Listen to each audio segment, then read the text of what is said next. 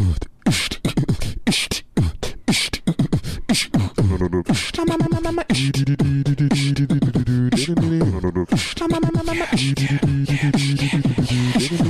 bang bang, comedy bang bang, comedy bang bang, comedy bang bang, comedy bang bang, comedy bang bang, comedy bang bang, comedy bang bang,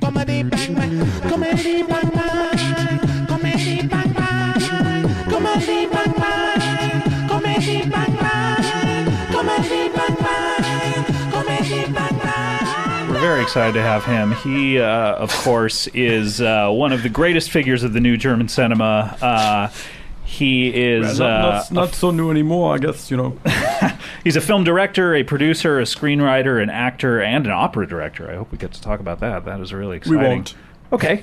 But just kind of a mixture of strange people here today. Please welcome Werner Herzog. Sorry, Werner or Werner? Werner, yes. Werner. Should I be saying Werner? I wish you would. It's my name. Okay, Werner. I'm not going to call you Skit. Unless you like me to. I wouldn't mind that, actually. Okay, Skit. Werner, it's a pleasure to have you It's here. a pleasure to be here, Skit. Thank you so much for having me. I'm a big fan of podcasting and any kind of experimental technology. It reminds me of my days in the early days of the new German cinema. You know, this is a great time for you. It's when everything is new and no one is paying attention. No one knows who you are. No one's listening. You are like nothing. It's wonderful. The freedom of it is fantastic. So enjoy this period of anonymity where you are like a gnat. I mean, I appreciate the sentiment in the You're way welcome. of you asked me to enjoy something that I do enjoy. You're very welcome to you. That said, I would say, maybe you're slightly confused on how many people or how kind of unknown this program is. It's entirely possible. I haven't investigated. Why would you be on the show if you? I'm an adventurous person. I like to try new things and I like to meet new people. And now we have not met before. No, we have not. Okay, is this your card? We have not official. That's very funny. Do you know Zach Galifianakis? Have you ever tried? He's to your right. He's an actor. This fellow, yes, an American actor. Of course, I've seen you in many films. And I love. There's a quality to you that I particularly enjoy. Is there's a wild sort of laziness about you that I think is stupendous. It's you come on the screen and everyone can relax because you're practically asleep. Thanks, Werner. You never quite know if Zach is going to fly into a rage or fall asleep on the couch. In many ways, any scene. Like Klaus Kinski, with whom I worked many times, who was an absolute madman, and in many ways, I was afraid of him. In many ways, I wanted to destroy him, and he was sort of the Zach Galifianakis of his day. No, right, I've heard that. Yes, Fitzcarraldo, I think, is a sort of Hangover 2 of its time. Sure. Both of them involve dragging a boat over a mountain. Right? I haven't seen Hangover 2, is that correct? I haven't seen it either. I mean, a boat does come crashing through a wedding. Oh, it's the same thing. There you go. I saw your last film, though. I liked it. Do you know what it is? I heard you did not like it. I did like it, but you had a problem with the three-dimensional aspect of it. Yes, I went to a theater that did not pass out the glasses. I hear things. How do you know? That's strange. Yeah. Well, you went to a theater. I instructed them not to pass out the glasses because I said I want people to experience this the way the early cave dwellers did, which was they all had terrible vision because there were no eye doctors yet. So somebody would make this cave painting, and of course it's terrible because he can't see straight. And then other people would look at it and say, I don't know, I guess it's okay because I can't see any better than you. And those were the world's first compliments. Yes, they were backhanded, of course. Of course. That is how the world runs on such backhanded compliments. It's like currency here. I don't follow what you're saying. Dude, currency, it's what people use. I know what currency money. is. I know what currency Oh, is. you do? Okay. But words cannot be used as currency. Yeah. Good try, Skit. Well, you said it's how the world... Okay.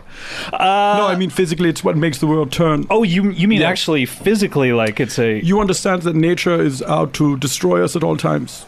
Okay, I had not... Mankind will never triumph over nature. Nature is always waiting outside the door of man's existence. Knock, knock, who's there? It's me, nature. I'm going to destroy you. I'm going to crush you like a bug. Although a bug is part of nature, so it wouldn't do that. We are outside of nature, and even bugs outrank us. Okay. Interesting. So what is the hierarchy? Where do we fall? Are we below doors? Oh, absolutely. We're so far down there, you wouldn't even believe it. It's the worst. What about boats? Like these boats that crash through the wedding of Hangover 2? Yes, they outrank us. Any boat that crashes through a wedding, any boat that is dragged over a mountain. A plastic boat that you have in the bathtub. Wait a minute. Now, I thought plastic boats, like plastic is some sort of man-made... Once mankind makes it and it's out of his hands, then it is released into the world and then it becomes nature. So wait... And it will crush you. Are we at the very bottom of This is everything? what I'm trying to say. This is what I'm trying to tell you. Yes, we're at the very bottom of everything. So why? What are you working on now? Why did you come to the program? Are you promoting something, or are you... I'm doing a third Brady Bunch movie. I read that in the trade. Yes, this is it's based on the episode where they go to Hawaii and they encounter a cursed idol. Oh, the idol, the Hawaii. But in this place, it's not so much an idol. It's not a supernatural force. It is a natural force. They pick up a small. They think it's a little idol, but it's a sleeping animal that it wakes up and it attacks all of the Brady Bunch and destroys them. Destroys them physically? In what way? Both physically and emotionally. Really? First, it says the most awful things to them. About what would the subject matter be? Their asymmetrical faces, their clothing, their ambition in life. Their 60s good looks don't translate to yes, the it's a lot era. of. That's where the jokes come in. It's a lot of jokes about them being from the 60s in the modern world. And then physically, what does it do? Oh, it eats them. Oh, okay. It eats them very slowly. It eats the 6 children, the 2 parents, and the maid. One at a time. All of the Brady Bunch, in other words. All of the Brady Bunch. All 9 of them. All 9 of that Brady Bunch. Occasionally people... Only Sam the Butcher escapes to tell the story. It's ironic because he's a butcher. He is a destroyer of nature. He kills animals and cuts them up much the way this tiny animal... So then what is the moral here? Because it seems to me he's out there destroying nature. Well, he's the one cutting up animals. Wouldn't he be the first target? Well, exactly. That's the idea is that that's an ironic statement that I'm making. That of course this butcher, this flayer of animal flesh, he escapes, but for how long? Because eventually this little animal is going to. I left the door open for a sequel. In other words. Okay. Yeah. So a 4th Brady Bunch movie. In other words. Well, fingers crossed. So I don't want to jinx. So the 3rd sequel to the first Brady Bunch movie. Indeed. Okay. Yes, you follow me. So it's ironic because he's the one who should be punished the most. Yes, and he will be in the 4th movie. Okay, what do you have planned for the 4th movie? I don't know. It's it's slow going. This script. What if you crossed it over with another Sherwood Schwartz production, like a Gilligan's Island, which more people powerless against nature. They went out for this boat ride, and then sort of tsunami lands them on some sort of island, and they never ever get off because nature, also human nature, their basic greed and shallowness and stupidity keeps them confined on that island forever. Not even robots can save them, or globetrotters. Especially not Globetrotters. They tried. They tried very hard. They did their damnedest. This is what I love about the Harlem Globetrotters visit Gilligan's Island. This is what I'm saying all along is that there's no fighting nature. Even famous comedy basketball players cannot overcome nature, and you think they would. But I do have to disagree with you because unlike Sisyphus, who keeps pushing that rock up the hill and then failing, the Gilligan's Island cast eventually did get off the island, and they were able to... Are you talking about the actors? No, I mean the actual characters. In the perhaps last movie, they get off the island. I think you will find they ended up shipwrecked on an island again. Well, maybe that's where your story takes... I'm almost 100% certain this is the case. I feel... I invite your listeners, all 6 of them, to look up what happened to the Gilligan's Island people. Not the actors, but most of them are dead, I hope. You hope? Wait a minute. Oh, what? No, I mean, I imagine. What did I say? Don't you want them in this... I may have... I have a cold. I have a terrible cold. Sometimes my English is not so I don't think you can perfect. blame this on English. I really don't. I do speak pretty good English, don't I? Yeah, you do. I mean, you're perhaps more eloquent than I. Probably. All right, tell you what, why don't we take a break and do a song, and that way Zach can feed his meter, unless he wants to sit here and we have someone else feed his meter. But then how would you describe your car if what are you driving these days, Zach? Subaru Outback. 98. I want to listen to the music. Can you guys come walk to the meter with me and play? All right, so let's guys. What do you want to play right now? I know that Bob Odenkirk, by the way, was nice enough to, I guess, broker this. Sounds a little too formal, but he was nice enough to ask if you guys would do this for me. And he said to me, "Oh, get him to." You should totally get him to play Sugar Cube, buddy. And so that was a request from him, but we can save that to the end. God damn it! That's my Bob Odenkirk impression. Wait, you know Bob Odenkirk? Of course I do, yes. I'm a big fan of Mr. Shaw and Breaking Bad. God damn it! God damn it! He's always screaming and yelling. Very filled with anger. He's filled with impotent rage. Yes, it's like there's a fist where his heart should be. Yes, always railing against the posts. He's punching him in the ribs constantly. Yeah. I'm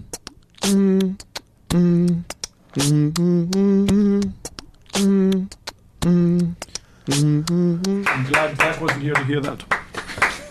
I'm glad he missed it. It made it a more intimate experience. Yeah. I know, it feels like this room just got like 4 times bigger after Zach left. It's fantastic, yes. I feel I can finally breathe. This is so mean. He's not here. Well, he wouldn't care. Let's play a game. Okay. Who dislikes Zach more? Oh, everyone has their hands up. It's amazing. It's a 6-way tie. Werner, have you heard of this band before? Yo La Tengo, yes, I'm very familiar. Absolutely. You seem to know everyone and everything. I feel very connected to the human race because soon we will be wiped out. Did you know Belle Biv DeVoe is touring? Of course I did. Good. May I ask a question of Yo La Tengo? Yes, please. When you are performing your music concerts and people are yelling out requests, do you ever want to tell them to go kill themselves because there's a concert going on and it's not a sort of a command performance where people can tell you what to do like you are little puppets? Do you ever want to say, hey, why don't you stop yelling because we are the ones who get to make noise now and you go to hell? Does that ever cross your mind? Great question. Have you ever murdered a fan? This is open to everyone. Follow up, have you ever murdered a non-fan? Well, that's not as interesting. Right. Wait a minute, you think out of the entire world... I don't mean to deny your premise, but to murder, of course, it is divine and it's what we all long to do all the time, but to murder someone who likes you, who appreciates your artistry, that is the filet mignon of murder. Is it a part and then, of course, you eat them. Is it a part of human nature, would you say? Does since we're outside of nature, do humans have nature? Or is that an oxymoron? Human nature is, as we have discussed, only to murder and to be destroyed by nature. So human nature desires to be destroyed? Well, human nature, we desire to destroy because we know we are going to be destroyed. Oh, that was so interesting. Oh, also, I'm building a weather machine. I forgot to mention that earlier. I thought you were about to say website. I'm building a website. How do you do those, by the way? It seems very complicated. The band knows magic. Do you need to know Flash? Not a lot of people using Flash these days, but mainly because the iPad doesn't support it. I was just getting started. Taking some night classes. The learning annex.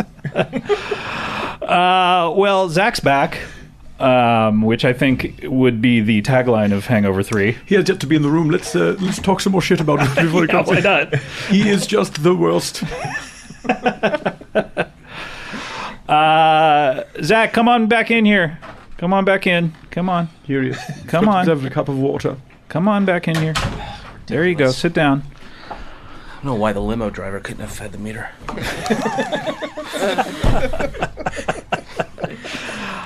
You know what I would love, Vern, is you have an actor here in front of you. Now, I've heard a lot about your legendary directing style. Yes. You have an actor here in front of you. Yes. I would love to have you direct him, and almost as if he were to be in one of your films. I would love to just see what your style is in person. You know, if Zach is willing, then I would be perfectly happy to. Zach, I'm not much of an actor. I'm not. You're going to feel really guilty. I understand that you are a coward. You're going to feel really guilty if you go home and listen to this and hear the wonderful things he was saying about you. Well, that's why I'm not going to listen to him. Oh, is that why? Yeah. Okay, I'll participate in this. All right, so you have an actor here. Let's see. What would you? First of all, what kind of project would this be? Would this be something akin to your remake of Bad Lieutenant, or Bad Lieutenant, Port of Call, New Orleans? Yes. Well, that's the name of it. What if it was a new Bad Lieutenant? Where could this Bad Lieutenant go? Where is his next? port of call? Perhaps Bad Lieutenant, Port of Call. South Beach? The undersea kingdom of Atlantis. Right. Okay. And you are breathing through gills. Mankind has evolved to a point where he must live under the sea. Right. Because of the polar ice caps have melted. Uh-huh. It's basically Waterworld. Don't tell anyone. Okay. Anyway, there you are swimming around under the ocean. Mm-hmm. And you are sad because you realize that soon you will be dead. Okay. Because the sea creatures will rebel against mankind. They tolerate them for a while, but then they rise up against them, and so give me some of that. Is he the Kevin Costner figure in this, or is he Poseidon? He's his own fellow. I'm sad because sea creatures are going to rise up against me. Yeah, you're just thinking about it. And I've formed gills. Is that what you said? Everyone has, yes. Yeah. Is he monologizing while he does this, or doing any kind of soliloquy about it? Yes, improvise for me, if you will, a monology about how if, the undersea kingdom of fish and fish creatures are going to annihilate all of humankind. Is that how you work? A lot of improv on set? Never. No, this is new for me. It's very exciting. I'm open to new things. Man, I sure am bummed about everything that's going on in my life. It's kind of... No, hey. Halt. Oh, hold on. Hey, Amber. I don't... Wait a minute. Who's Amber? It's a hammerhead shark that's a friend of mine. That you've named Amber. Yeah. Hey, what's up, Amber? She doesn't speak. No, I don't know. she's a You tell hammerhead me. Shark. No, she does not. Okay. She's a hammerhead shark. I didn't know what happened to the hammerhead sharks then. Dogs don't speak when we still talk to them, so I buy it. That's a very good point, Scott. Thank you. And you know what the dogs are thinking when we are speaking to them? What's that? I'm going to rip your throat out. Because I'm nature. What would it think when it looks at a door? You and I are friends. It's us against them. What about a closed door that's keeping it from running free throughout nature? He says it's softer because there could be somebody sleeping on the other side of the door. Okay, It's just polite. I get it. Okay, you were pausing to give Zach a little direction. You've just seen Amber the hammerhead shark. Yeah. The Amber says to you nothing, of course, because she is a shark. But she just tried to harm you with her hammer-like head. Yeah. Now you believe you are friends. This is a betrayal. Yeah. What do you say to her? Now's not a really good time, Amber. I'm kind of bummed out. So I don't know if you're joking around or what you're doing, but I'm not into it. The problem I'm having with... oh, hey, Marcus. Oh, wait a minute. I don't know who is hold this on. Marcus now? It's some bit of algae, some algae fish. Oof, algae fish, they are the worst. They are the ones that lead the rebellion. Yeah. The algae fish all get together in one giant clump. And they say, look at us, we're a mess. We're better than people, even with gills. Mm-hmm. Right. Let's do this. Let's do this, fellows. Mm-hmm. And then they have a few meetings. Most of the movie will take place over the course of several meetings. Are you going to be underwater when we do it? No, I'll be directing from Outer space? from outer space, that's correct. From a satellite. I have a directorial satellite. Oh. Is that how you do all your movies? Yeah, pretty much. I mean, I'll come down for dailies. It's like a long trip to come down for dailies. like It's here's like a daily trip? Well, this is... I care about what I do. So you have some more notes for Zach. Oh. Yes, my problem with your performance is that I feel like you're capturing the ennui and the despair, but I think you need to make a sort of bubbly sound with your mouth because you're underwater. Yeah, I don't, That's like- I don't know. It takes me right out of it when you're speaking. I don't know, Werner, because, I mean, if you've seen... Well, you don't need to know because I'm the director. and Yeah, you're the are you actor, this hard so- to Yeah, work but with what- on set, Zach? No, but I'm just, you have to... I don't know. Is it, Hollywood, start paying attention to behind the scenes. This is what Zach's like when he disagrees with a direction. Interesting. I think most directors would be happy to have a discussion about... I haven't whether found or that not- to be the case, no. No, but like in actual movies. What were you on, JAG? So what if I was? Well. Yeah, look, I don't Zach, know. you have a glass of water there in front of you. You could very easily take a sip and then do the bubbling sound. I think why not make Werner happy? That's a good point. I just don't want to feel stupid doing it, but I guess I won't feel stupid. Yeah, you won't feel stupid. I'll go ahead and try it. So you want me to gargle this, basically, or just... Just sort of do your dialogue, but make sure there's plenty of water going on. You can sort of blow bubbles in the cup. You don't have to put it in your mouth. blow bubbles? Or maybe like this. Hi, That's better. remember. No, it's not a good time to do this. Something along those lines? Now, did that make you feel stupid? Actually, I think you're right. I think that was good for the character, and it kind of sold the whole water You thing. felt as if you were there. But my point is that I'm empowering. not going to be breathing into a cup with 1 inch of water in it. You How can else are actually we build- supposed to do it? Well, I was hoping maybe you build a set with No, it. no, no. We're just going to paint a wall to look like the ocean. And all the actors will have plastic cups with water in them. Oh, I didn't think. Okay, Are you going to digitally erase these plastic cups, or? That runs into money, so... Yeah. We're just going to put a disclaimer at the opening of the film saying, please, everybody, pretend you don't see those cups. I find that, Why is that so funny, though? I will come out, I'm crying, thinking of how I have to go in front of the camera to ask them. I'm going to make a personal plea to the audience. I find that audiences are willing, the willing suspension of disbelief, they call it. This is what cinema is all about. Mm-hmm. Because people know that, they're looking at essentially a giant screen. You know Grizzly Man was made up, right? Oh, yeah. Yes. I'd heard that. Yes. As a costume. Yeah, it was a bunch of costumes. Very expensive, by the way. Yeah. Was We did kill that fellow, though. Yeah. Who was in the bear costume? He Was asked too many questions. Was it an actual bear in a bear costume, or was it a... It was, one of them was a giraffe in a bear costume. Wow. One of them was 2 pygmy hippopotami Wow. standing on each other's shoulders. Or what passes for shoulders in there. Was that Well- because they weren't old enough? That's right, they were terribly young. We could only film them certain times because they had to go with their tutor. Do they have a trench coat around them to make them... Yes. Okay, good. And there was a bear. The pygmy hippopotami would stand on top of each other. Right. Then we would add a trench coat. Then we would add a bear costume. Okay, great. That all makes sense. Now that I come to think of it, I this saw went- the movie. whoa, and whoa, whoa. They Are you sweat joking? bullets in there. Are you joking around or what?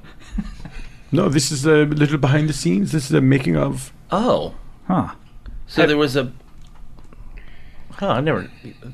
Hippopotamus on top of a hippopotamus wearing a trench coat. Mm-hmm. Dressed up as... Well, I mean, a pygmy hippopotamus. It's not ridiculous. Zach, you've worked with animals before in the How many? In the first of many. Will you please name the number of animals with which you've worked? Polar bear. That's not a number. I'm counting in my head. Polar You're bear. actually saying it out loud. You can do both. It's a free country. Yes. Well, this is not Germany anymore. You're not in Germany. Those were the days. Yeah. And this was Germany. Yeah. All right, so polar bear, and you. What was it in that first of what we hope will be many hangovers? What was the animal that was in the bathroom? Bradley Cooper. I don't understand this. I don't understand. It's American humor. I don't It's understand. really good American This humor. doesn't make sense to me. Oh God. Comedy, bang, bang, comedy, bang, bang, bang, bang, with the comedy edge. Dankeschön. Now I noticed you mentioned Judge Judy in that. Is there some sort of obsession with Judge Judy with you guys, or?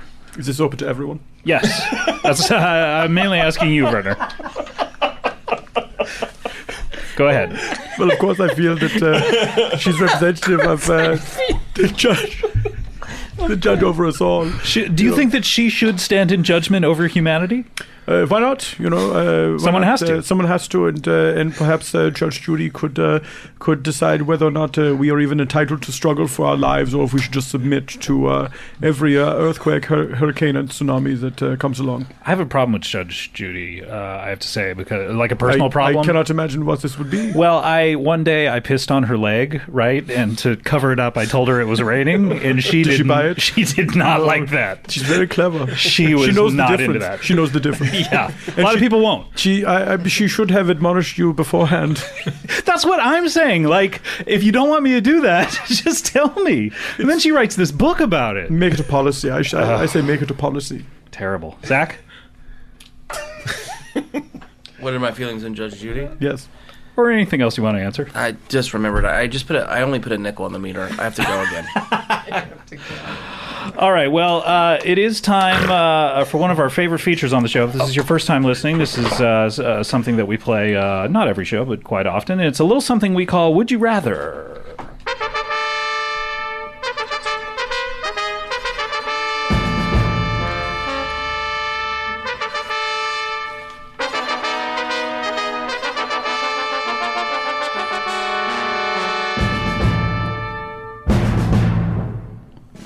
All right, it's time to play Would You Rather.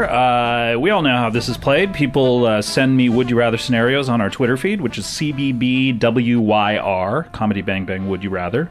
And I'll read them out, and then I will open the floor for questions, and you are free to ask me any questions about either of the scenarios in order to narrow down your choice. And then I will close the floor. You will all vote, and then I will assign points, and we will figure out who wins. And that's pretty much how it plays. So any questions from any of you guys? Yes, is this game typically played amongst 5 people? Well, I kind of was thinking that the band would play as a team. Oh, I see, as a unit. So they would have to confer. So what we'll do is we'll go to them last, and they can confer. What if Zach and I were also to become a unit and play against... I would love that. The 3-headed monster that is Yola Tango. I would love that. I would love that. Do you think you stand a chance? I feel that Zach and I have the ferociousness of 2 pygmy hippopotamuses with a trench coat and a bear suit. Indeed. All right. So our first with a Tyrolean hat on the top. Well, didn't mention that. All right. Our first scenario comes to us from Holly Freeberg. Holly Freeberg asks, would you rather have to adopt a baby every time you heard "Don't Stop Believing," or never see the last 15 minutes of any movie you watch? Would you rather have to adopt a baby every time you heard "Don't Stop Believing"? I have a question. The floor is not open. I'm afraid I'm going to have to dock the team. I'm going to play by myself. You can't do that? I don't want him on my team. Are you saying you're becoming a one-man wolf pack? Don't you mean wolf pack? My English is very good. All right, so we'll split you guys up. All right, would you rather have to adopt a baby every time you heard "Don't Stop Believing," or never see the last 15 minutes of any movie you watch? I'm opening the floor for questions. I have a question. Yes, Werner. In the adopt a baby scenario? Yes. Is it every time you hear "Don't Stop Believing" in its entirety, or is it any time you hear even one note from the song? Great question. I think you basically have a grace period, which is just a small town girl. And then as soon as that is over, then you have to adopt the baby if you're still in the room. So you can hear even the opening keyboard riff. Sure. And as soon as you hear that, you know I have to stop listening to this immediately, or I will be forced to adopt a baby. I have to change the channel. I have to run out of the roller rink, whatever you need to do. I have a follow-up question. Yes, Werner.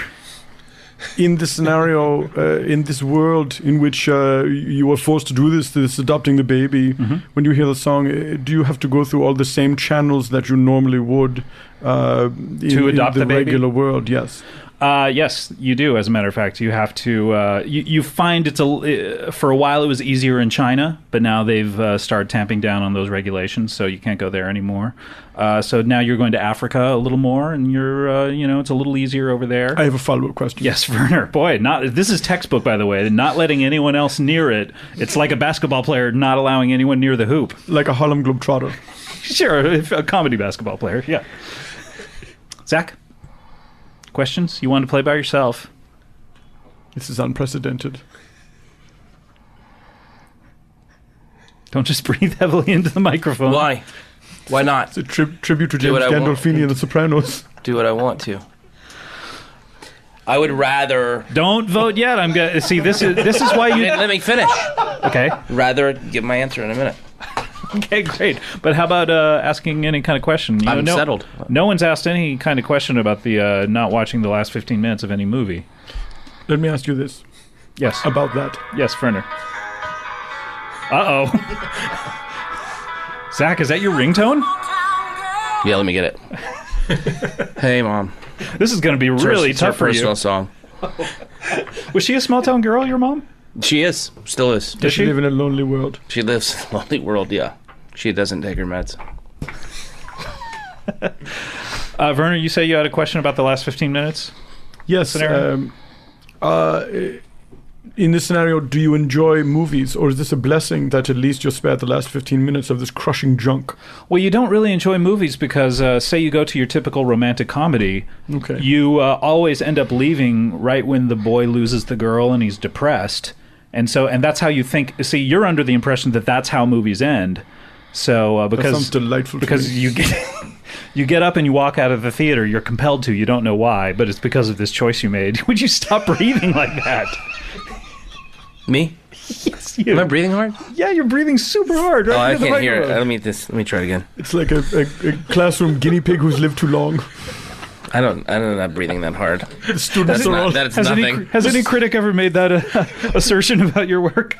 That I breathe too hard? No, that you're like a classroom guinea pig who's lived too long. The students are all taking a test, and the teacher can hear in the corner of the terrarium this poor animal laboring to hold on to life Yeah, I've heard that before. amongst the wood shavings. I've heard that before.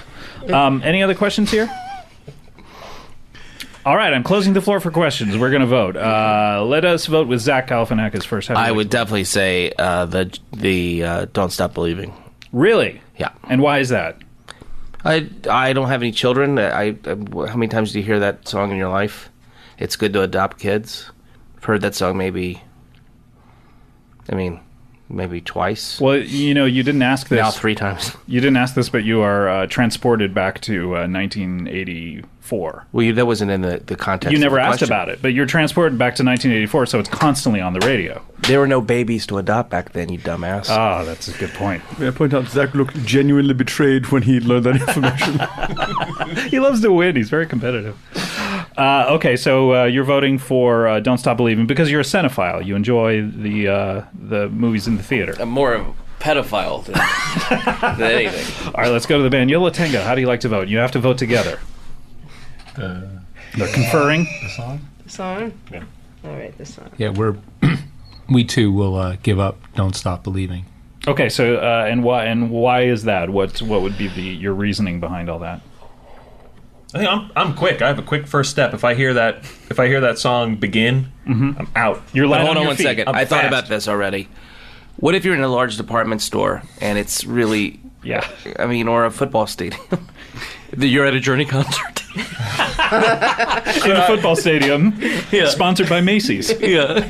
Could I knock myself unconscious, and then I would still physically be in the presence of the song? Yes. This is unprecedented, but I'm opening the floor back up for questions. I have a question.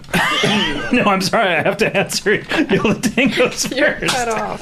Oh my goodness. Yes, you are able to knock yourself unconscious. Oh, okay. You basically have to bash your head against whatever is in front of you. Sometimes there's a table, sometimes there's a chair, sometimes there's an employee of Carl's Jr., Yeah, done. the lumber store. I have a question. Yes, Werner. About the Don't Stop Believing. Yes. Does it only occur when you hear the original Journey version of Don't Stop Believing, or will it still happen if you hear the Filipino guy sing it? It does not happen with the Filipino guy, but it happens with the Glee version. All right, I'm closing the floor for questions. We turn to you now, Werner. How would you like to vote? I feel... Do you have enough information? Do you want me to open it back up? I could ask questions for hours, but I don't wish to delay. You're an people inquisitive soul. I am an inquisitive soul, especially these fanciful scenarios that you've created out of thin air. Like a bunch of dumb castles. As much as I love the cinema and I respect the artist's vision, I would choose the scenario where I never see the final 15 minutes of a film, because I believe that those potentially adopted babies, they are all as doomed as everyone else, so why even bother giving them false hope by adopting them? So you would not want to adopt them. You would just prefer to walk out of. You think it gives false hope to adopt a baby? Yes. That everything's going to be all right and that they're going to be safe? And don't you think all children sort of deserve that kind of feeling? Well, I think every time someone adopts a baby, inevitably they say at some point to the baby as they hold them in their arms for the first time, "Don't worry, I will see to it that nature never crushes you." It's inevitable. If you ask any adoptive parent, they will tell you that they have done this. In any language it's native to them. It's a well-meaning lie. Mm-hmm, mm-hmm. Have you ever lied to anyone? All the time. Really? No. All right, let me tally up the points. Zach, we docked you points for deciding first. Werner, we dock you points for asking questions too early. I accept your judgment. And so, wow, and even though you voted incorrectly, Yola Tango, you are the winners because they had so many points docked to them. Congratulations. All right. Well played, Yola First Tango. time played, first time winners. That's fantastic for you. How's it feel? Feels good. Great. We too are competitive. Very effusive band. All right, guys. Well, that is exactly how you play Would You Rather, of course.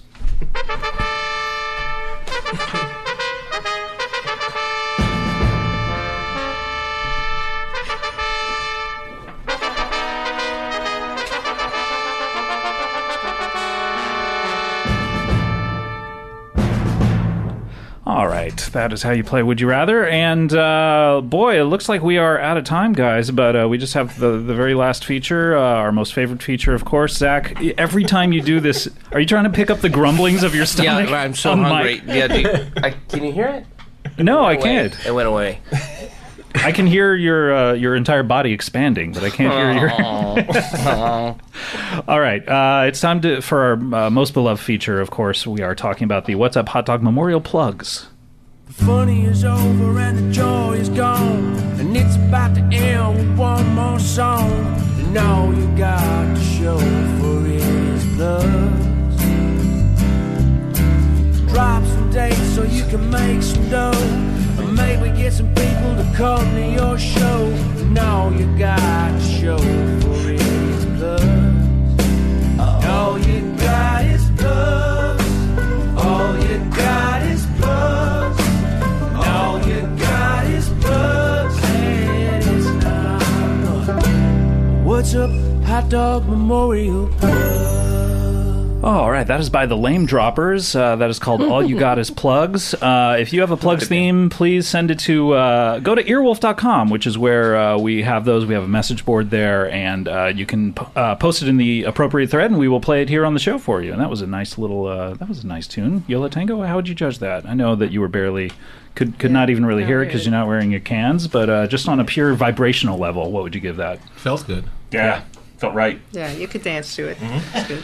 All right, so let's go around the horn. What do you guys have to plug? Zach? Be playing online Scrabble on Thursday. Do you mean Words with Friends, or No, Scrabble. did you drop Words with Friends? I don't play that anymore. It's Yeah. too easy.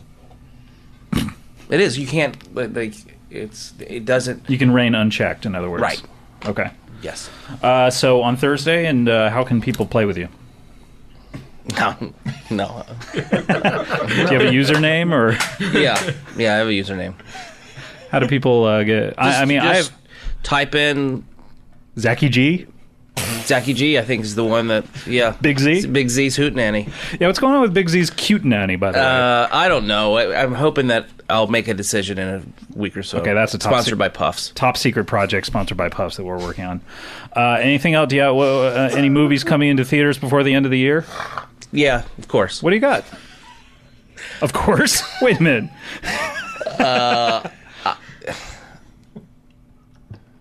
The Muppets. Oh, the Muppet movie. That's great. And you made sort of a Steve Martin type cameo in that? Yeah. Great. Or are you one of the Muppets? Or have you been a Muppet this whole time? I was a Muppet. I am a Muppet. I'm Animal's cousin. Husband? Yeah, half cousin, half husband. Is that what you call it in the South? Shakespearean term. Werner, no one's talking to you right now. Not mine. I like this. Oh, sorry. Okay, Yola Tango, what do you have to plug? I notice you're doing some dates soon, right? We are. Live Yeah, we dates? are. Yeah, we'll be playing in Concord, New Hampshire, Northampton. They got one clap. One clap. No more. No You more from than there? one. Sure. Somewhere in New Jersey. What's that town called? Morristown. Morristown, New Jersey, and one more, New Haven, Connecticut. Oh wow! And is there a purpose to this tour, or just going out to play? Do you guys enjoy that? Do you guys tour when No. you? No. Okay, good. So go watch these guys just Not at all. slog through a horrible evening. What's the pay on something like that? Like, what do you guys get paid for something like that? Is that tacky to ask? That's my new thing. It's asking people how much they get. Oh, that was exactly what I did for about a year on this show. Oh, you did? Yeah, thanks for I think remembering. we talked about Very this. funny. Sorry, I didn't know that. Yeah, you wanted to do it in a Between Two Ferns video, and I said it was something I do on this show, and you went, "Oh, but I really want to do it." Yes, why should Scott have anything? But we never did it. Why should Zach have just almost everything? Sorry, I mean, isn't that big of a deal? Why is everybody picking on me? Jesus. And what are your plugs? I would like to cede my plug time to someone else. To who? To a comedian named Paul F. Tompkins. We've never done that before. I don't think that's possible. I beg of you to do it now. His important comedy must be heard by people. All right. Well, I mean, if he were around, maybe we could. But He's not around. Okay. May I tell you of some place? Oh, yeah. Come on. Who is? Paul F. Tompkins. Oh, hey guys, pardon me, Werner. Hey, Paul. How are you, my Hi, friend? guys. Hey, Paul. What's going on? I was just across the street at the Museum of Death. Did you pick up any tips? Yeah. You know what? Psychiatry's really tough on your body. Mostly your knee joints. Paul, have you met Werner? Werner Herzog? Of course I have. Do you want to say hello to him? Werner, hello. We are in a feud. How do you do that?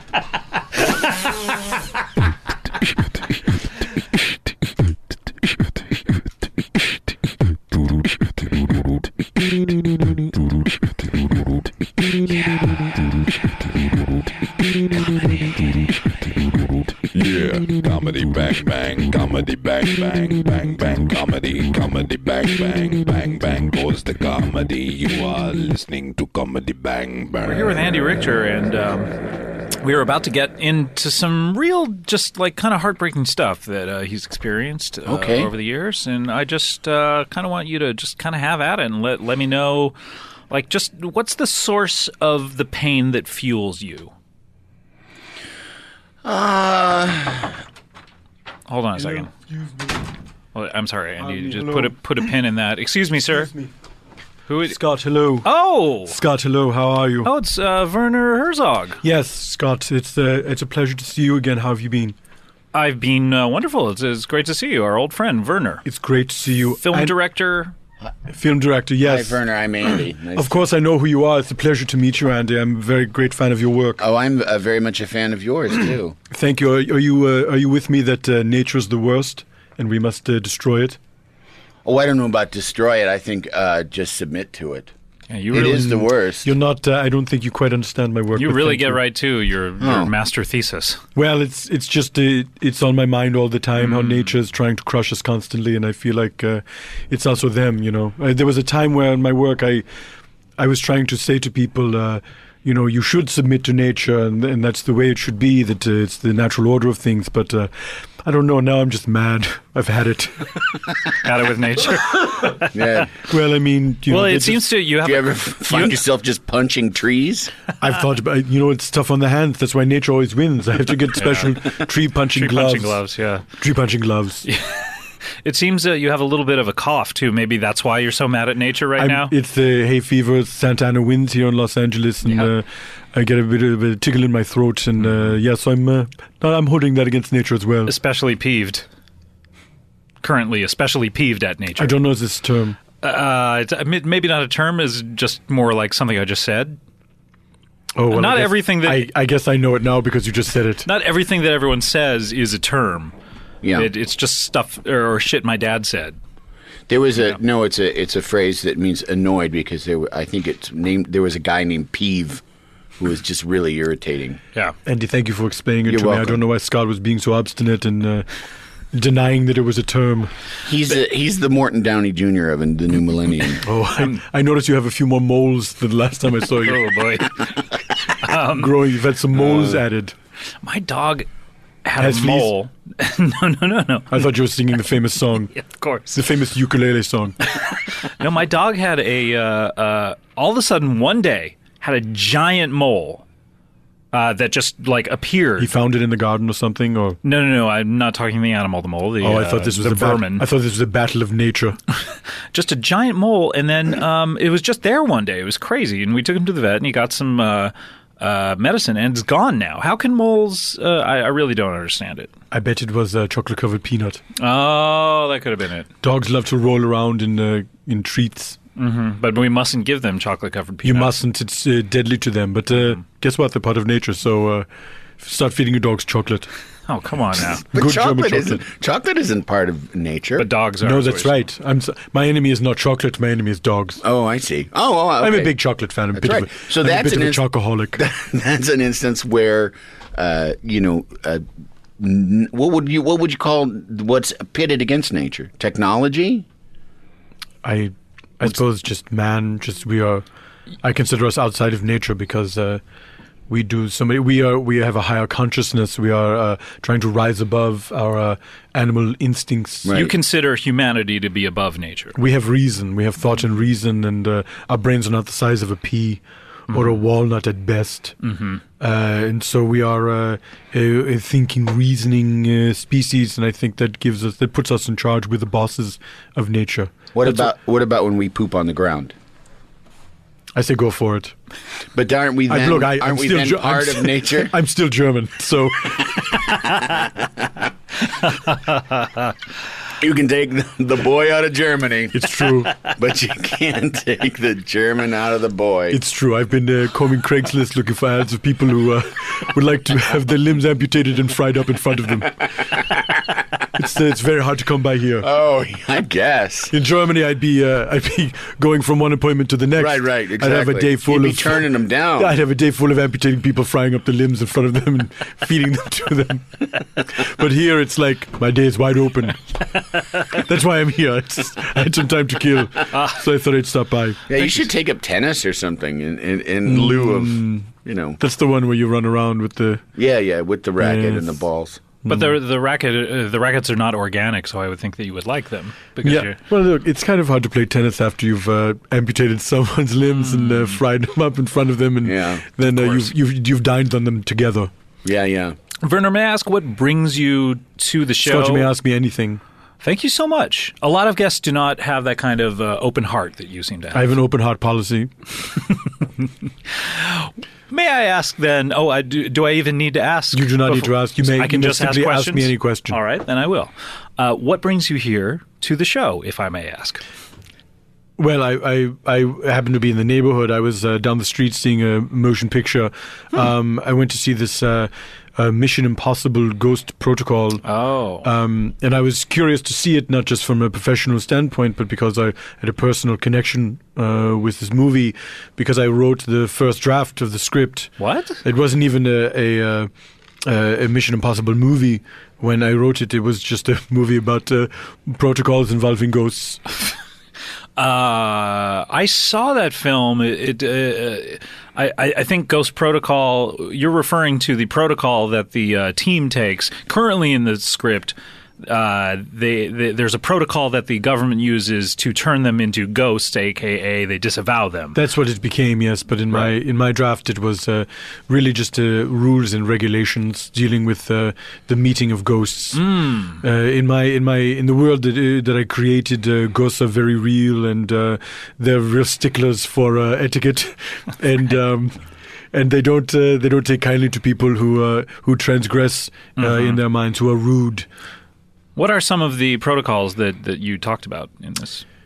Like dining? Is there anything with dining? Yes, ghosts, because they cannot grasp cutlery except to throw in a poltergeist situation. Right.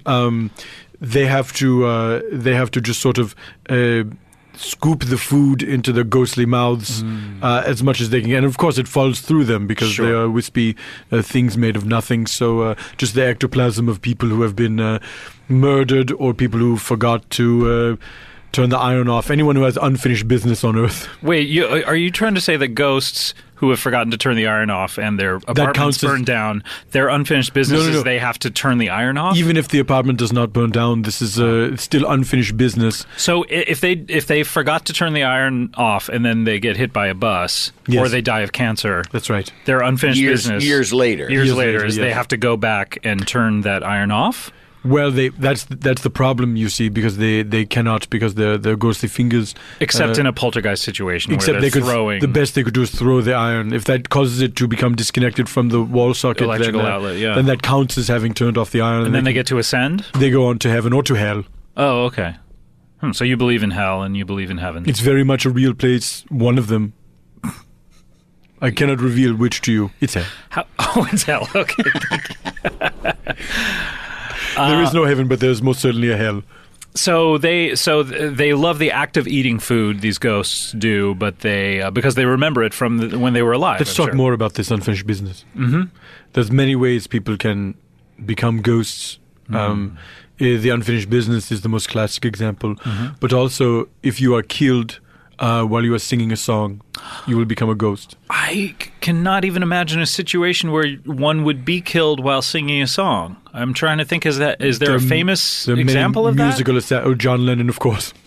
Was he singing as he was walking down the street out in front of his New York apartment? It was someone's birthday, and he was singing Happy Birthday. Was he saying, what would that sound like, I wonder? Do you do an impression of him at all? Let me try to do. All right, what would that be like? Happy birthday. Did that sound like him? I'm the biggest creep in the world. So singing Happy Birthday to J.D. Salinger, the author of Catcher in the Rye. Was Martin Luther King Jr. singing a song up there? I can't remember what he was doing. I think he was humming. Okay. Poor guy. He was humming a song by U2. Yeah. He was a time traveler. Yeah. It's like, I love that song about me. I've never listened to the lyrics before. He was humming the early morning, April 4. Wait, today's April 4. Ah! That's exactly what happened. Wow. Do you want to hear more about Martin Luther King Jr.'s adventures through time? May I? This is a far more interesting topic to me, just personally, because I'm a big fan. He once fought a triceratops. He fought a triceratops. I thought Martin Luther King Jr. was very much against nature. That's why he was such a powerful leader of people, because he believed in people above all things, and he tried to get the human race to unite so we could destroy nature once and for all. So he tried to do that by going back in time and killing nature. What better way than to start at the beginning? So was he going to destroy the mountaintop? Was that why he went there? Eventually, we were all going to go there together. Yeah, and then we were just going to jump up and down. Until it just leveled. Yes, exactly. Wow. And then we could pave it over. That's ambitious. As Joni Mitchell advised us to do in her song Big Yellow Taxi. Yes, turning paradise into a parking lot, as I recall. Why didn't we heed her words? Oh, I know. No, I think she was against it. Yeah, and she was saying it in the past tense. That it had already happened. Wait a minute, is she a time traveler too? I didn't listen to the song very closely. Well, you don't want to because you don't want to accidentally hum it and be murdered. Exactly, that's why I never sing. Yeah. Ever? I never ever You just sing. sang that John Lennon song. Oh my God, please. That was close. Oh, I wish Martin Luther King Jr. would take me back in time and tell me not to do that. Undo that. Don't sing that song. Oh, that's like my heavens! That was. I felt as if uncanny. Don't sing that song. It's giving me chills. I have goose pimples on my goose pimples. So he punched a triceratops in the face. Oh my God! Why? That's why they don't exist anymore. Was it getting mouthy? It was nature. Oh, I see. He came at Dr. King with his stupid face with the horns growing out of it. Is that what made dinosaurs extinct? Was Martin Luther King Jr.? Yes. Wow. Indirectly. Well, directly. I mean, it started with punching a triceratops, and when the other dinosaurs heard about this, they committed suicide? Many of them committed suicide out of fear. Dinosaur suicide pact. They had never seen Homo erectus before. They'd never seen an upright walking human like Dr. King. Might I add... Did they do a double take? All of the dinosaurs did a double take. And they all broke their necks. That's right. And when one died, it said, "It's a living." Might I add, I have your Homo erectus right here. I think I understand you. Do you think maybe Martin Luther King got onto an asteroid and drove it towards Earth to... Oh, wow. That's exactly what happened. Have I already told this story? No. I heard I just a rumor I'm very about this. empathetic, and I might have just sensed it was Probably. coming. Yeah. Martin Luther King Jr. and a ragtag group of like-minded nature haters. Philosophers over the centuries, Sir I'm Isaac sure. Newton. Sir Isaac Newton. Galileo. Winston Churchill. Alanis Morissette. She joined, really? She joined. Was Coulier with her at No, this point, no, or this was late in No, the... this is her in the future. It's her when she's like 50. Yes. Okay. This is after Dave Coulier has died. He was shot Tragically. trying to assassinate the singing president. Who is not elected yet. President Rick Perry was singing a song. He's singing Yellow Rose of Texas. Dave Coulier. Now's the person. I was never a Dave Coulier fan until right now, hearing about that. That is why Good on him. The White House by 2016 is haunted by a singing ghost of Rick Perry. First the White House turns into the Black House, and now this? It's been a hell of a time for the White House. That's a George Clinton song, by the way. That's not me. Paint the White House black. Come on. It's about the desire to... Anyway. I don't know, Scott. I think people are going to... Yeah, you're on your own with that there, buddy. On. I will not repudiate it, which I could be held culpable just for that. Sure. That was some desperate backpedaling you were just doing. Come on, George Clinton. Oh, my wife. Carson Borat. It's my favorite character. How does Internet Borat go again? My wife,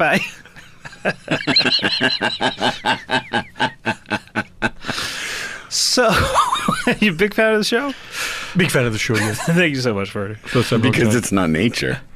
That's right. It is purely electronics. What could be more pure and wonderful than something that has no basis in nature whatsoever? Yeah. But people are just hearing ones and zeros, really. But aren't ones and zeros part of nature? No. Are they concepts? Let me ask you this, Scott. Mm-hmm. Do you think a couple of stupid birds are sitting around talking about ones and zeros? Oh. Do you think a salamander is thinking, "Oh, ones and zeros, how wonderful"? Pardon the pun. If you think this, you are wrong. What he's thinking is, I wish I could sing. I wish you could sing too. I would assassinate that salamander and turn him into a ghostamander. Because he's a ghostamander. Because Sal is the opposite of ghost. That's right. That's exactly right. If salamanders could sing, though, would they still be part of nature? No one named Sal has ever become a ghost. Oh, yeah. Really? It's true. Oh. What about Salvatore? Wow. It's a technicality. What about Sally Struthers? Yes, she is a ghost. Oh, boy. When you see her trying to get you to give money to hungry children, don't listen to her. She wants the money for herself. Why do ghosts want money? She's trying to buy a body to inhabit. Oh, I knew it. Yeah. Is that the problem? Is that why some ghosts are reincarnated into little babies? Is that because they have more money than other ghosts? That's right. Oh. Casper is Richie Rich. Yeah. Richie Rich was assassinated. He's singing "We're in the Money." His favorite song. His butler assassinates him at the urging of Dot, because he was going to give away all his money to the 99%. So he was singing "We're in the Money." Yes, the people occupied Richie Rich's mansion. They sat in the front lawn. He sicked his $sign dog on them. They killed and ate the dog, which I approve of. And then Richie Rich got his divesting money squirting machine. That's right. To spray at the 99%. They all ended up getting the money, and they were satisfied. And then he sang "We're in the Money," led them in a rousing chorus of "We're in the Money." And then his butler, who was bound by his devotion to a class system that enslaves all of us and distracts us from our war with nature, the butler rightly assassinated Richie Rich. And wait, I can't remember who's right in the story. No, the butler was wrong. It's hard to keep track of. Yeah. Are you an anarchist at all? You seem to be in favor of the upheaval of governments and the class system? I don't want anarchy so much as I want justice for all people, and I want us all to bind together and kill those fucking trees.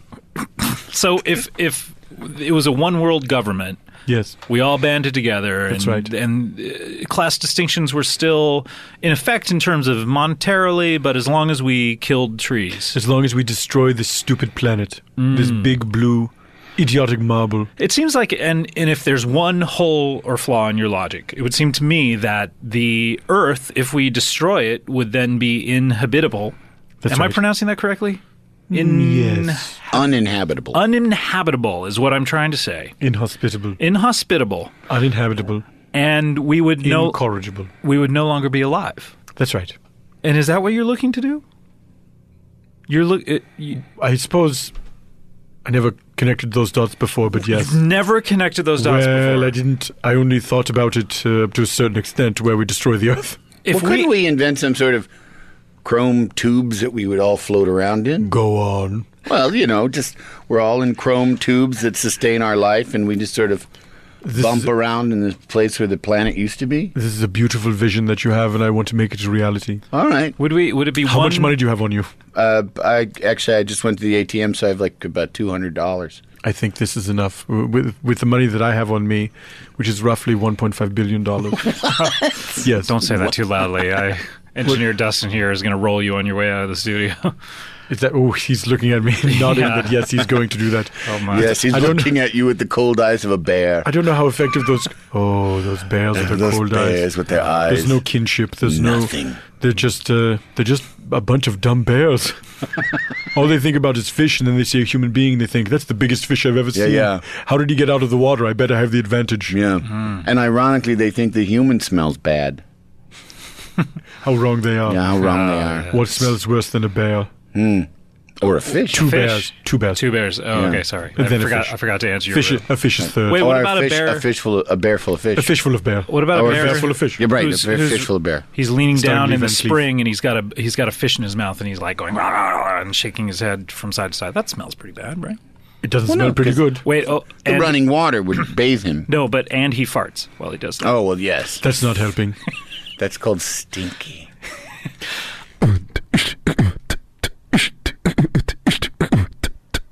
Andy Richter, you were just playing around with Siri on your phone. I was. What do you got cooking there? Hold on just a second. All right, here we go. Siri, how do we combat nature? Let me check on that. Thank you, How Siri. about a web search for Siri, how do we combat nature? No, I want a real answer. Why does Siri include herself in the web search? Shall we? Very self-absorbed. But seriously, Please if hold you- my hand while we search the web. Seriously though, if you are doing a web Harrison search, Ford. if you are doing a web search, you could do no And the better than helicopter. Google. Google.com, www.google.com. That's where you can do all your best web searches. Now, this Siri, I think it's a wonderful thing because eventually it will replace us.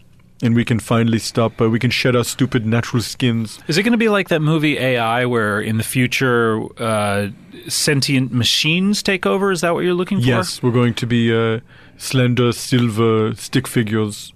So in that respect, I guess your vision where we eliminate the trees, I was going to say we need trees for oxygen. They turn things into plants in general turn things into Eventually we won't. Eventually we won't need that because the problem, I guess it's a fault in our own bodies even, is the fact that we need organic sustenance and we need to breathe. The fact that we need to take the leavings of plants it's degrading to us as a species, and I would rather die than depend on a stupid plant for my very existence, even though this is what I do every day.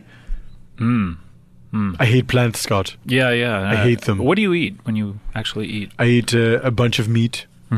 If I do eat a bunch of plants, I'll laugh while I'm eating, just to show them I'm using your precious oxygen you give me to laugh as I destroy you with my teeth. A bunch of plants, is that like a salad? Oh, that's a better way to say it, yes. Yeah, I think so. I knew there was a term. Waitress, give me a bunch of plants. I knew there was a term I wasn't thinking of. Oh, that's a pretty good impression. That's not bad. uncanny. Oh my gosh. I think those goose pimples that were on my goose pimples, now they currently have goose pimples. Well, Richter obviously is a German name, so it's in his blood to right, imitate me and to hate nature. You have a lot in common. I didn't even think about that. It is true. And we both were very good friends with Klaus Kinski. Oh, that's true. Too soon, Klaus. Too soon. Too soon, you crazy maniac. Shine on, you crazy diamond. Fucking cuckoo clock. I thought you had a good another year left in you. Oh, I thought the tiresomeness would go on forever. I should have let those natives kill him when we were doing Fitzgeraldo. Werner, I have to ask, last time you were on the show, on the episode with John Hamm, I believe, we talked about your current project, which maybe it still is your current project, but it was to make a third Brady Bunch movie. That's correct. And I'm just kind of wondering what you have going right now. Maybe that's still in development. Maybe you're about to start pre-production, Andy. I know. These are industry terms like peeved. I know. First, I Like had what? like peeved. Oh, I thought you said PFT, which is a totally I different don't know term. what that is. Yeah. First, I had the That's a penguin fart. pro football talk. Pro football talk. I had the notion that I would skip over the third Brady Bunch movie and make a fourth Brady Bunch movie. Oh. Then I thought, why not? Why hasn't someone made a Brady Bunch TV show? Then it was pointed out to me there was one. Yeah. That's where the movies came from. Yeah. More than one, actually. So now I'm working on a play. Have you ever done a play before? I've never done a play. I've always enjoyed the theater. I've enjoyed the fact that it's real live actors right in front of your face, emoting to an embarrassing degree. That's what I hate about it. Yes, well, I delight in that. I delight in the presentational nature of the acting, and I think how the actors must be dying inside, contorting their faces in a cartoonish, kabuki-like fashion. Right, being such phonies there in front of a whole group of people. Phony baloney. I saw this play recently, West Side Story, and I really loved it. My only problem was, like, why do the guys have to fight? You know what I mean? Like, they should get along. But other than that, it was a perfect play. So your only problem was the basic plot. The impetus for all the action. Yeah. I do like shows where people are nice to each other. Yeah. That's my other problem with plays is every time you go see a play, and this ties into your point, it always seems like the most dramatic day of their lives. Right. You know what I mean? Right. It's like, God, how coincidental is that every single time you go see a play, it's like the most dramatic. Come on. Yeah, like all kinds of crazy shit happens. Like how often is that Come on, Broadway, show us like something that I can relate to. You know, most of my life is just sitting around reading a book and, you know, taking poops. The part I love the most about the play is when there's an intermission and the whole world of the play, it vanishes and ceases to exist for a half hour. I never thought about that. Yes, those people go to a cold, dark void while we enjoy overpriced gin and tonics. Wow, I never thought, because, I mean, obviously the actors just go backstage, but the characters themselves cease to exist. That's right. They enter a void of nothingness. This is comforting to me. Yeah. Huh. Almost if they had been stopped in mid-song. Oh, that's a callback. That's a callback. That's assassination is what you're trying to say. Thank heavens this doesn't happen, because can you imagine being visited by the ghosts of those overacting people while you're trying to enjoy your overpriced? No kidding. That's why no one assassinates Broadway stars. Right. Who could be? What would be worse than like being haunted by Mandy Patinkin? Can you imagine? Many people have called for his head, and yet no one has the courage to kill him. Because what if he's singing? I just saw him on Broadway. Really? What was he doing there? He was doing walking. doing his show with Patti LuPone. I just saw. I took a trip to New York over the holidays, and I just. What is the name of the show? An Evening with Mandy Patinkin and Patti LuPone, which ironically I saw at 2 p.m. And false advertising. I said, liars. Hey, I expected to walk into this theater and have it magically turn to night. Yeah, like Caesar's Palace. You know how that mall in Caesar's Palace? Yeah, I like that. It's wonderful. It's the glory of ancient Rome.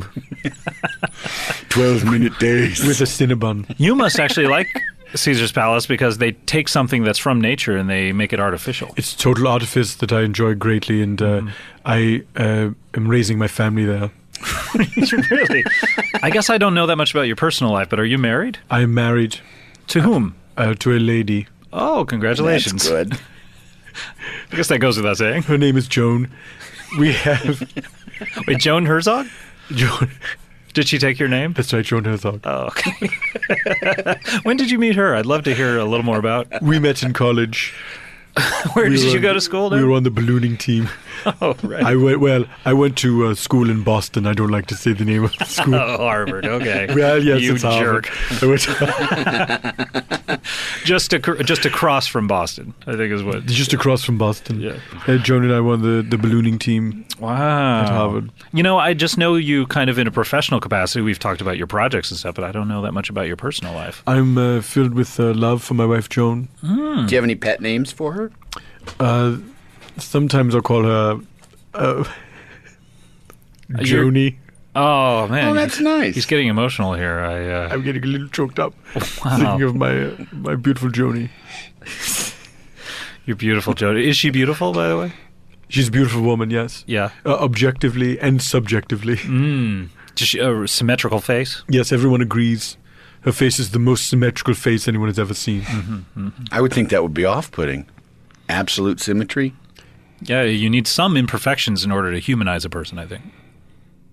I think this is false. All right. Wait, are you trying to say she's the ultimate in perfection, almost like what the Germans once wanted Of course she is, the yes. human race to be? I'm surprised Donald Trump hasn't stolen her from you. What makes her so wonderful is that she's entirely inorganic, and I've constructed her myself. Wait, okay, Wait a see, this is minute. where... Oh, did I not mention she was a robot? That you met on the ballooning team. Well, I think what Werner is trying to say is that was his cover story. I think he's a liar. I met parts of her. What? Wait. I met all the various parts of her component parts while I was on the ballooning team. Is she constructed from the parts of different humans, like Frankenstein? No. She's entirely inorganic. She's not a cyborg. She is made 100%. 100% inorganic. She's made from balloon parts, balloon machinery. Wicker There's burners. no wicker. No, it's only the metal parts. Only the metal I'm parts. getting it now. So basically you met her on the balloon and you took a look at the parts of this balloon. When I and saw this apparatus that helps to put the fire, the burner into the balloon to make the balloon rise. Yes, it's the burner. I was looking at this gleaming burner, and I thought someday I'm going to marry you.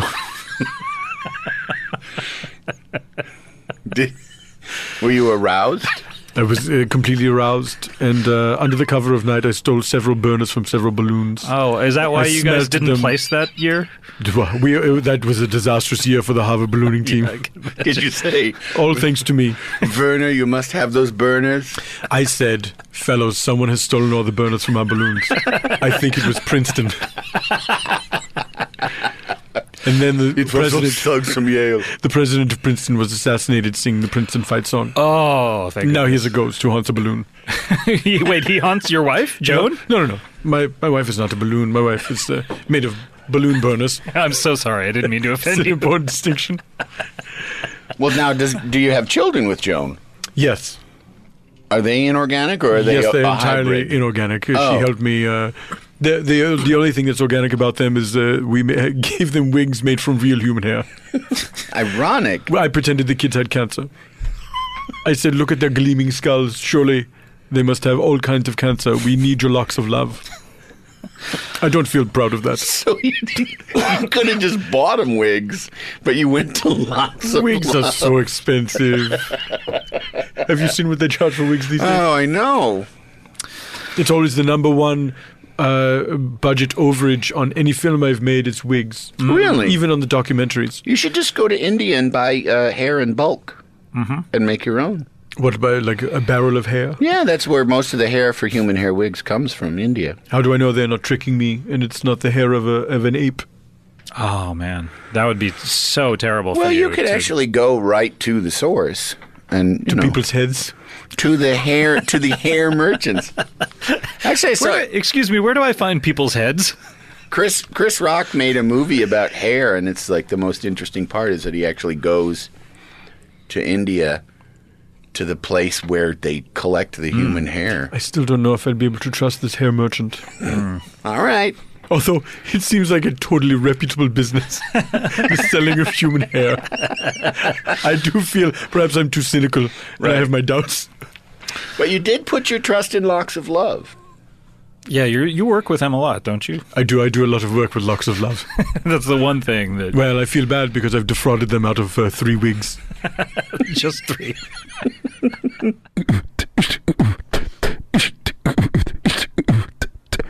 Would you rather have to always wear roller skates, or exist only in people's dreams? Would you rather have to always wear roller skates or exist only in people's dreams? I'm opening the floor for questions. I have a question. Yes, of course, Werner.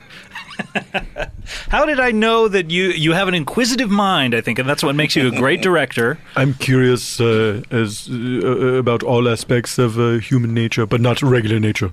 Mm-hmm. I'm incurious about it, except how it can be destroyed. Mm-hmm. Is that your question? No. Is this scenario in which you only exist in people's dreams, does that mean you only exist when they are sleeping? Oh. Or is it more... Is it like when you're in a play in intermission? Exactly. Or do you also exist if they dream about owning a home someday or falling in love? Their hopes and aspirations. Aspirations, which we also commonly call dreams. Mm. Or are you stuck in their dream even while they're awake? Is he allowed to piggyback on my question? No, I'm so sorry. Oh, I'm sorry. Andy, I'm going to have to dock you points for that. All right. I'm very competitive about Would You Rather. Great question, Werner. Thank you. You are able to. That is the one technicality in which you are able to reside during the day, and so you're always kind of, when you go away in the morning when the cock crows, as they say. You didn't like that. I enjoyed it very much. It's a bit of ribaldry. In the morning when a person wakes up, you're always hoping you yourself have dreams, which is you're hoping that they have dreams, and then you can come back to life. Follow-up question. Of course. Wait, can he piggyback on his own question? Oh, yeah. Follow-up questions are more than welcome. But that's piggybacking. You can't piggyback on yourself. That's true. It takes two to piggyback, as the old expression goes. I'm going to put that on a T-shirt. My follow-up question is this. You say, I only exist in people's dreams. Is it more than one person? You are the one character that exists in every single person's dream. So if anyone ever says, oh, I had the weirdest dream last night, and then they describe you, someone will realize that they saw that very same figure. But unless everyone in the world goes to sleep at the exact same time, I'm never banished to the cold void of nothingness that actors in a play are. Unfortunately, everyone in the world goes to sleep at exactly the same time in this reality. So for those 8 hours, everyone calls it sleepy time, and that's what time, instead of Grand Mountain Time, is that what it is? Grand GMT? Mountain Time, that's right. No, what is it? Is it Grand? No, Grand Mountain Time. You said that very sarcastically. You're like, yeah, Ground Mountain. There is no such thing as sarcasm in my culture. It's just speaking. Just speaking. They call it nighty night time. Or sleepy by time. And that's the 8 hours that everyone is asleep. Right, on Grand Mountain. Is this mandated by the government? No, it's just everyone happens to fall. They found this out later. Oh, everyone, when they explored the world, Columbus, went around the world and came to America by all accounts, and he found that everyone slept at the exact same time, no matter where he went in the world. But he was awake. Yes.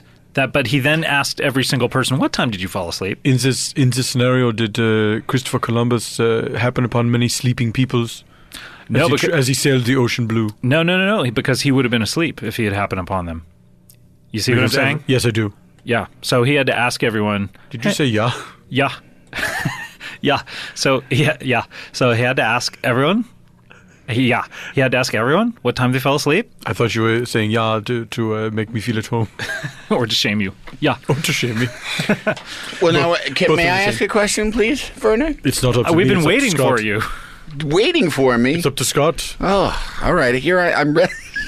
Scott, may I ask a question? You don't have to ask. Please, just ask your question.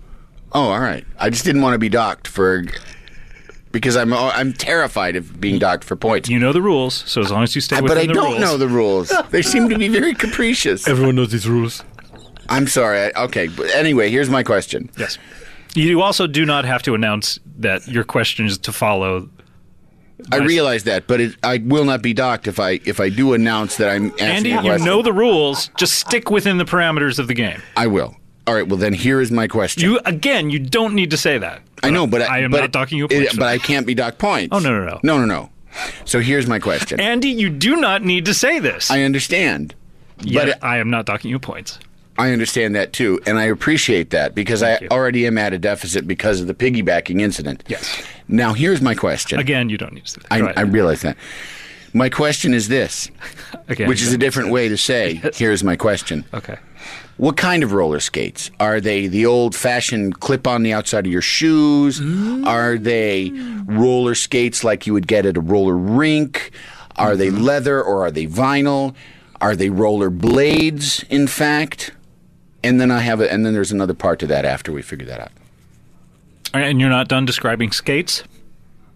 I'm giving you the list of options. Those are the only options? Yes. If you'd like, I could ask the question again. Yes, I would like that, yes. All right, here's the question. Okay, here we go. When you say skates, what kind of skates?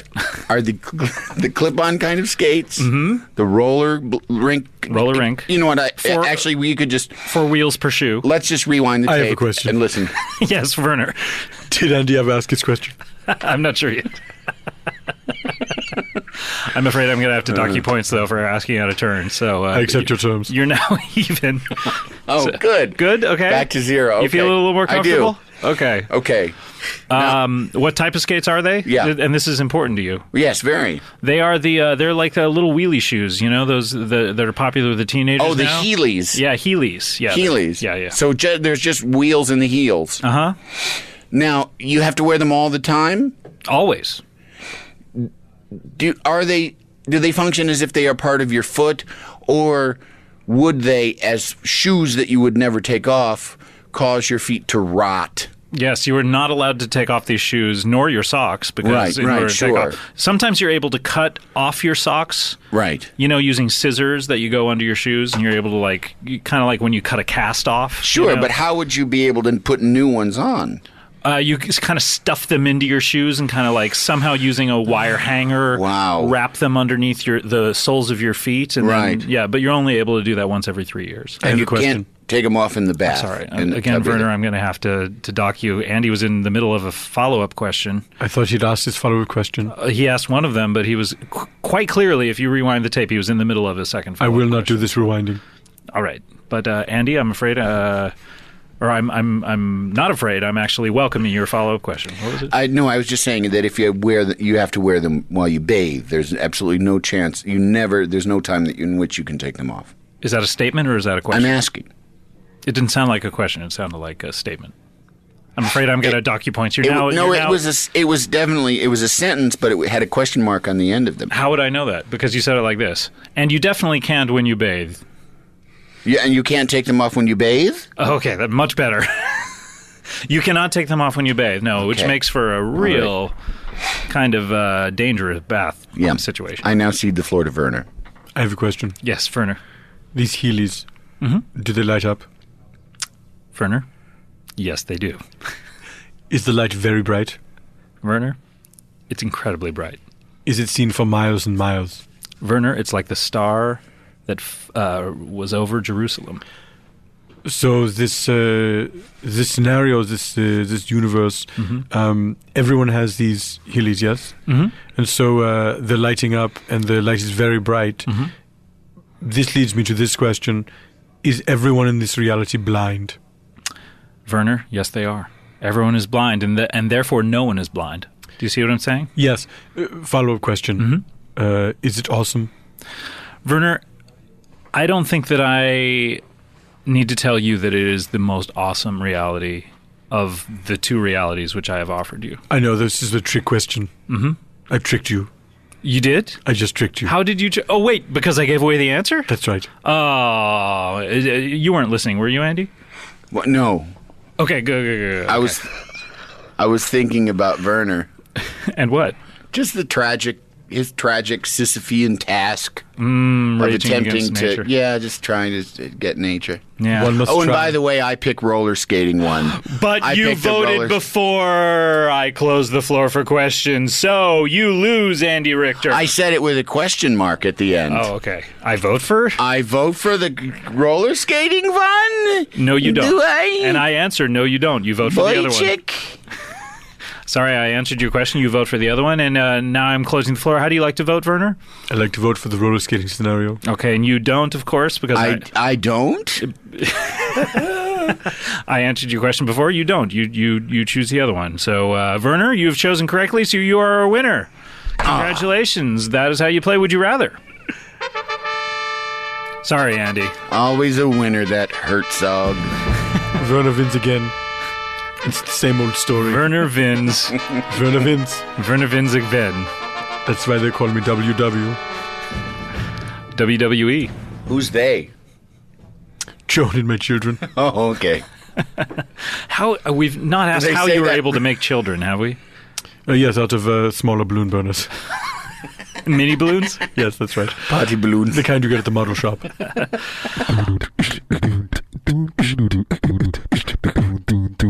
Set up matches your that. Google alerts for me.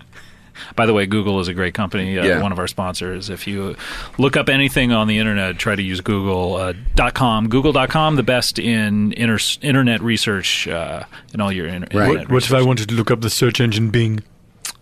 I don't know. Is that possible? Sure, you could look up That would Google, end- Bing on Google. Really?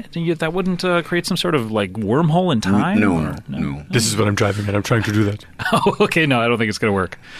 Sorry. You'll think have to if join you- Martin Luther I King won't for bother that. them. I think if you looked up Google on Google, that might Whoa. I see. make it fold in on Please itself. don't do that.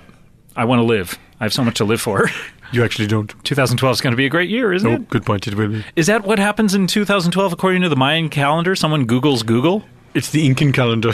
Oh, sorry. The Mayans just forgot to keep making calendars. But the Incan calendar actually narrows it down to the time of day. For what time is that? 7 o'clock. Oh, okay. PM? Grand Mountain Time. All right. Grand Mountain Time. Werner, what do you have to plug? I would like to cede my plug time to someone else. No, if that's we don't all right. do this. No. Is we it don't. impossible? It's probably impossible. All right, well then I'm leaving. Okay, well, we'll see you later. I want to put goodbye. Bye, Werner. Really, you're that upset about it?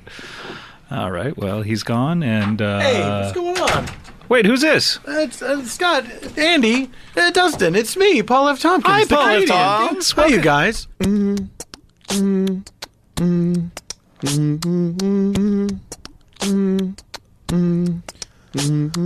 Comedy, bang, bang, comedy, bang, bang, bang, bang, with a comedy edge.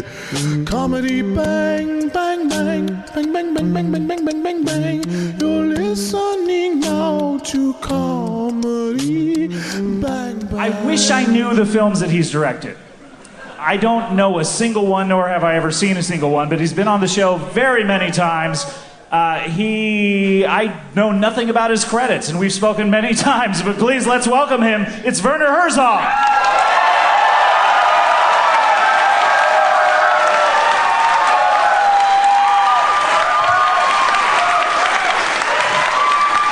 Dankeschön, Dankeschön.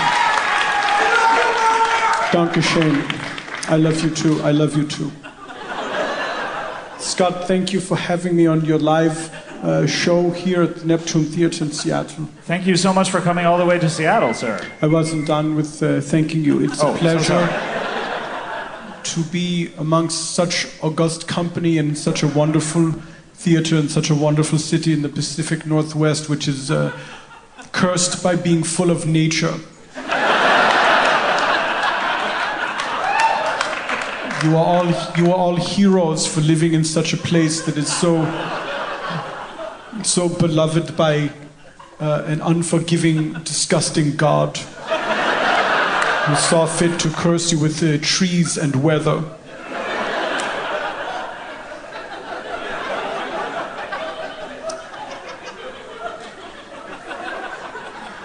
I have two more. Also, I didn't want to interject, so I was waiting. but then you were like a child on Christmas Eve waiting for Santa Claus to come and deliver you some candied wood. Yeah, I wanted it too much. Little boys are given gifts. Santa Claus gives little boys gifts of dried fruits and candied wood. Ugh.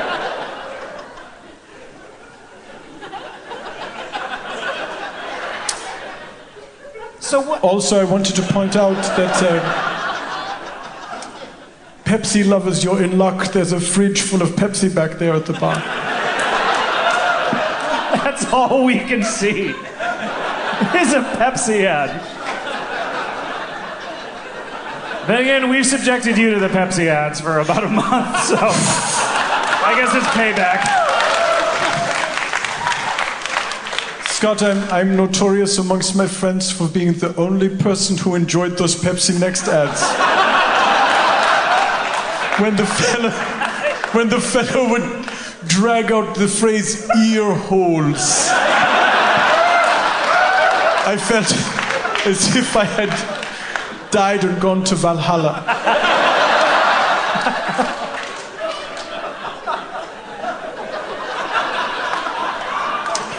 Scott, if I may, I'm very sorry for your self-inflicted injury, but Thank you. I wonder if I am not alone in thinking when you are reenacting your hopping to the urgent care station. I was backstage thinking, oh, please let him twist the other ankle.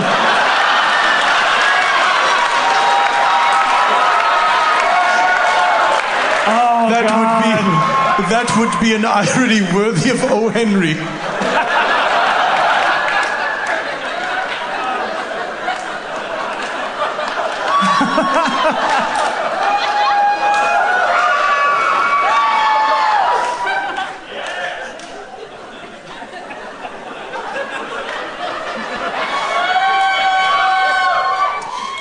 Scott, in rapid succession, name your 5 favorite Werner Herzog films.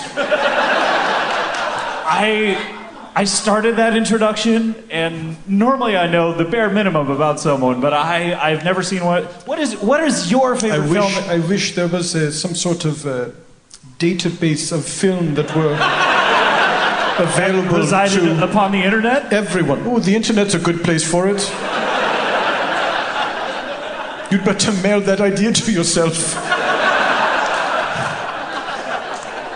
Before some Thomas Edison-like figure steals it from you. Strange knowing applause. But Werner, that begs the question, what is your favorite film that you've ever directed? There are many, certainly Fitzcarraldo, where the insane Klaus Kinski drags a boat over a mountain to build an opera house. Certainly Grizzly Man, a documentary about... yes. A lot of Crazy Man fans here. Yes, it's a documentary about an insane person who achieves his fond wish of suicide by bear. By the way, I may have thought you said Crazy Man. That's still in the works. It's in turnaround. I've been shopping my script Crazy Man around all over town. The monitor. At one point, Michael Keaton was interested. This was a while ago. The monitors, it's a little difficult to hear each other, I believe. Yes, I think it's because there are no monitors on the stage. Maybe because of that. So we're hearing the show as if we are outside. I know. A couple of backstage Johnnies hoping for autographs from the people who strut about in their grease paint and fancy flounces upon the stage. Yes. Oh, I wish I heard that. Sounded funny. It wasn't bad. It wasn't bad. So, Werner, I take it you're a film director.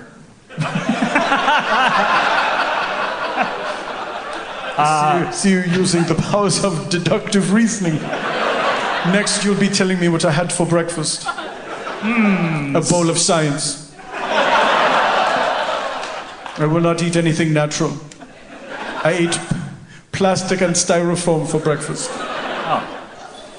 So sorry. Don't be, it was delicious. What do you flavor it with? Splendor.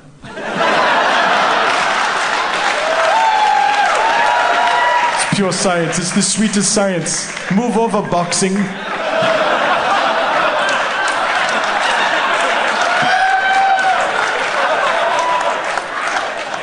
Yes, think on that one. Think on that one.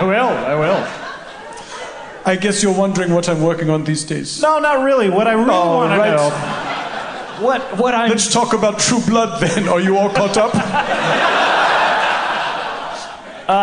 It's about vampires and nothing happens every week. You're all caught up. Yeah. No. It's a real True Blood versus non-True Blood fight raging in the audience. Can't we all just get along as Pepsi lovers? They turned out the Pepsi sign. They turned it out. Thank you. Now that it is gone, I miss it as a reassuring beacon. As those three wise men must have felt when they saw the North Star in the sky guiding them to the baby Jesus. Werner, I've been Please, call me Mr. Herzog. Suppose I could. Mr. Herzog, I have been a professional interviewer now for many years. That surprises me. And sometimes I surprise myself when I come up with the perfect question for a guest. And I believe that I have one now. I'm excited. I'm quivering with anticipation to hear what this question's going to be. What is it you're working on right now? Back on! You mean Pepsi! Besides getting the Pepsi sign turned back on? with my grassroots campaign applause? I feel strangely in charge of this Pepsi sign now. Like we could have him turning it on, off. It gives one a feeling of godlike powers. Yes. To have such control over a Pepsi refrigerator. This may be the most we've ever said Pepsi on. Refrigerator off. Let's see what happens. Off! Still. And there it is! Let there be Pepsi refrigerator.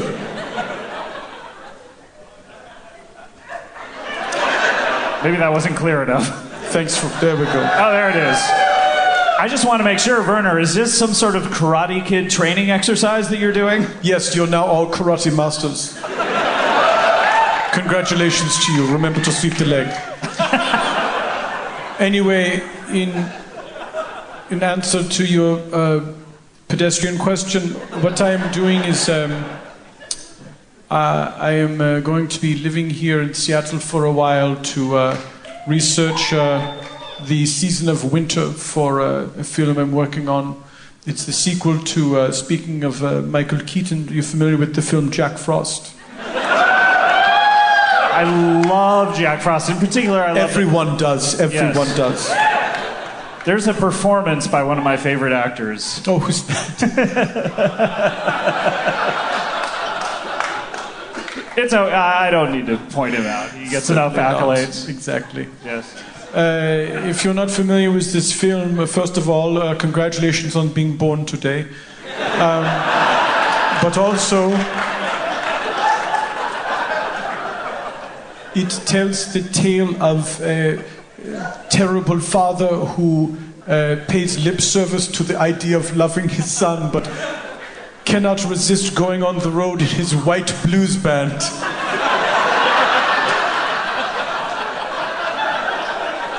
Well, eventually the hand of justice catches up with him and he is destroyed in an accident, only to be reincarnated as an anthropomorphic snowman with terrifyingly defined eyebrows.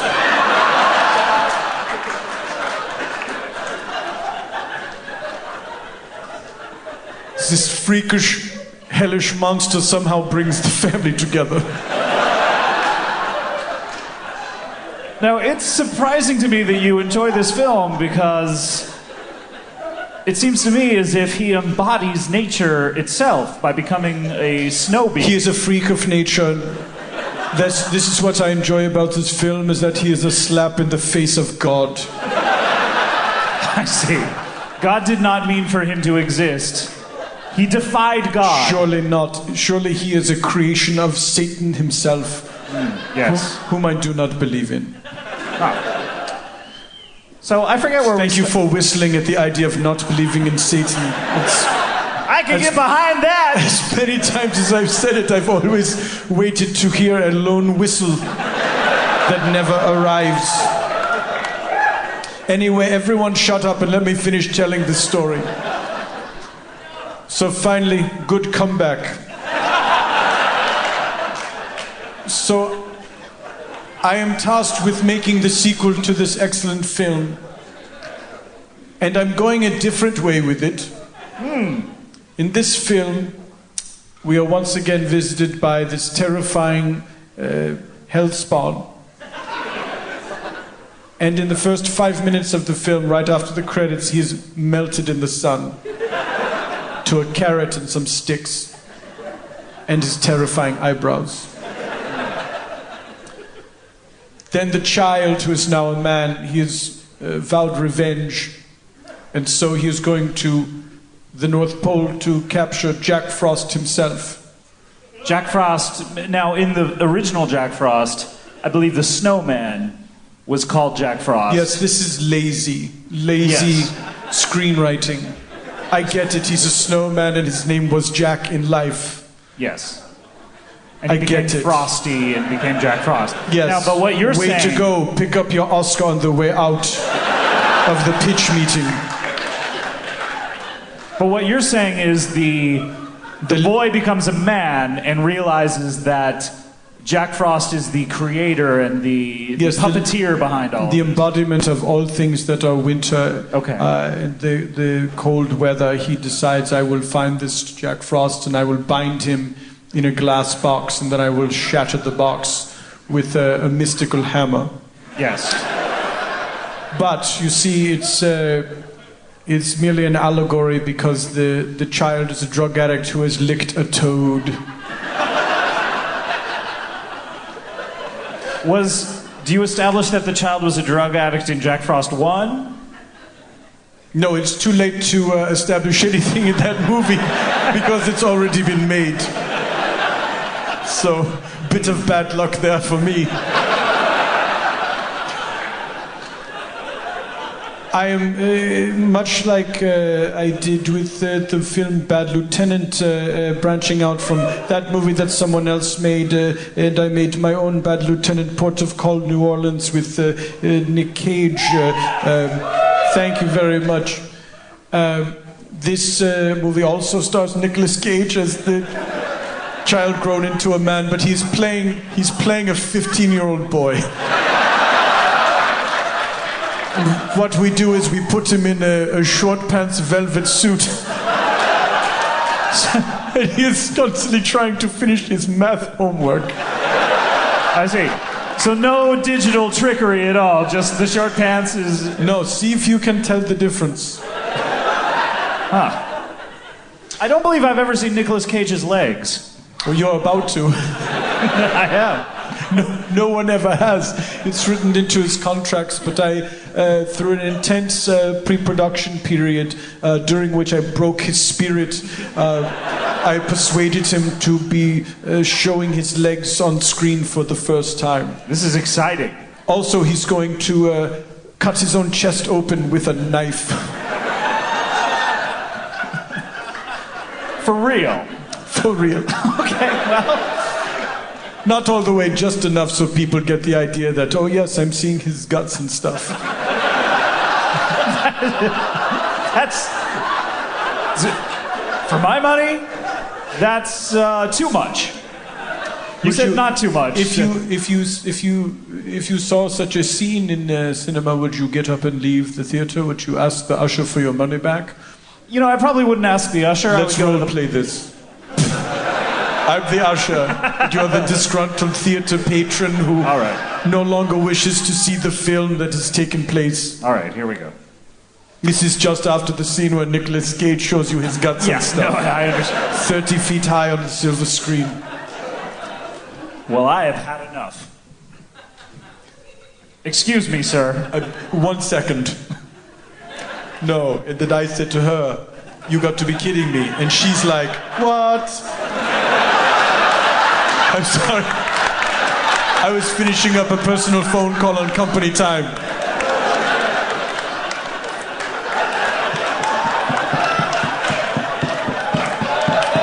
Did you need your parking validated? I do. All right. And it's that machine over there. Thank you so much. Wait, but before I go... Oh, I was about to make another phone call. How may I help you? Who were you calling? I was calling my friend. Who's your friend? Tanya. I have something to admit to you. Is this the end of your interest in Tanya? All right, well, you obviously want me to ask about Tanya. How do you know Tanya? We are friends from school.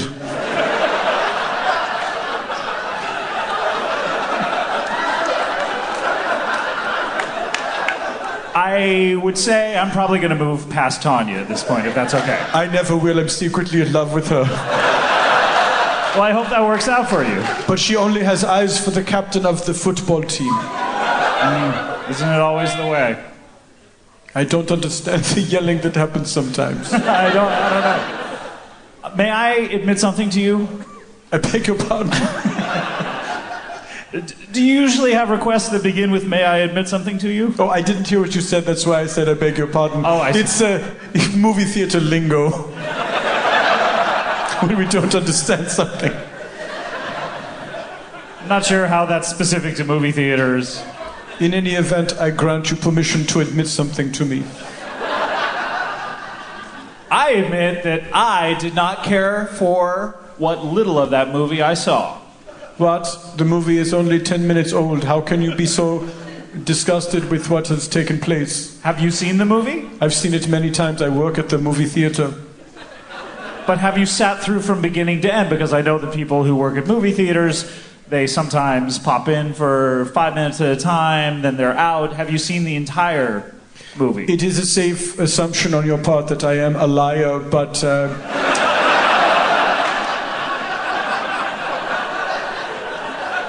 But as Tanya can tell you, I always speak the truth. Except about my own feelings. Can I talk to Tanya? Certainly. I just need to verify these facts. Let me get her on the phone. Thank you. It's ringing. Tanya, guten Tag, it's me. It's me, Cody.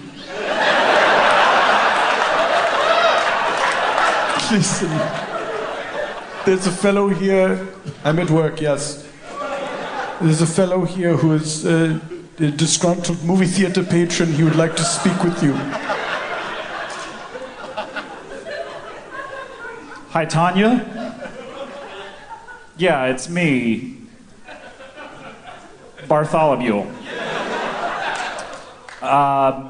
I've been talking to Cody here, and he says that he is in love with you. How dare you give me that phone? I've smashed it out of fear. So now you know how it feels to be in my position. Oh, yes. Obviously, you're in the position of having your life ruined and your entire social world in upheaval, and at a formative time in your life when you may never be happy again. Yes. May I have my money back? I can give you a free ticket to another film. I'll take it. Goodbye.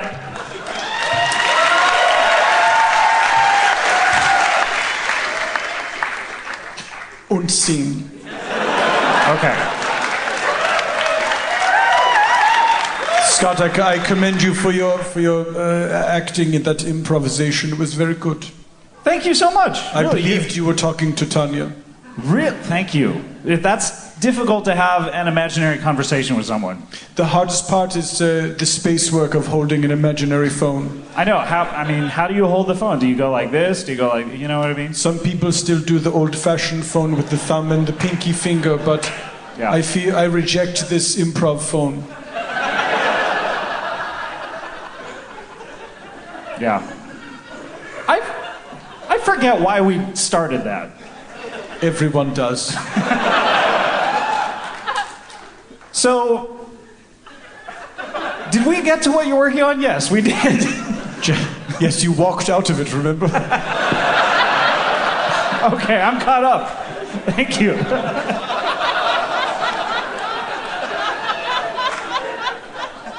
Takes me a little while. You're welcome. Werner, did you have anything else you wanted to mention? Just Seattle is awesome, the best city in America. All right. Werner Herzog, ladies and gentlemen.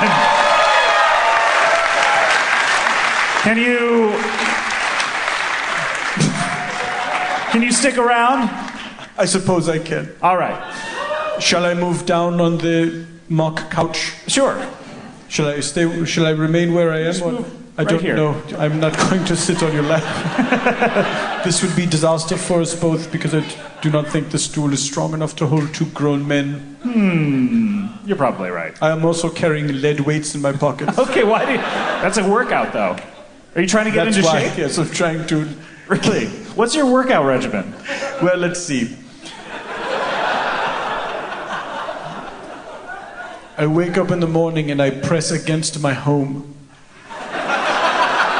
I do this for about 30 minutes. My home has yet to move under my strength.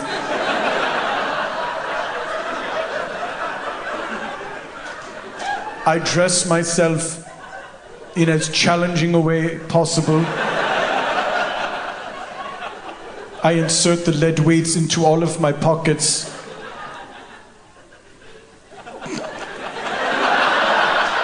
And the toe box of my shoes. This is the excess room where your toes go. We all have them. Then I lift weights. Little cardio.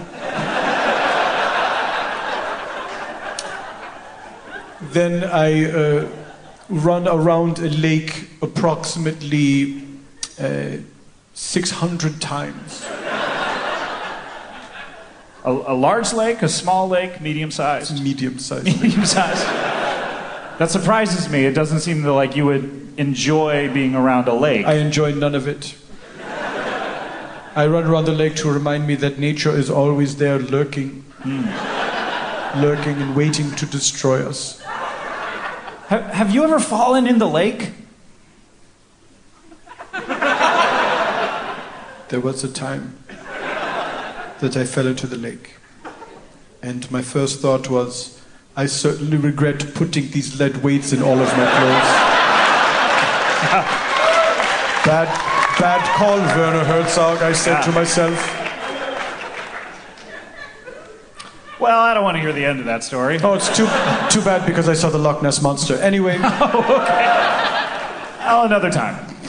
All right, well, our next guest on the show, you know him as the owner, starter... CEO, thank you, of America... Scott, may I ask you very quickly, how many words do you know? 5? You're doing very well with what you have. Yeah, thank you.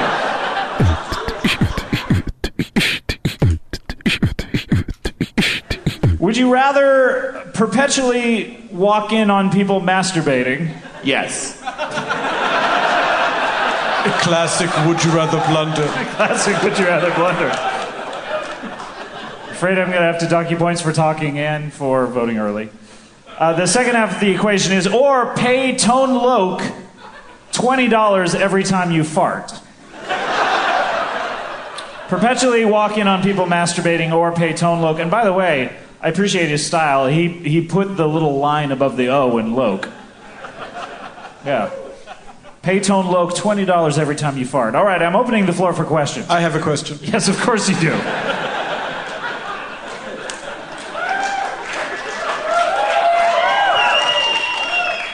They appreciate your style.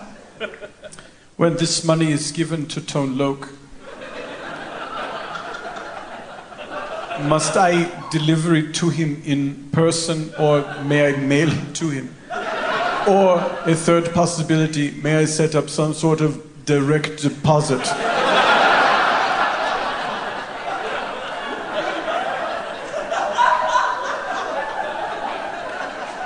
Well, Werner, unfortunately, you have to give it to him, and you don't keep a lot of spare cash lying around, so you have to actually go to the bank every time you fart. And he asks for the cash in check. He asks for the money in cash. Yes, in cash. However, the bank that you belong to does not have $20 bills, nor do they have $10 bills, nor do they have $5 bills, nor do they have $1 bills. Nor do they have quarters, nor silver dollars, nor 50-cent pieces, nor dimes. Oh, I thought I was going to catch you on dimes. No.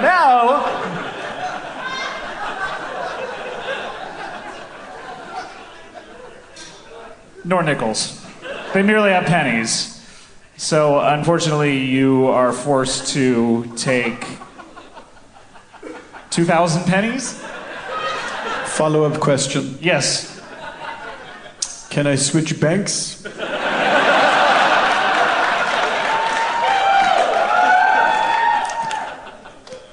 Of course. Then I would go to a normal human bank that has cash.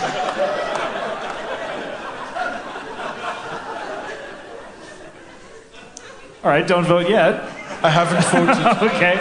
I have another question. Oh, okay. Sorry, Dove, but this is how you play. No, it's fine. I'm really enjoying this right now. Just really starting to get into the scenario. Could you repeat the first scenario? Sure. Would you perpetually walk in on people masturbating? Would this be the same people? Every time? It would, because it would be the entire human race all gathered together in one giant room. And they're all masturbating at the same time. Every single person you know, have ever known, will ever know. That sounds like the evolutionary leap of 2012. Yeah. Follow-up question. Yes, of course. Are there any other rooms I could walk into? Sure. All right. All right. Dove, do you... And oh, no! The head just popped off my dick. Oh, no. Your penis head just... Oh, God. I've always wanted to do that, but still. I've always wanted to do it, and I finally do. That's what you call your 40s. Suddenly your dick falls apart and you can taste it.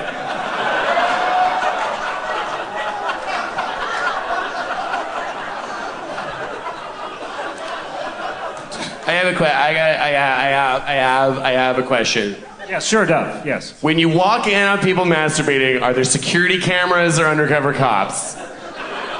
No to both. No to both? Great. So you can join in, lock the door. Sure, lock the door. I don't know why you would lock the door, because it's everyone in the world is in there. Right, but I don't want any of them to get out because it's about to get fucking nuts. Oh, I see. Okay, sure. Yeah, feel free to lock the door. I have a question. Yes, Werner. The people masturbating, all the people of the world who have ever lived or will ever live. Yes. The entire course of human history is there. When they are pleasuring themselves. Yes. What are they thinking about? They're thinking about the person to their left. How about the fellow all the way over on the left? What's he thinking about? He's thinking about you. That's very flattering, I'm sure. Another question. These other rooms in Yes. which I am allowed to enter. Yes. What is in those rooms? Monsters? This is a tough choice. Hot. A tough choice within the scenario of which room you're going to walk in? A tough choice all around. Which would you rather walk into? A room full of masturbating people or monsters? Is this a subset? A sub-question. This is a sidebar, would you rather? Would you rather walk into a room full of everyone who has ever lived, cavemen, Abe Lincoln, masturbating about the person to their left, so a caveman is looking at Abe Lincoln, thinking of him. Abe Lincoln is looking at George Washington, thinking of him. George Washington is looking at Dolly Madison, thinking about her. Dolly Madison is looking at C. Thomas Howell, thinking about him.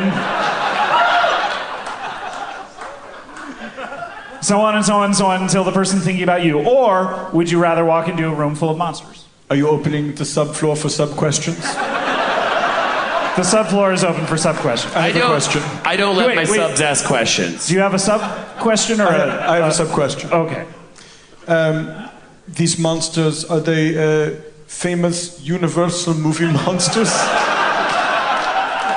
Including the creature from the Black Lagoon, or are they sort of anonymous monsters, or are they charming monsters such as you would see on Sesame Street or in the film by Pixar called Monsters Incorporated? There is every monster that ever lived throughout history, and they are all masturbating. So the mummy is looking to the left at Dracula. Dracula is looking at the Wolfman. The Wolfman is looking at Abbott and Costello, who all are also there. Who were monstrous in their own way. In their own way, they really were. One was very cruel to his family, and the other was an epileptic.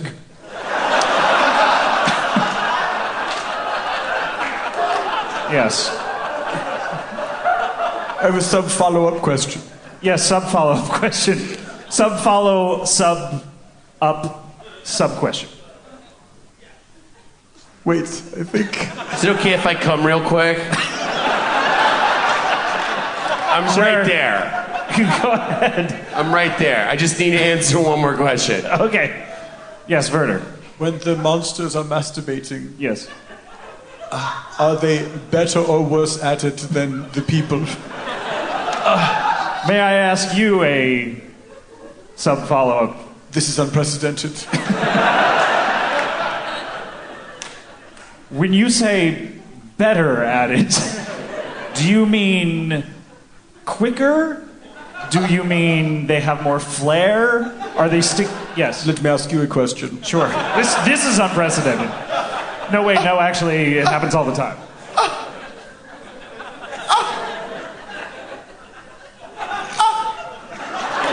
Pardon me one moment.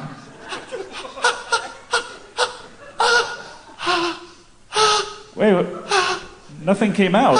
No, my dick is melting. Oh. I won't have what he's having.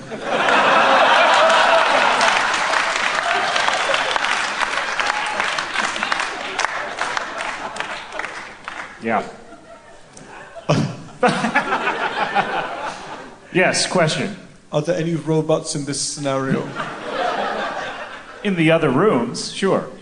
Are they animatronic showbiz-style robots? Shogun style? I said showbiz, but yes. Are they showbiz pizza Shogun monster robots? Are they a Shogun robot from showbiz pizza? It would be a curtain that slowly pulls back. That's correct. And they're playing Beach Boys songs or something. Just furiously animatronically masturbating. They all join together to form one giant masturbating robot. Good vibrations.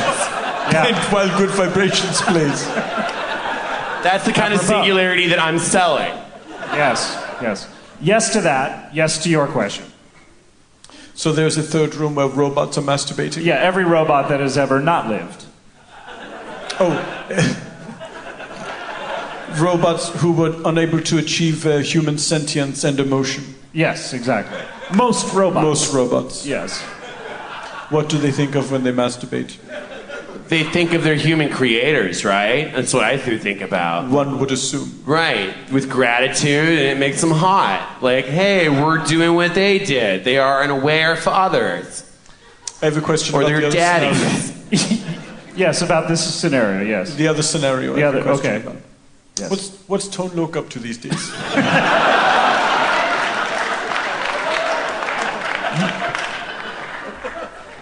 Not much. He's just kind of chilling, like he said he would. He's kept his promise. No further questions.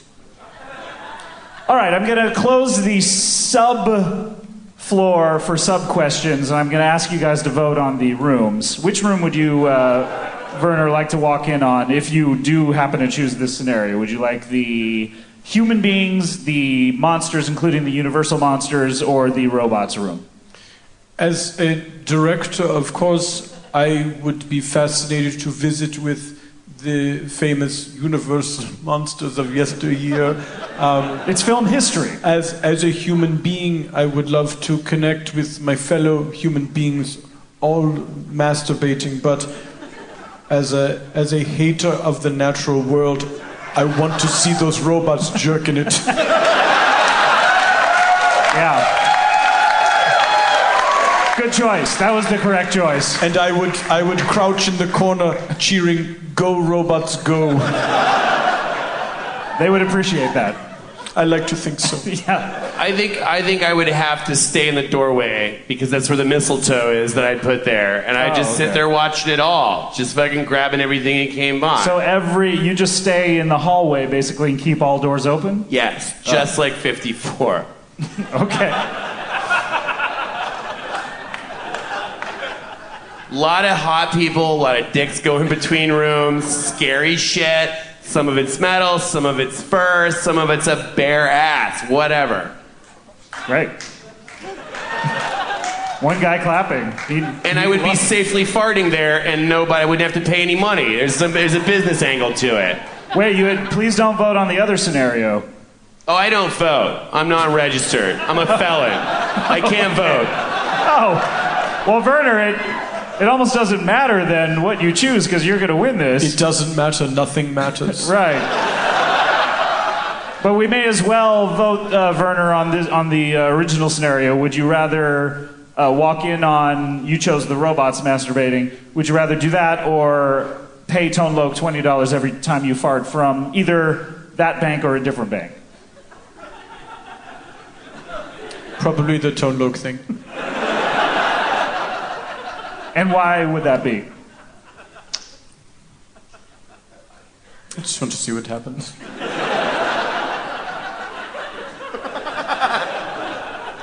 You'd probably lose a lot of money. Go way over budget. Some would say that you fart 10 times a day. I believe Oprah said that. That's $200 a day. She's always saying things. Yeah. She's got a lot of free time these days. She sure dresses like there's a lot of farts She to likes cover to up. talk trash about Werner Herzog. I've always said nice things about Oprah. I even shoehorned one into Little Dieter Needs to Fly. I missed that, I think. Where was that? Was that like the Pixar films that they always show the...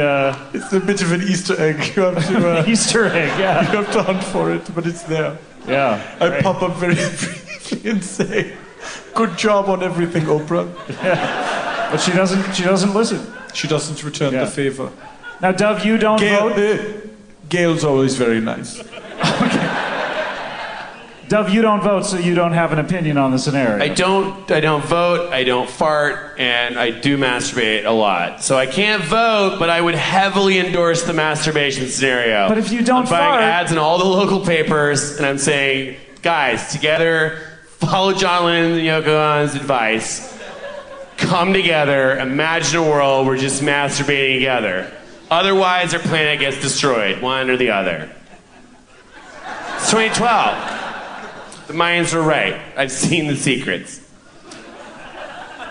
All right, well, I'm going to tally up the points here, and Dove, Dove, you did not vote in either scenario. I can't vote, but I am turned on by the idea of licking Tone Loc's asshole. I don't think that was in either scenario. Well, I guess... Wait, I've made a mistake. All right, that's how you play Would You Rather. Yeah. And the answer is yes. No winners tonight. Unprecedented. No winners tonight. You didn't vote, so we cannot assign a winner.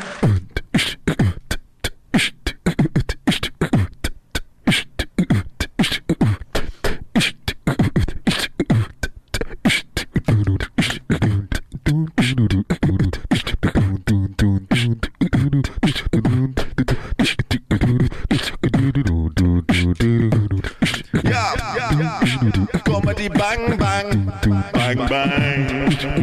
Comedy bang bang. Comedy bang bang. Comedy bang bang. Yeah. Our first guest here, he's sitting to my right, and you're not only a guest, but you'll be acting as sort of a co-host today, if that's all right. That's fine. Yes. Yes. Thank you for conferring upon me this great mantle of responsibility. It's no problem. I always enjoy when you're here. By the way, I'll let everyone know who you are. But Werner Herzog is here. Yes. Hello. Yes. Hello Welcome to everyone. Welcome again to the show, Scott. Thank you for having me back. It's I believe this is a record-breaking appearance. It really is. Yes. It may be your third time. I've broken my previous record of appearing 2 times. Yes. Now, this is only your personal record. It's not a record for anyone else who's been on my show. Forgive me, I did not mean to imply that I was breaking the record of anyone else other than myself. Yeah, your own personal best at all times. My own PB. You must be breaking records every day on personal. How many days you've been alive? Yes, I've smashed that one. Just today, just today, yeah, every single day. Yes. Werner. Every day above ground is a good day. So true, so true. Werner, the last time we saw each other, you were in Seattle, Washington. True or false? Yes, that is true. I was able to join you on your Comedy Bang Bang tour in the city of Seattle, Washington. And why were you there? I can't remember. What? I was there researching weather. Right. For a film. Because what's your film? I don't recall. The film did not come to pass. Oh, okay. Did we talk about it on that show? I believe we did. Oh, great appearance. It was a hazy... My recollections of that evening are hazy at best. At best, yeah. Because afterwards I was treated to some shots of Jägermeister. Have you ever drinking the fruit of the Jaeger? No, even though it's a German drink. I had never partaken of Jägermeister before, but seems like the only drink that you would ever want to drink. It's a German drink. I mean, it's I have a fondness for American beverages such as milkshakes, A und W root beer. Ah, boy. Iced tea. Iced tea that has been iced. Made in the traditional Southern way of putting a bunch of tea bags in a stupid jar and then letting it sit in the sun. Mm-hmm. And then pouring a gallon of sugar into it. Oh, God willing. It's terrible without the sugar, and I don't understand why people persist in drinking it otherwise. You're not fooling anyone. No one admires you for drinking unsweetened tea. That's why mainly people drink the unsweetened tea, is because they want to fool people into thinking they're drinking sweetened tea. They're trying to yes, exactly. They're trying to fool people to thinking they are drinking Some would say tea. Just drink the sweetened tea. Exactly. Why are you projecting this false mask of sweetness? But you could have the real thing. You could. It's so close. But that was a great appearance, and people can listen to that certainly if they head over to the Earwolf store for a price. Yeah, nothing in life is free. Exactly, you taught me that. Except nature, which is disgusting, and who wants it? Yes, and for people who don't know you, you are a film director. That's true. You also have a popular YouTube video where you're realizing that John Waters is gay. That's also true. Yes, it got a lot of hits. Yes. Your basic. And once I was there's another wonderful video in which I'm giving an interview and someone shoots me from a rooftop. And I narrate the experience of as you're being shot across the landscape. Oh wait, shoots you? You don't mean shoots you like a cannon? No, across it. Okay, that's what I thought. That is an experience I have yet to have. I would love, but it's on my list. I would love to treat you to that experience. Well, I might seek out professionals to do such a thing. I don't know. Before I trust you and your homemade cannon. So you're saying someone shot you from across a different yes, rooftop? someone holding a gun shot me. Yes. As I was giving an interview. Oh, I've not seen that one. It's worth a look. It's worth a Google? Yeah. Okay. Now, your basic ethos is man versus nature. Well, really, nature versus man. Nature is trying to crush us at all times. Yes, it's nature started it, is what I'm saying. Oh, okay. And we didn't ask to be born. Nature's trying to crush us, all of us. Yes, not just me. And your films reflect that. That's the subtext of my films, is that we will never be able to defeat nature, but we should always try. Mm-hmm. And you're never give up. Never. And your most popular film, Grizzly Man, would people? Is that safe to say? Grizzly Man. Probably to American audiences, yes. I think that Grizzly Man. It's not Grizzly. It's Grizzly. No, Grizzly Man was an early film that I worked on, which was in Germany, it's not uncommon to take out an ad online and say, I wish that someone would come to my home, cook me and eat me while I watch. Sure, of course. So I answered one of these ads in tandem with what turned out to be a potential murderer, and wanted to film the saga of this grisly man who was to be consumed by the murderer. But of course, the whole thing was shut down by the police. But there's some excellent footage that still survives. Some EPK interviews yes, before. Exactly. That's correct, yes. Yeah, great. Well, they survive as extras on Cave of Forgotten Dreams. Bit of an Easter egg. Okay, what do you have to go up then right? I'm not then? going to. I'm not going to say. If you find it, you find it. Okay. But the instructions are online. Okay, that's taken some of the fun out of Easter eggs, in my opinion.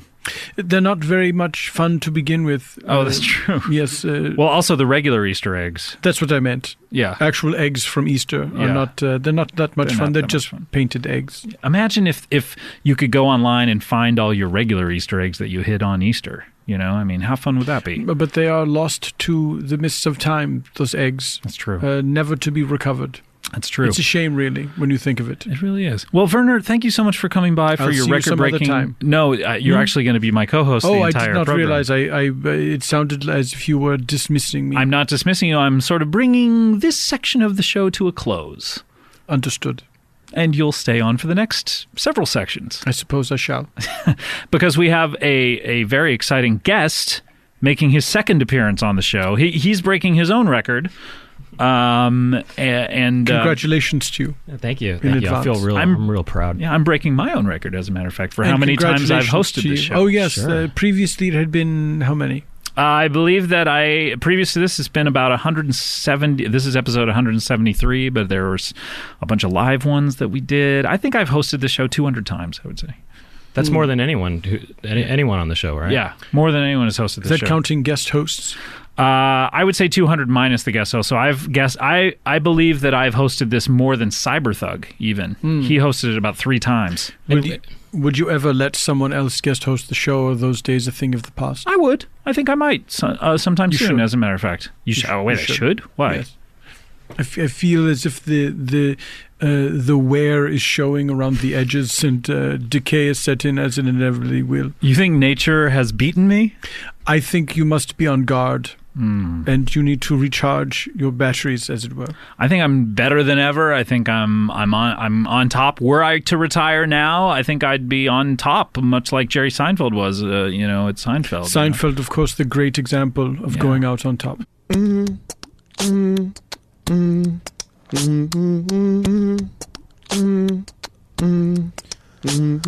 Oh, okay. So what are you play or you? I'm a vocalist. Oh, you're a yeah. You didn't know that about me? No, I mean, I did know that about you. Yeah, you did. Werner did his homework. I did my homework. Sorry. Well, I never enter a room without knowing everything about the people with whom I will be sharing space in that room. Wait, what do you know about me? Everything. What? Absolutely everything.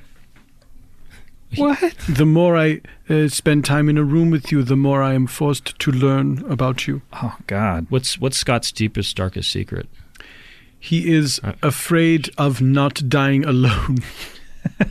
He's afraid someone else will be there. Yeah. What's my secret?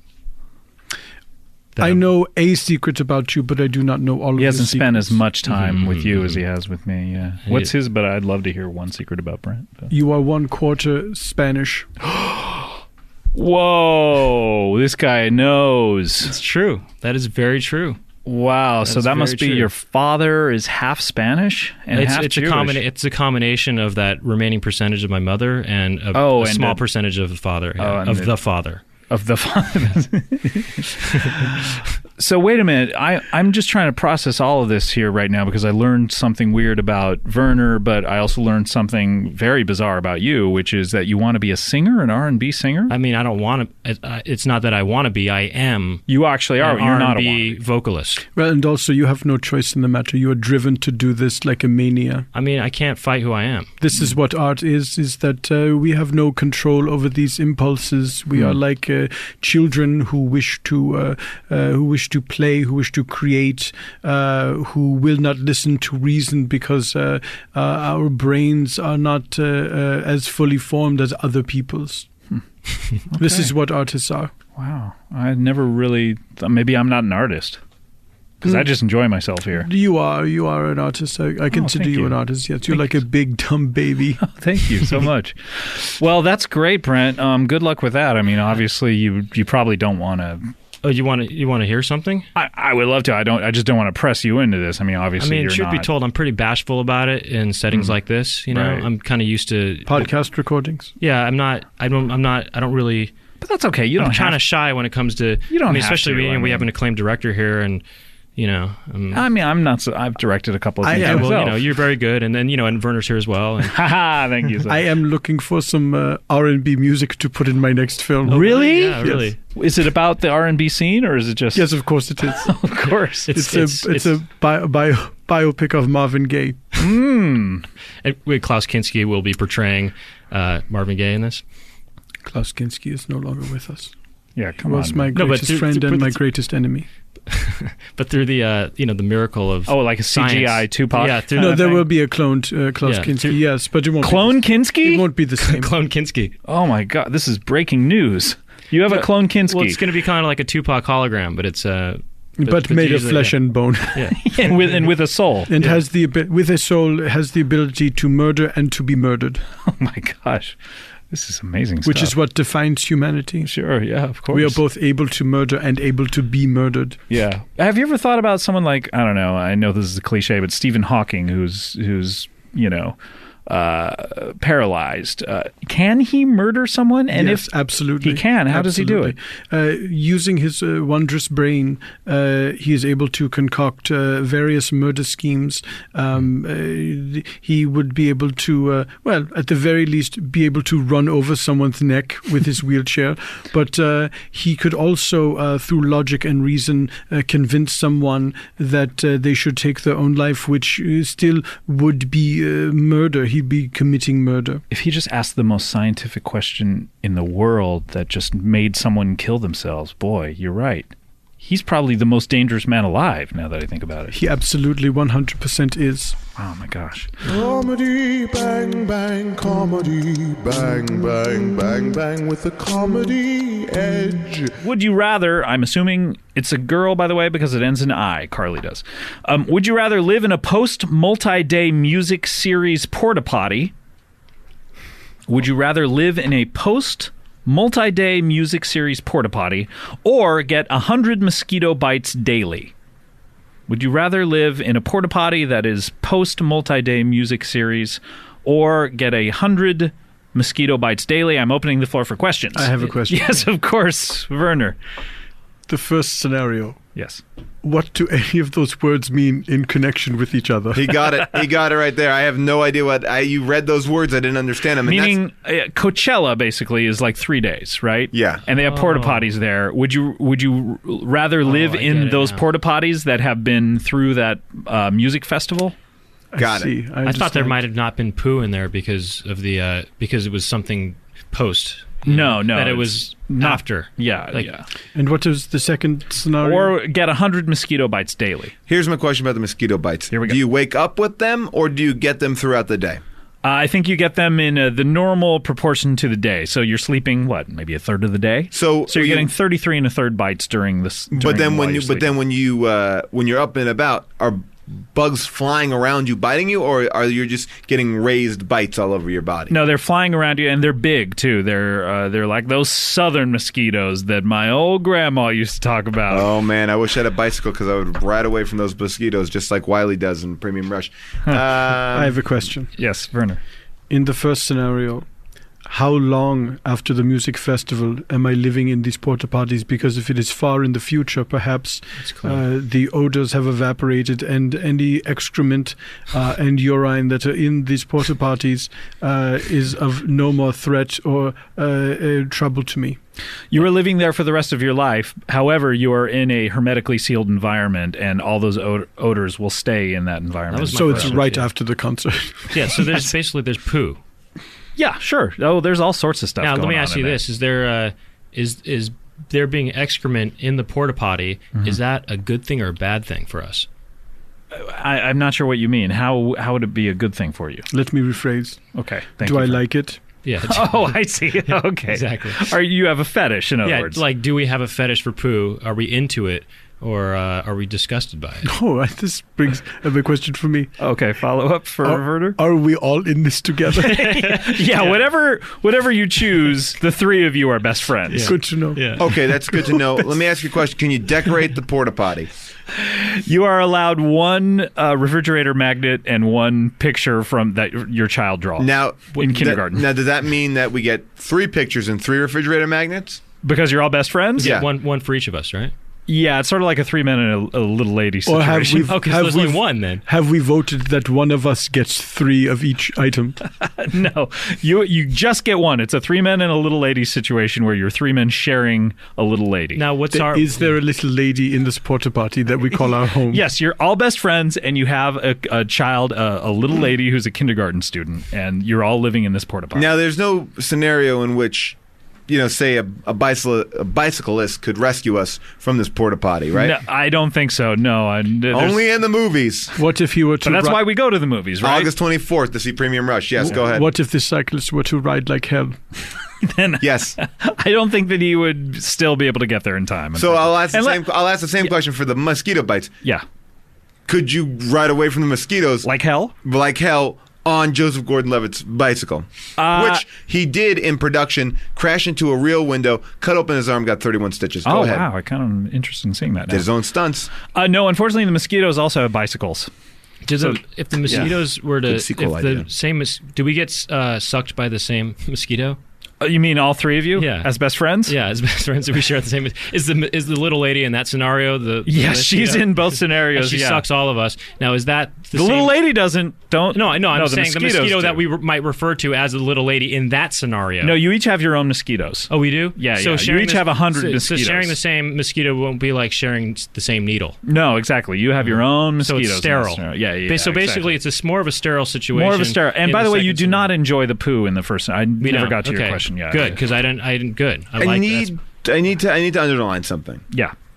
Day one, you imagine when you're getting bit, you're like, damn. 100 times, yeah. All right. Well, 66 and 2/3 because you're asleep. But by day 100, are you still feeling that original pain, or are you used to it?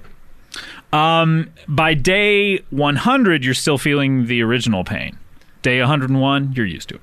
All right, so it becomes a dull sensation after. Day 102, though, you hate it again. Just the day 101, you're fine with it, but every other day of your life, you're not used to it. So every other day, it's painful. Yeah. Exactly. So are we allergic to mosquitoes? Yeah, that's the other thing. You're deadly allergic. You have to carry an EpiPen. So do we die if we get stung? Yeah, well, you have to stab yourself. Yeah. So we do die in that scenario.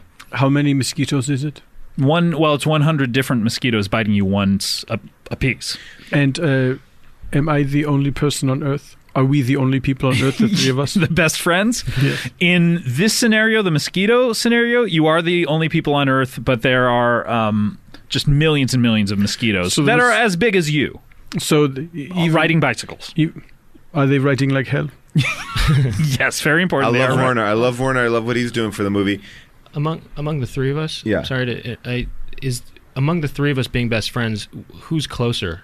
Who's in the who's better friend? What are the friend relationships dynamics? equal, or is someone sort of left out in the emotional cold? Is someone sort of a third wheel? In the it kind of goes year by year. Like humans love to gang up and sort of attack the weakest, but that's nature. Which one of us? Who are the tighter friends in this? It depends group? on the year. I mean, sometimes it's Scott and Werner are best friends, and then other times it's Werner and Scott.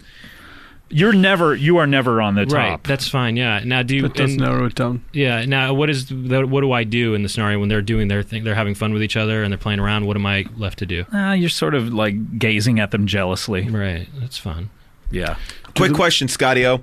Really. Do these porta potties open again for concert season? Every year, yeah. They get so you get a bunch of friends in for 3 days. But they're replenished with a lot more poo and vomit. That's okay. That's okay. But we are able to get people admittance to the concert.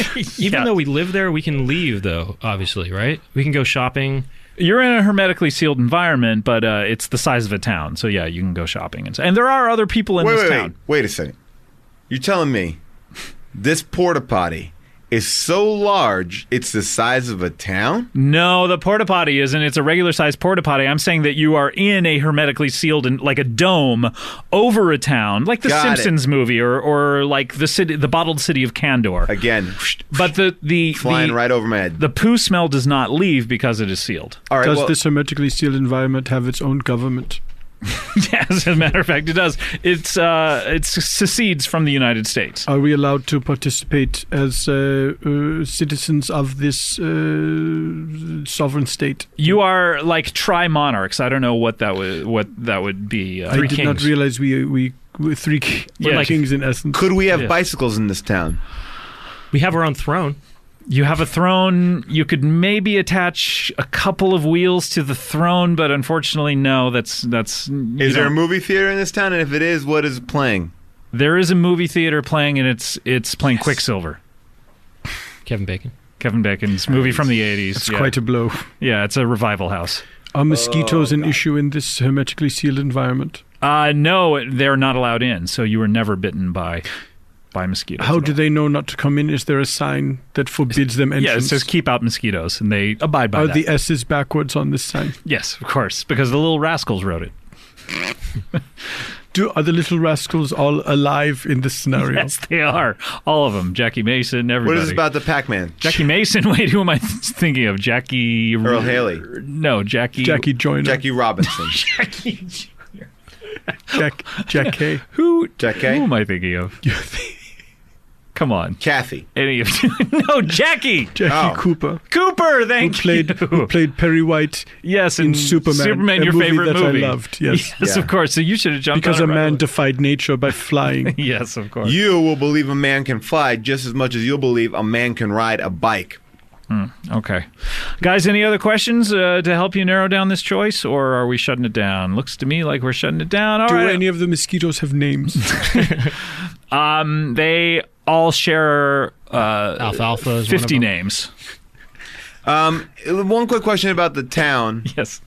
Would Asaf Mandev ever pop up and tell us stories about being in Premium Rush as his character of Raj? Yeah, that's all that happens every day. All right, I got my decision is locked. All right, well, let's close down the floor. Brent, how do you like to vote? Can they go first? Oh, yeah, okay, we can come back to you. I want to watch them do their buddy thing. I'll dock you points, but yeah, they can I'll make a choice. You can do it right now? All right, I'm still docking you points. I'm going to live in the porta potty.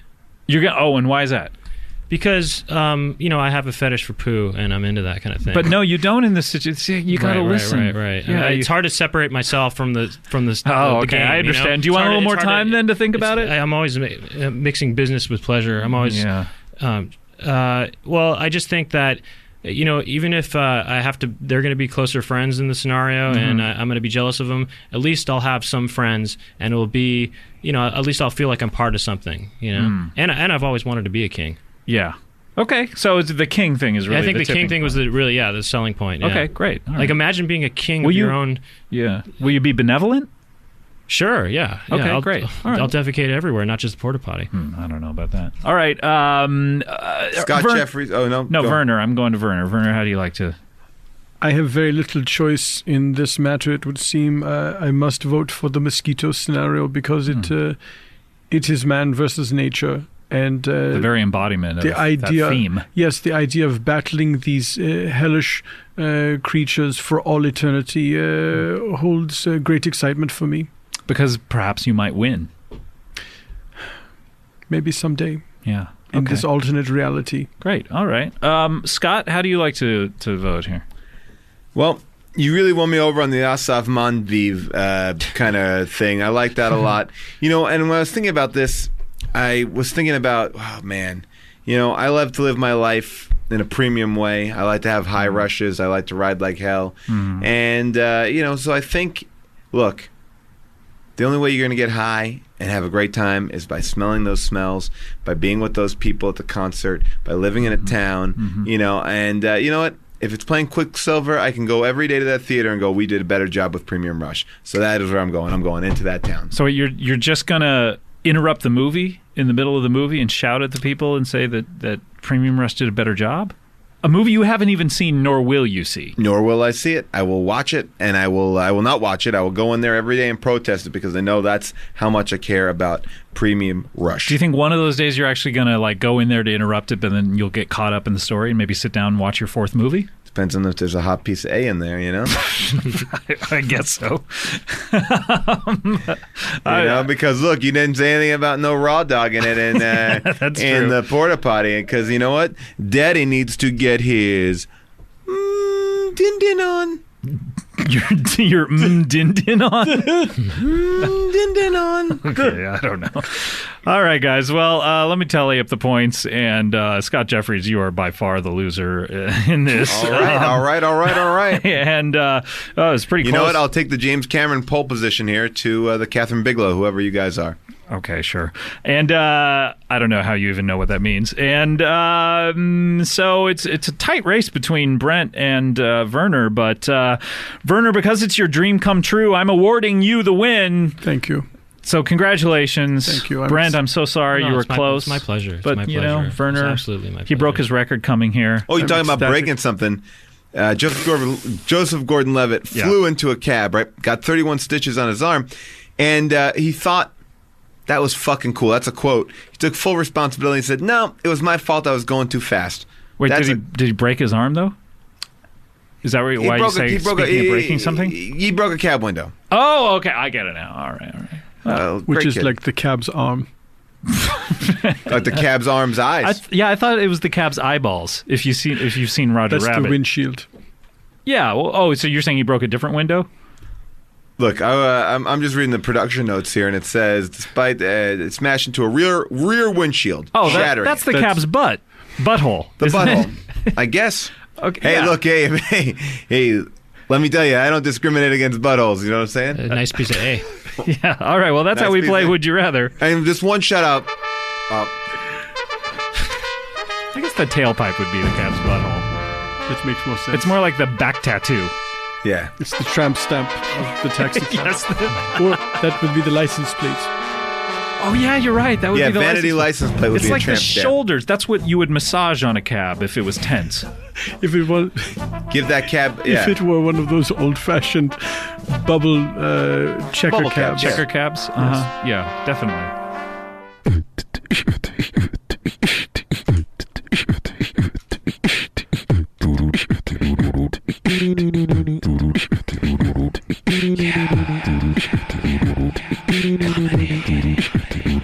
Yeah, comedy bang bang, comedy bang bang, bang bang, comedy bang bang, bang bang goes the comedy. You are listening to Comedy Bang Bang. I have a fantastic co-host with me here before making his, I would say, probably 25th appearance on the show. I may be way off. I feel you're exaggerating. Okay, I might be, yeah. But make no mistake, this is a record-breaking appearance for me.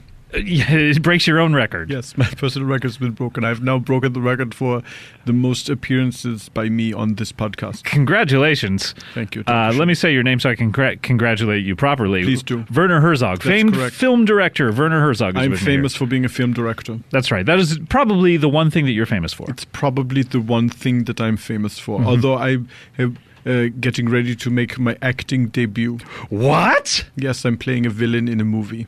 What? Which movie? I forget which, and I wish I had not started talking about it. Well, I mean, that's how it happens, you know. Like we do so many projects that it's kind of someone has to remind you of what it is every once in a while. My schedule is packed, and I wish that sometimes I wouldn't take on so many things. But I'm glad to be acting in this movie that I hope someone will look up and tell me what it is. Well, I hope that happens too at some point. But the one thing I do want to say to you, Werner Herzog, famous for being a film director, of course, for it, yes, and of course about to start acting for the first time. The one thing that I do want to say to you, yes. I want you to feel free to say anything to me.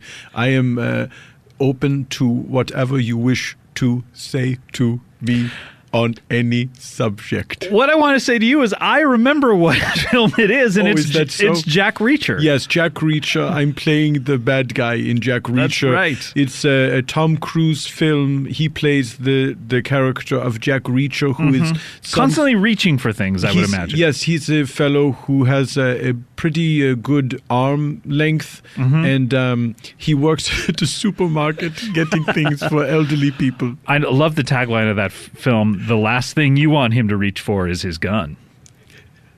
If you're against him, if you're his antagonist. That's true.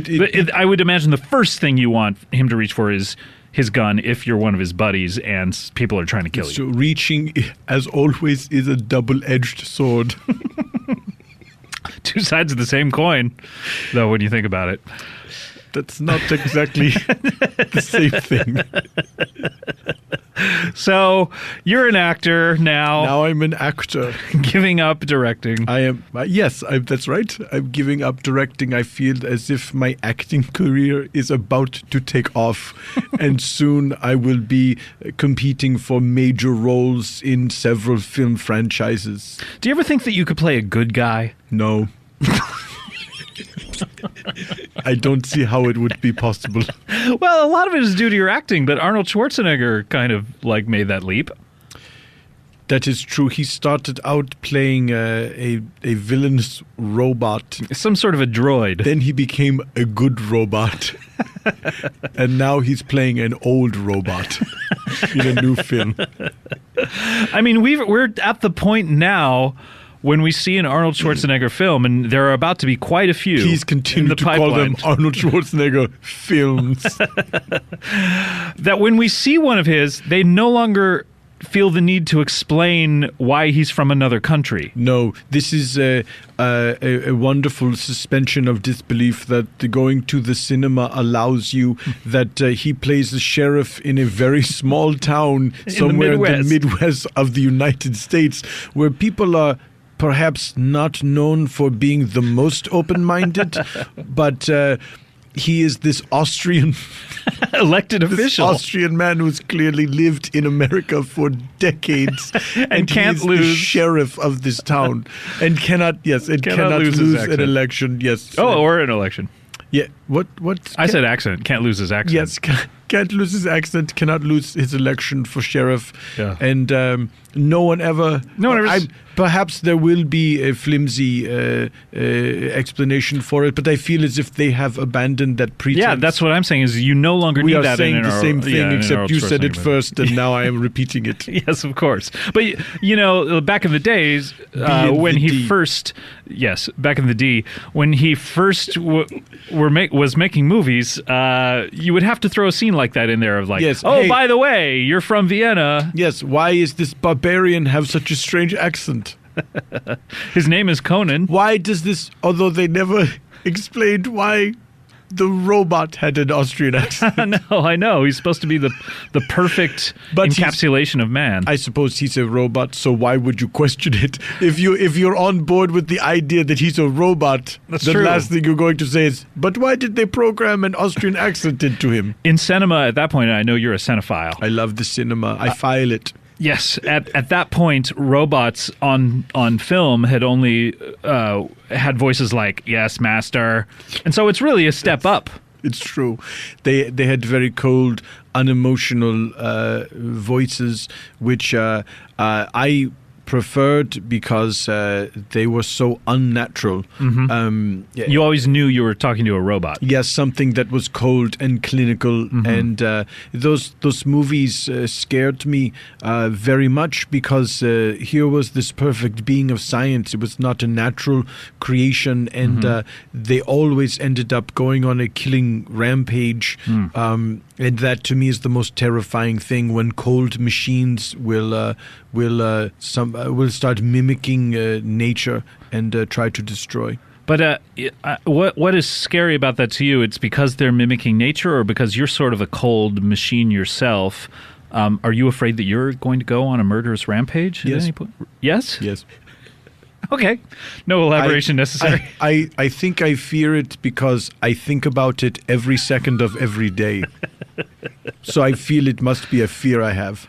All I ask is you don't do it while you're in this studio. I'll try not to. Okay. I can make you no promises, but a promise I can make is get ready for some great acting by Werner Herzog coming in to that a movie theater that near you forgot about. Jack Reach.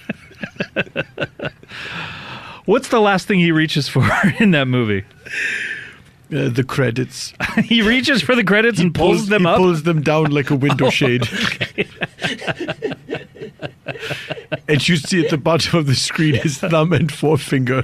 I want that to be true. Throughout the entire credits. I want it to be true. Then when the credits have been completed, he releases them and the screen flies back up and he has a towel wrapped around his head a la Ferris Bueller and says, "What are you doing here? You need to reach for the exit." Well, we have to get to our guest of honor. It is inevitable. So why don't we?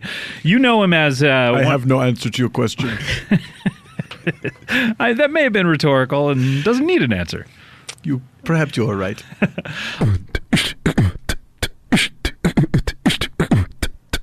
Would you rather battle a Viking to the death or spend all night, every night, solving mysteries with living statues? Would you rather battle a Viking to the death or spend all night, every night, solving mysteries with living statues? I am opening the floor for questions. I have a question. Yes, the full floor recognizes Werner. I'm so sorry, Chris. No, but it's fine. You can't ask the question until I open the floor, and once I open the floor, Werner got in there. I didn't listen to the rules. Yeah. Okay. In the scenario where I'm solving the crimes with living statues. I did not say you're solving crimes. So sorry, I'm going to have to dock you points. I have a solving mysteries. Follow-up question. Oh, you son of a bitch. I have a question. Yes, of course. In the scenario where I'm solving mysteries with the living statues. Okay. Are some of these mysteries crimes? No, they are not. None of them? None of them. Not a single one is a crime. Are these mysteries more things along the lines of how did the Easter Island statues come to be, and who where built is Stonehenge? the Loch Ness Monster? Where in the world is Carmen Sandiego? Yes, of course. Where in the world is Matt Lauer? Several of these mysteries. Who put the bop in the bop doo-wop shop? Yes, of course. Are these living statues... do we solve any of these mysteries? Yes, it's right there in the question. Solving mysteries with living statues. I'm going to have to dock you points again, Werner. I'm sorry. You're not listening to the question. You're being very cross with me, and it makes me feel terrible. I'm so sorry. But yes, you're solving mysteries. It's part and parcel with the question. I have a follow-up question. Yes. None of your first two have made any sense, but go ahead. Am I doing all of the work, or are the statues good at solving mysteries, or are the statues very good at solving mysteries, so I have to do almost none of the work? That was a good question.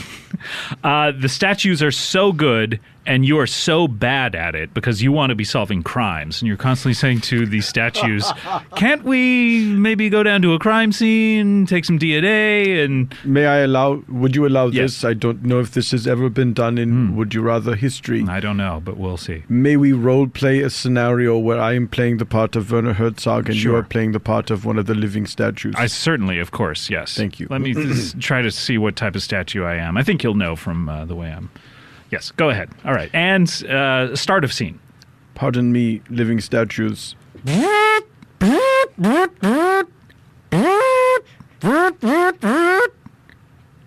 Yes. Yes, statue of Charlie Callis. Thank you for agreeing to meet with me. As we do every night. As we are in the shank of the evening, and we have so few mysteries left to solve before daybreak, may we please solve a crime?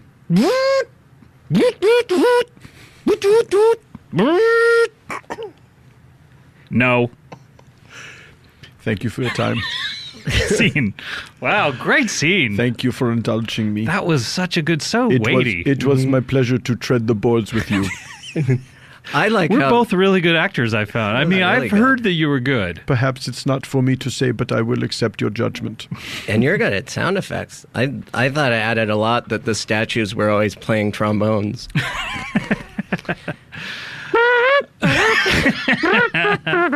It was like an episode of Homeland with all that jazz. Chris, yes, you have a question? Oh, sure, I'll have a question, but based on the question. You had one you tried to get in earlier. Please join the fun. This might help you. This might help you make a decision. Don't sound so sarcastic when you say that. I do not. I'm unable to create experience sarcasm. Joy? Oh, I see. It's not a thing that exists for me. Sorry. In the fight to the death between me and the Viking, which one of us dies? It's important to know, I think. Well, we all die. You know what I mean? We all die, and that's we're all in a race to the finish, and we're hoping we don't win. So, the Viking wins. Yeah, Viking wins. Okay, well, I've decided. A classic. You've decided already? Yes. A classic Would You Rather blunder. Classic Would You Rather blunder. Go ahead, Werner. You must have more questions. Indeed, I do, Scott. For I am experienced at playing the game of Would You Rather. Of course. This Viking. Yes. To the best of my knowledge of the world, the Vikings are no more. Is this Viking some sort of time traveler, or am I the one who has traveled through time? That's so interesting that you would make it an either or, because neither, Werner, come on. He's a reanimated corpse of a Viking. You didn't let me finish. Oh, I'm so sorry. Go ahead. Or is this Viking a reanimated corpse? Please continue. So sorry. I did not mean to interrupt you like that. That is, I'm going to dock myself points as host, because I hate to be a rude Rudy. That is like most that. gracious. Okay. So, no, he's a... In my country, we say a rude Rudolph. Okay. It's so funny how the common Very things that close. everyone Yes, says, we all like say these rude things. Rudy, They're so get close to each other. translated. Yes. Yeah, it is a reanimated corpse of a dead Viking that comes back to life, and the government feels you are the best person to do battle with it. And they are wrong, because you die. When he kills me, is it very painful, or is it a wonderful, warm feeling like you experienced in hypothermia? Well, it's not like drowning, which is the most pleasurable way to die. Everyone agrees the most pleasurable way to take a great deal of water into your lungs. It's just euphoric. You just get that's when you don't have oxygen, it just makes it's such a high euphoria of clawing at insubstantial matter to try to reach air. Oh, it's so great, so great. Werner, I don't even know why you're asking more questions, because it's been established that in the scenario with the Viking, you die, whereas in the other one, you're simply solving mysteries with statues. Tris, allow me to school you in a little game called Stool you. Would You Rather? How it's pronounced. Scott, I have another question. Yes, sir. Let me show this young man how it is done. All right, please. In the scenario where the Viking and I fight to the death, and indeed I do die, do I want to die? Interesting. It depends on how much you want to die in your life right now. So if you 100%. So 100% you want to die, and every second of every day you think about flying into a murderous rampage? That's correct. I don't know if I can allow you in the studio anymore, Werner. I'm really worried for both yours and my safety. Well, while I'm here now, let's just play along with it. Okay, great. And let's enjoy ourselves until such time as you feel compelled to eject me from your studio. Yes, you do want to die, yes. And Chris, do you want to die in your life right now? No, I've just started to turn it around. Right, I and want you to keep want to living. live. I want to solve boring crimes with statues. Another classic Would You Rather blunder. You voted already. Oh, when do we vote? It's after a half hour? I close the floor, and then I ask you for your vote. Oh, I got you. Wow, Werner, I had docked you so many points, but Chris, that is the ultimate blunder. Oh, no. That's almost a forfeit. Thank goodness it is not. Tris, what you must understand is that anytime a question floor is opened, it must eventually be closed so as to maintain balance. Yes, it's a lot like a plug bag. Or that swimming pool in It's a Wonderful Life that they're dancing. I think that's a good. I enjoyed. That's a good reference. I enjoyed 90% of that film. Which it falls apart towards the end. Right when everyone's happy. I suppose so. At the end, when everyone's putting money in the bags, and says he's the richest man. I could have done without that. There's the woman, the cleaning woman, who doesn't have a role so far. She says this, and I used to rewind it with my sister to see what the hell she was saying. She goes, "I've been saving this money for divorce if and I ever gets a husband." That was comedy back then. It was comedy right now. Look at my face is red from enjoyment of it in retrospect. I think your face is red from just saying it from embarrassment. And wearing a hot sweater. Merry Christmas, you old building loan, huh? In jail to you, the same. I enjoyed that part. Zozo's paddles! You like that part? Not as much. Zozo! Merry Christmas, you old building and loan. You old drafty old house. Yeah, drafty house. Why do we have to have so many goddamn kids? Oh, why so many kids, Mary? What is happening right now? Mary? Mary, I want to lasso you and I want to put you up on the moon. Why is everyone screaming? Bert Ernie, you know me? Bert Ernie, Sesame Street, Oscar the Grouch, Big Bird. Other Muppets. The two of you are confounding me to an uncomfortable degree. Way to go, Clarence. Clarence. Hey, Claire, my wife. Hey, do you fancy a shag? Yeah, baby. This is an unpleasant experience. For you and the listeners both. That was Dueling Stewards. That was, I like a challenge, especially when it just comes up. Boy, I enjoyed that. I'm going to award you extra points. Oh, thank you. You're back to 0. Thank you. Congratulations, Werner. You're still at -2. But you can catch up. All right. I'm just about to close the floor for questions. You guys ready for that? I have one final question. Okay, yes, Werner. In the scenario where the Viking and I are fighting to the death and he ultimately kills me and it is a release to me from life. Mm-hmm. Before I die, do I get to wear that hat at all? He grants you one final request, and that is your request. And you put on that hat, and you feel like you're at a Minnesota football game. That is exactly where you want to be, and you feel the horns, and everyone looks at you and goes, "Yeah." His honorable actions are duly noted by me. All right, I'm closing the floor for questions. All right, Chris Fairbanks, we go to you. How do you like to vote? I think I know how you want to vote. I think we all know. I'm a man who has a lust for life, and Angela Lansbury likes solvings of things. So I am going to solve mysteries with every night, even though you don't get to sleep ever, and it drives you mad. I'll sleep during the day. No, you can't. This is why you ask questions. What? Wait a minute. It should be You could make up anything at the end. What are you talking about? This is why you ask questions for me. If I don't ever sleep, I'll be dead within a week. I know, exactly. Just like a Viking. Damn it. The Viking fights you as an old man. You live a long, rich life as an old man. No, I should have asked more questions. I don't know why the government is sending an elderly man out to fight a Viking, but that's why they call Obamacare sleepless nights. That's why they call sleepless nights solving mysteries with living statues a Viking funeral. Yes. They do. Yeah, in your country. Finally, it makes sense. Where I come from. Yeah, not here.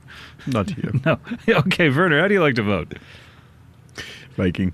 Why is that? You know why. Okay, great. All right, I'm going to tally up the points.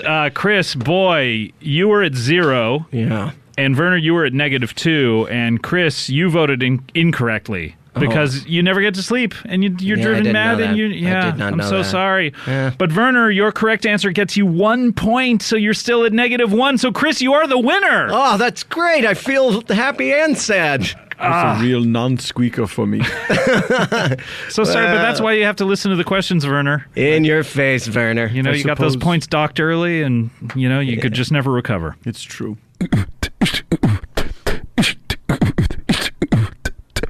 Werner, what do you like to plug? Of course, Jack Reacher. Jack Reacher in theaters. Or on video. See it somehow. And I would also just like to plug in general science. Okay, great. I thought you had more, but no, you did not. What more could there be?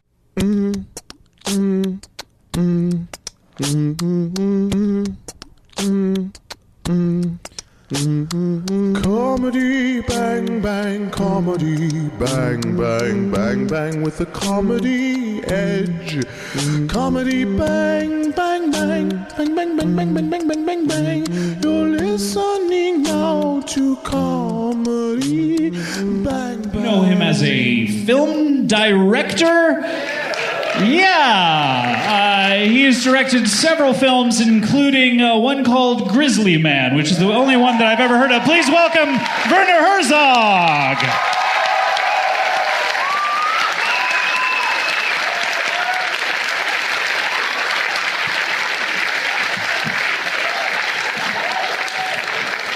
Thank you all so much. Warm ovation. It's a pleasure to be here in Canada. Thank you. Baron, I found your story charming.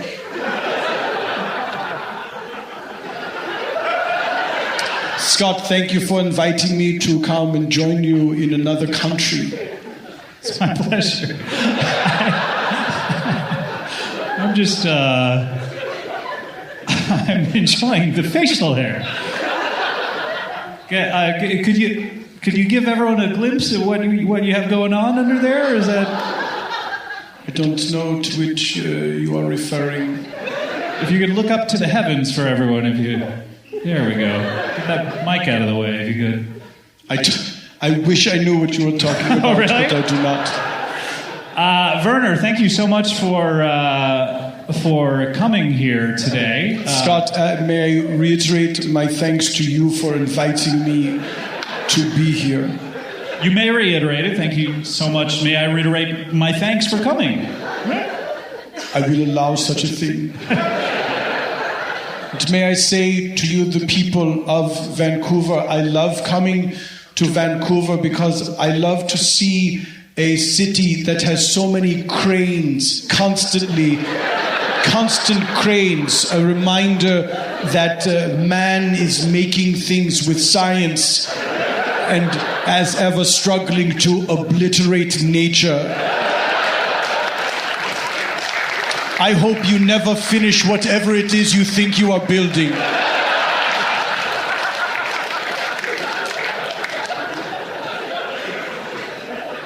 I've been coming to this festival for nigh on 6 years, I believe, and the cranes just don't go away, do they? I hope they never do. I hope that they use cranes to build more cranes. It is my dream, Vancouver, to see a crane on top of a crane in your fair city. I have literally never thought of that before. How else would you build cranes? Now it is all you should think of. cranes. Werner, have you ever met Baron Vaughn? No, this is our first time meeting. It's a pleasure to meet you, Baron. I've met you through the experience of your films. Thank you. Have you seen many of my films? About one. You two are neck and neck with your Werner Herzog filmography. To be fair, I've never seen Grizzly Man. I've heard of it. Baron, you have just pulled ahead. Congratulations. Thank you, Werner. I'm glad I was here to see this exciting contest. Why have you not seen Grizzly Man? Is it the fear that you know that what I'm saying is true, that nature's hideous force that exists only to destroy mankind? It's not so much that, it's that I was pretty sure that was it. I'm interested in hearing your theory as to why you did not see my film. You know, just look boring. I'm sorry, did more people need to be eaten by grizzlies? I apologize, it was just the one.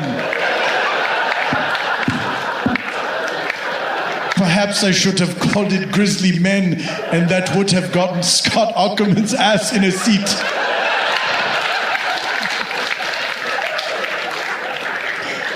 I guess dragging a steamboat up a mountain doesn't do anything for you either.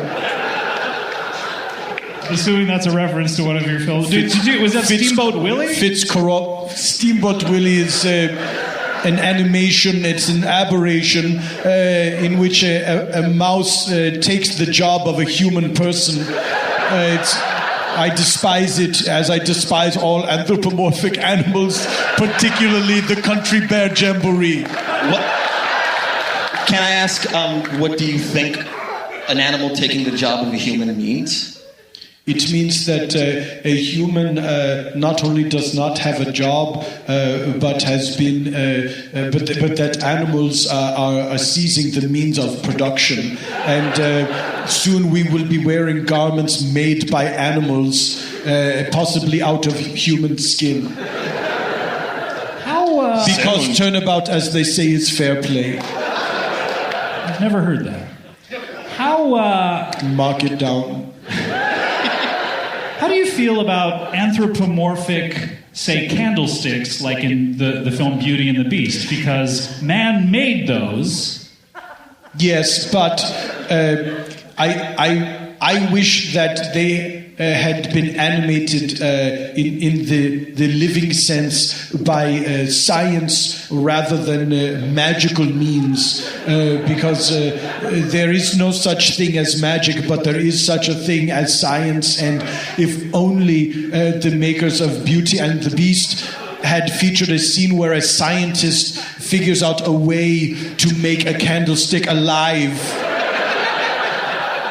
About how much of the screen time would you like to see devoted to that scientist? Realistically, 90 minutes. I would accept a shorter montage bringing the running time of that scene to a good 65. Montage with music or no music? Some Bach. So you like music? I like music because it is made by people. As everyone knows, the music of birds is terrible. Try to repeat the song of any bird you've heard. They're not catchy and they have no hooks. I like that turn, turn, turn. That's a good one. The audience's reaction is correct. I need not offer any further commentary. So, Werner, what is your next project? What is the last thing we talked about? I'm glad you asked because I was going to tell you anyway. Good. I don't recall the last thing that we spoke of together. I should have consulted my Scott Aukerman conversation journal before I came. I'm making a joke. I felt it. That's it for the year for me. It's already February. I know. I wish I hadn't gone out and used up my joke chit so early. I am working on a new film. It will be shot here in Canada, and I'm very excited about it. Fantastic. They shoot a lot of different things here, don't they? Over 5. I heard 6 things. It was 7, but Fringe just wrapped. What a great city to be walking around and see the cast of Fringe everywhere you go. How much fun would that be? Everywhere you go? I'm assuming. They're nimble, those Fringe cast members. It's true. I like that program because it is all about science. Yeah. But it's fun. It's fun escapism because in that show, science is used for bad, which of course we know is impossible. Of course. So is this project that you're doing, is this a film project or is this some sort of television project? Or? As I said, it is a film. But I hope you enjoyed your fun mispronunciations. Although it is related to television in a way. You don't say. I am doing a big screen motion picture adaptation of The Littlest Hobo.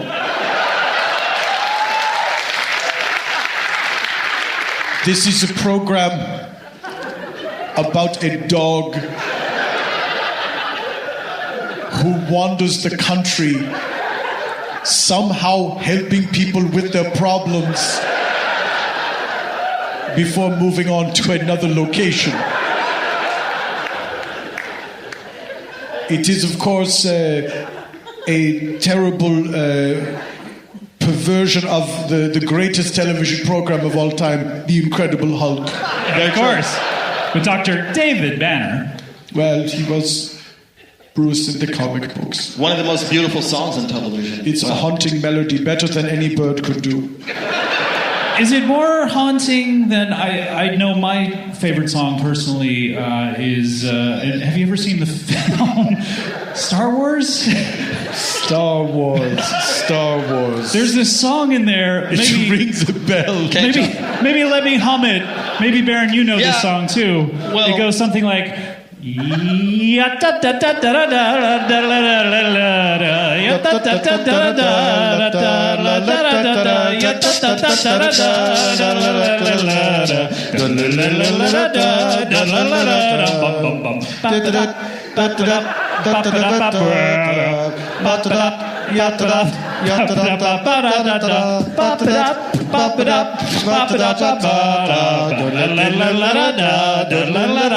I do remember it now, okay. Yes.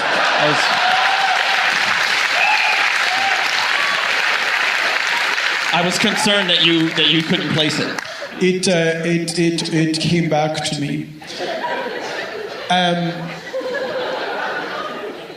So in my adaptation of The Littlest Hobo, what I aim to do is to bring the majesty of the story of The Littlest Hobo to the silver screen, and what you will see is this very cute-looking dog. He goes from town to town. There will be over 10 towns featured in the film. It's a record. I don't think any film has featured more than 8 towns. I remember Around the World in 80 Days. They never got had to 8 towns in those 80 days. 8 towns. I think it was actually 6 towns. Was it only 6? Yeah. Because they had to cut out some of the towns. That's why there's an asterisk in the title of that film. Remember that film? I remember one that had 8. The world record holder was that film, The Town. They showed 8 different towns in that. I think it was the same town from 8 different angles. That's right. I understand your confusion. Are there any specific towns that you were excited to film in? No. All right. Good question, though, Baron. Good question. One of the best. All towns are alike to me. A wonderful collection of buildings. The Littlest Hobo port of call, 10 towns, will feature the adorable scruffy dog going from one town to another, decimating the population, ripping people's throats out before his thirst for blood is sated for the moment, and he moves on to the next town. So it's a horror film? Is that what you're saying? Or? It's more of a docudrama. Sounds grisly.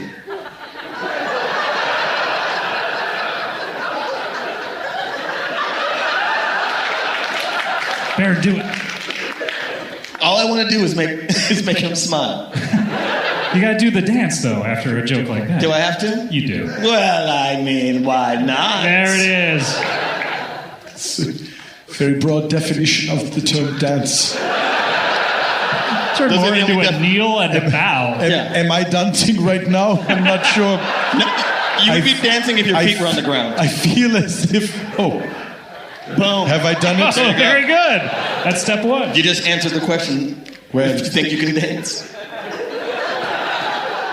I do not like how challenging the title of that program is. It presumes an arrogance on my part that I did not intend.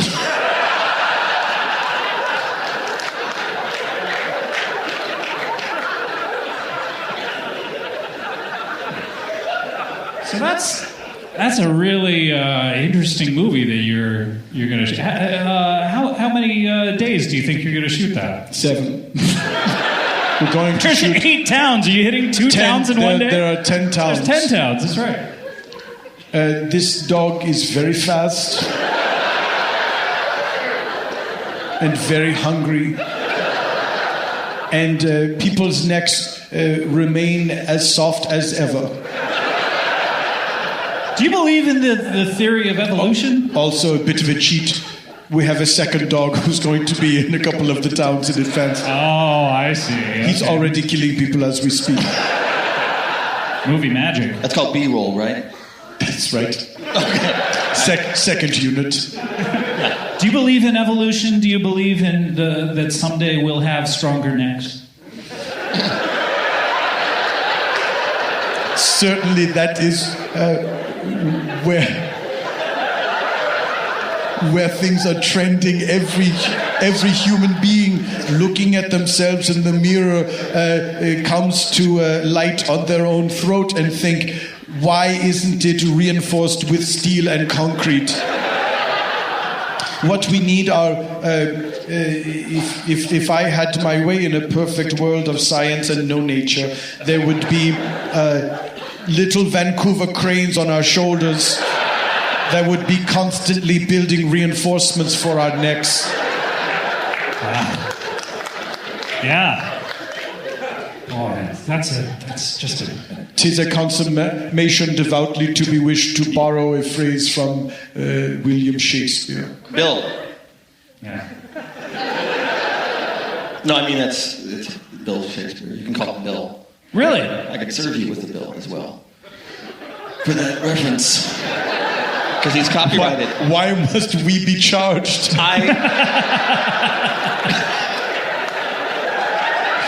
That seems unfair.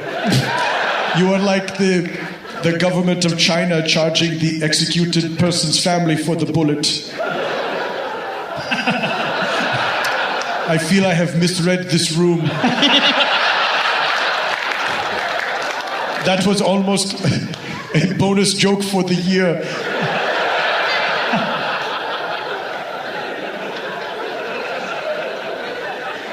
It's one of my favorite stories.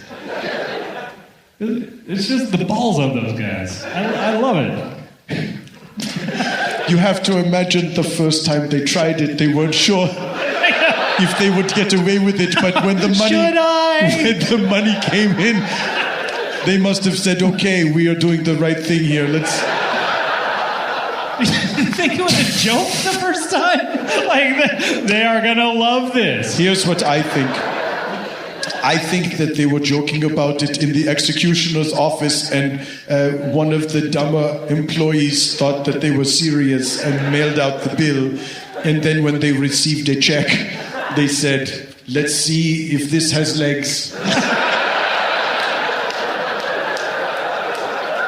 I'm glad we had a chance to discuss this. I've always wanted to talk about that with you. I've been meaning to speak with you about it for quite some time. Thank you. Yeah. We always keep forgetting, though. We keep forgetting. I know. Oh, the cat's in the cradle, Scott. Yes.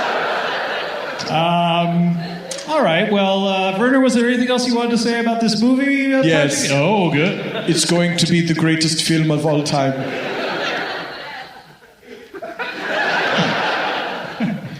Someone agreed with that. Did they say yes? Or I thought they said yes. What did you say, ma'am? Ooh, not so brave now.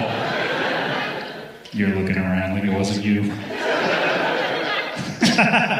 So sad to see a show attended by cowards. The whole stinking lot of you!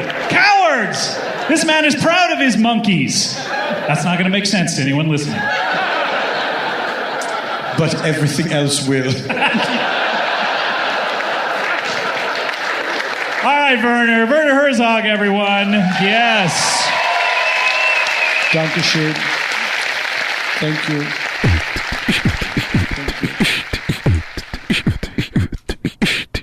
All right, it's time to play Would You Rather.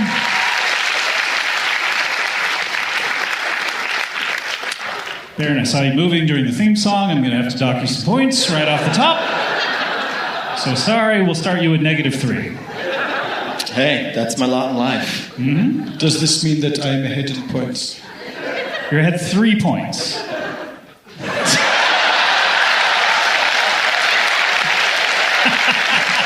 I also think you can dance. That made you so happy. I'm so pleased. You're actually smiling, Werner.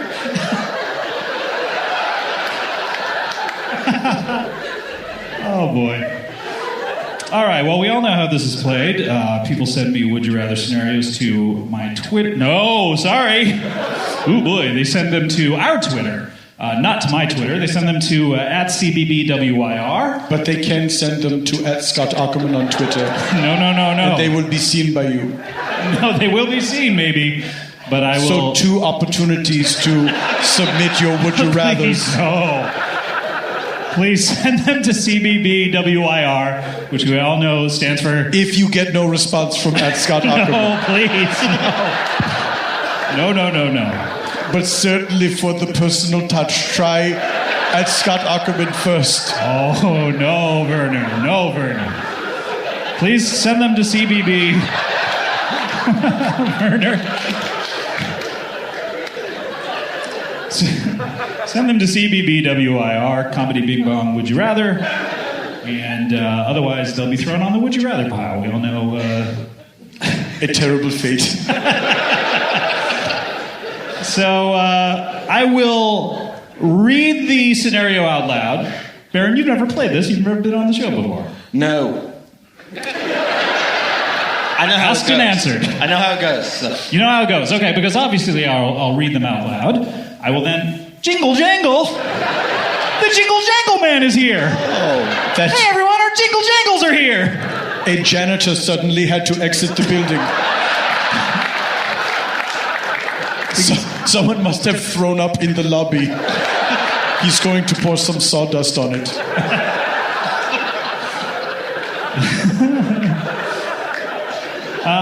I will open the floor for questions. I have a question. No, I will do it. I have not done it yet. I will have a question. I'm so sorry. If you continue to ask me if you could ask a question, I will dock you points. I have already ceased to do so. True, you weren't doing it continuously, so. I will open up the floor for questions. You are free to ask me about any question you wish in order to help narrow down your choice. At a certain point, I will close the floor for questions. There will be no warning about this. There will be absolutely no warning that I am about to close the floor for questions. Suddenly, the floor for questions shall be closed. It shall be closed. You can ask no more questions once it is shut. All right? Is that clear? But can't we ask questions after it's shut? Baron! Your points are barren. I'm going to dock you 2 more points. -5. That's okay, I'll make it up. I'm so good at this. All right. Well, that's a that is a promise. I really want to hear you come back. Good. All right. So, and you all know the rest. I'll close the floor. We'll vote. We'll tally up the points. There we go. All right. Are you guys ready to play? Yes. All right. This comes to us from Sean Coughlin, a.k.a. at Daddy Drank. Oh, that's too bad. Sean asks, would you rather have an interdimensional portal in your pee hole? Does it say his age? I'm guessing around 11. Or be forced to watch whenever a member of Congress masturbates. I picked this one for you, Werner. You're being generous in your assessment of his age. Yes, Baron. Yeah, how... I beg your pardon, Scott, has the floor been opened? Oh, no. It has not. That's how I like to trick people, Baron. Oh, I'm glad that you did that. It's a real Simon Says scenario. Okay, that's true. I'm afraid I'm going to have to dock you 167 points for that. That was an ellipses at the end of the how. There was no question mark. Oh, no. It went how. That was going to be it? Just how? Yeah. In disbelief? Just how is a general question of existence. That's still a question. -172. -172, all right? I'll take Werner, you're still in the lead at 0. An excellent player. This is how you play.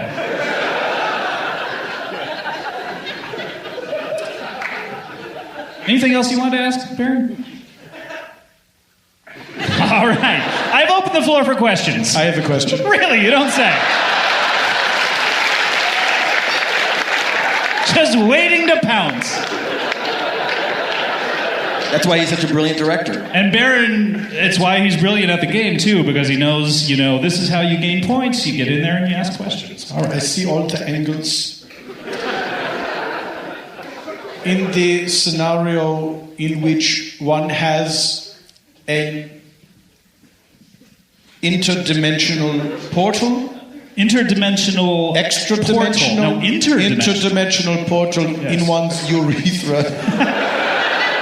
In the meatus, which is a technical term for the pee hole. Is this true? You would think it wouldn't be. How is this spelled? MEATUS. That cannot be so. It is.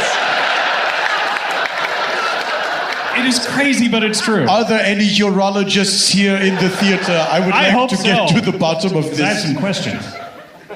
No urologist. In that scenario in which an interdimensional portal is housed by your pee hole, does this mean you are unable to travel to these dimensions because your body is the one who is hosting the portal? Great question. This is how you play, Thank Baron. you. I mean, I opened the floor, he got in, he asked a question, he did not do so before the floor was opened, and what a question it was. Amazing. I'm learning so fast and hard right now. You got a lot of ground to make up. All right. As a matter of fact, no, you are not able to go anywhere because the portal is inside your body. You are the only person on Earth who is not able to go to these other dimensions. I have another question. Of course you do. See, now, Baron, it's crazy. The chances that you're letting slip through your fingers. At some point. Are many people clamoring to go to this other dimension, or in fact, other dimensions, plural? Other dimensions, yes. And other people are clamoring. It's a lot like Grand Central Station, which is a place in America. I have another question. Oh, see this? Baron, what are you doing? He asked the question I was going to ask. Oh, okay. Now you're trying to formulate a new one. Okay, Yeah. Go ahead. Werner. When people are transported to these other dimensions, does it affect me in some adverse way? Cancer. Every time someone travels to another dimension, I get some form of cancer? Dick cancer. Oh, it's the same type of cancer every time. Yeah. In this scenario, in which my body is housing this interdimensional portal, is cancer as life-threatening as we know it in our current reality? As a matter of fact, no. It is a fun thing.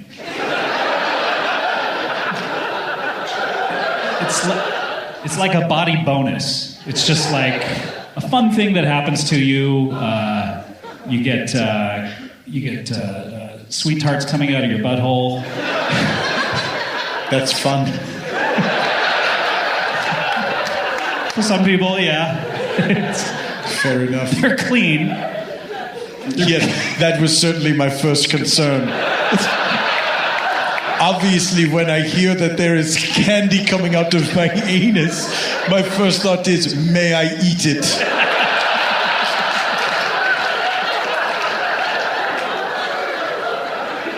Can I ask a question? May I ask a question to use English correctly? Baron, I've been waiting for you to ask a question. Please do. You said it was a senator that we have to watch a senator masturbate. No, Baron! What? God damn it! What? I just wanted to make You sure. are terrible at this! I wanted to make sure that's what I was going to ask about. No, it's a member of Congress! Okay, God, I gotta dock you another 172 points. That's fine. You don't know the game I'm Negative playing. 344. Can I still ask? Come on. Can I still ask a question? Of course, if you have another one. When this congressperson is... I'll allow it. A little far-fetched, but go ahead.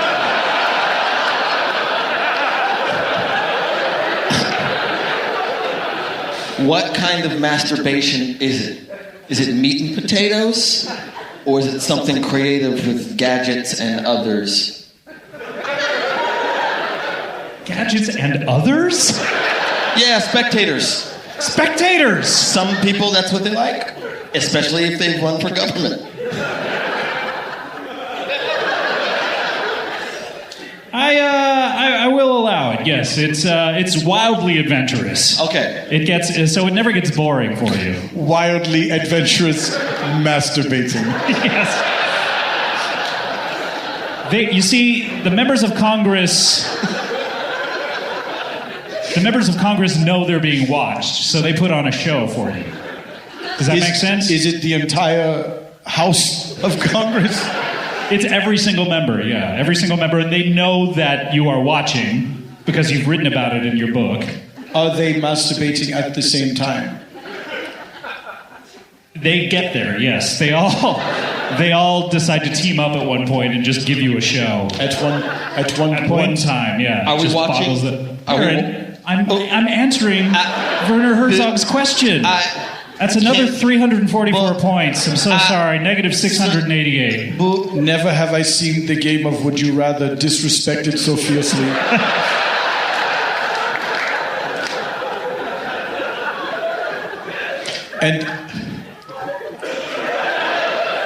And I have listened to an audio recording of a man being eaten by a grizzly bear. Was this in your movie? Forgive me, spoiler alert. I just wondered if there was another audio recording of a man being eaten by a grizzly bear that you listened to for fun. Well, why would I do that when I have my own? That's a good point. Baron, you have a question?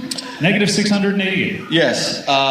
When watching the Congress people, all of them together, masturbate, are we behind some sort of protective observing room, or is it a situation in which I'll need a tarp?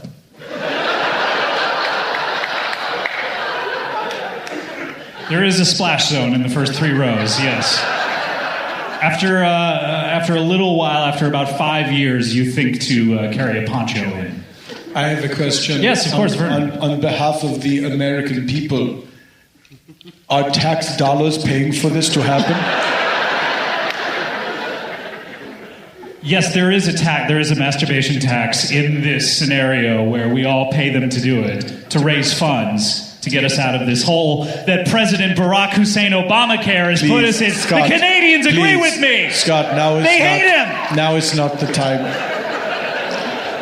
So do people enjoy watching this congressional masturbation session? You are the only audience. You are the only one allowed. So it's just for the benefit of one person? Yes. Even if I'm not an American citizen? You get a +1. I'm allowed to bring a guest? Yes. As long as they are an American citizen? Sure. Yeah. Well, no, I don't want to do this. I feel as if you're... You can take a +1, Werner. No, fine. Please. You are misunderstanding... Werner, for you, I'll give you a +1. You are misunderstanding the tenor of my question. Don't worry, you'll get it. I have another question. Yeah, fantastic. This is how you play. You're going to get out of the hole. Hey, like I said, hard and fast. Speaking of which, when watching... Okay, so the Congress people, is it one masturbation session or is it a continuous thing? Because masturbation... Yeah, you said that like there was more coming to it. I really wondered what the follow-up The to upward that is. inflection makes it a question. Because no, it's anytime they choose to do it. But it's only one viewing. Anytime that they do it, you get a call. You have a beeper in this scenario, and So it is not as if you magically see it. You have to get there. You have to travel to this place. Yes. You're on call. How often do they do it? 7 times a day. That seems like a lot to coordinate. Oh, it is. It's a lot. I have a question about the pee-hole portal. Yes, Werner. When people travel to through this interdimensional portal to other dimensions, do they ever return?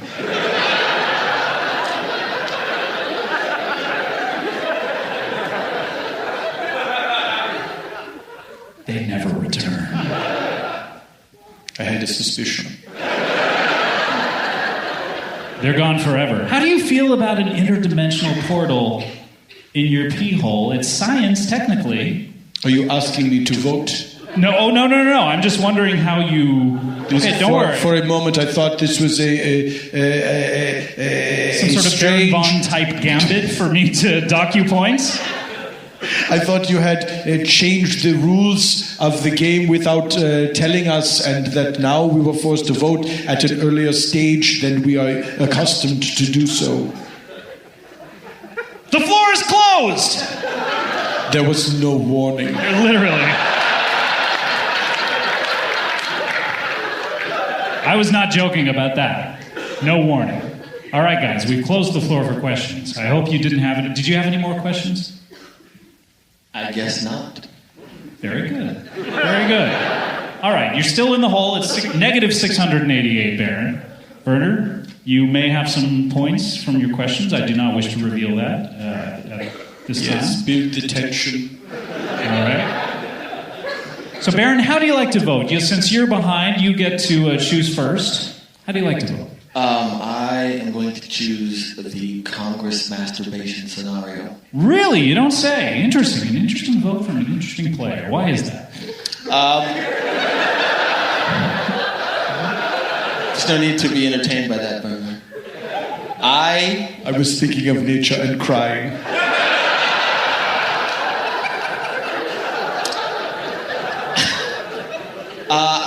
I like the practicality of it.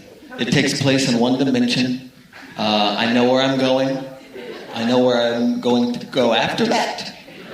And I know who I am in that situation. May I ask a question of Baron? I know the floor is closed for questions of you. I know this is unorthodox. I will allow it, but watch yourself, counselor.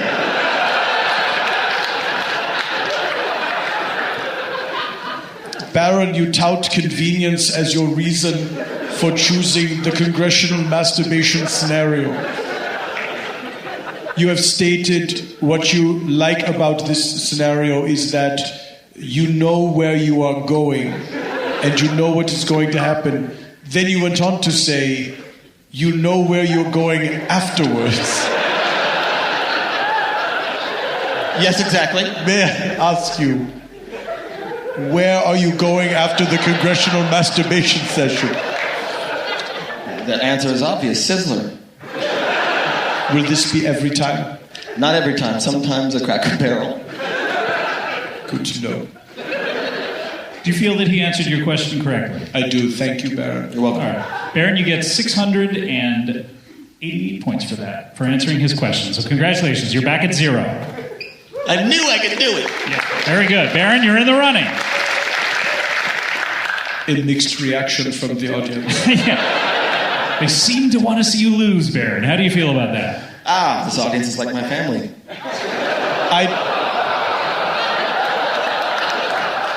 I do not, if I may, Baron, I do not think it was so much of a case as some people wanting you to lose, as some people did not feel like reacting.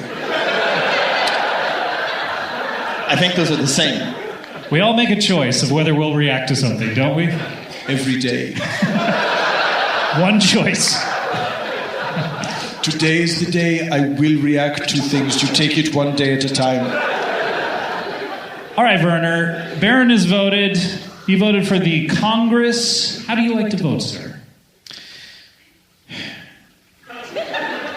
These Congress people are giving in to their basest nature and animalistic instincts and forcing one, possibly two people to watch.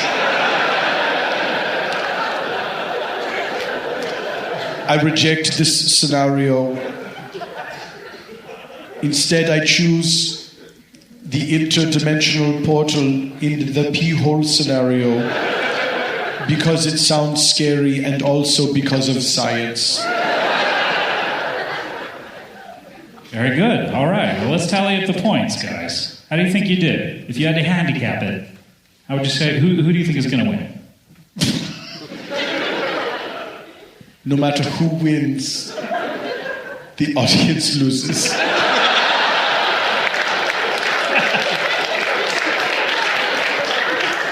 All right, let's tally up the points. Baron, you voted for the Congress scenario, which gains you 5 points. Congratulations. You are at 5.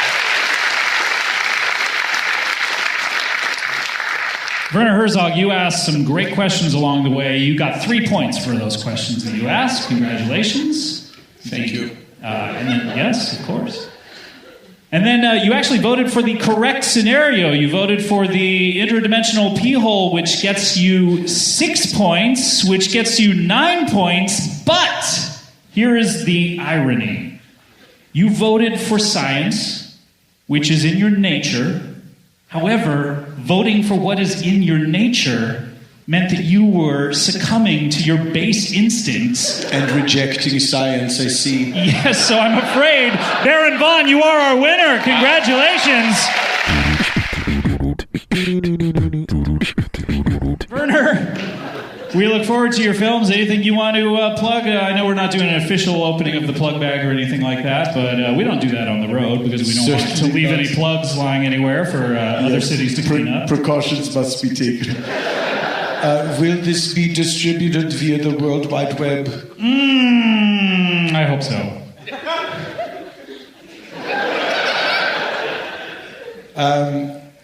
I accept your Weasley answer, and I say that I just encourage all people to continue to enjoy film and not enjoy nature. Brow. Remix. The remix, of course. All right, guys, that's been our show. All right, yes, wait, yes, Werner. Is there anything you would like to plug? Werner, no one has ever asked me that before. I know. Is that one of those things that we always say we're going to talk about that we never do? This was a special surprise for you. Oh my God. How long have you been planning this? I cannot say. What? It must have been years. I would get too many people in trouble. Because I remember 7 years ago, we were passing outside that shop, and I saw that dress in the window, and I said, you know, no one has ever asked me if I want to plug anything. And then afterwards we went to that cafe. We had that special coffee that we liked so much. Do you remember the waiter's name? Jean-Luc. No, it appears we are thinking of two different days. All right, guys, that's been our show. Thanks very much, everyone.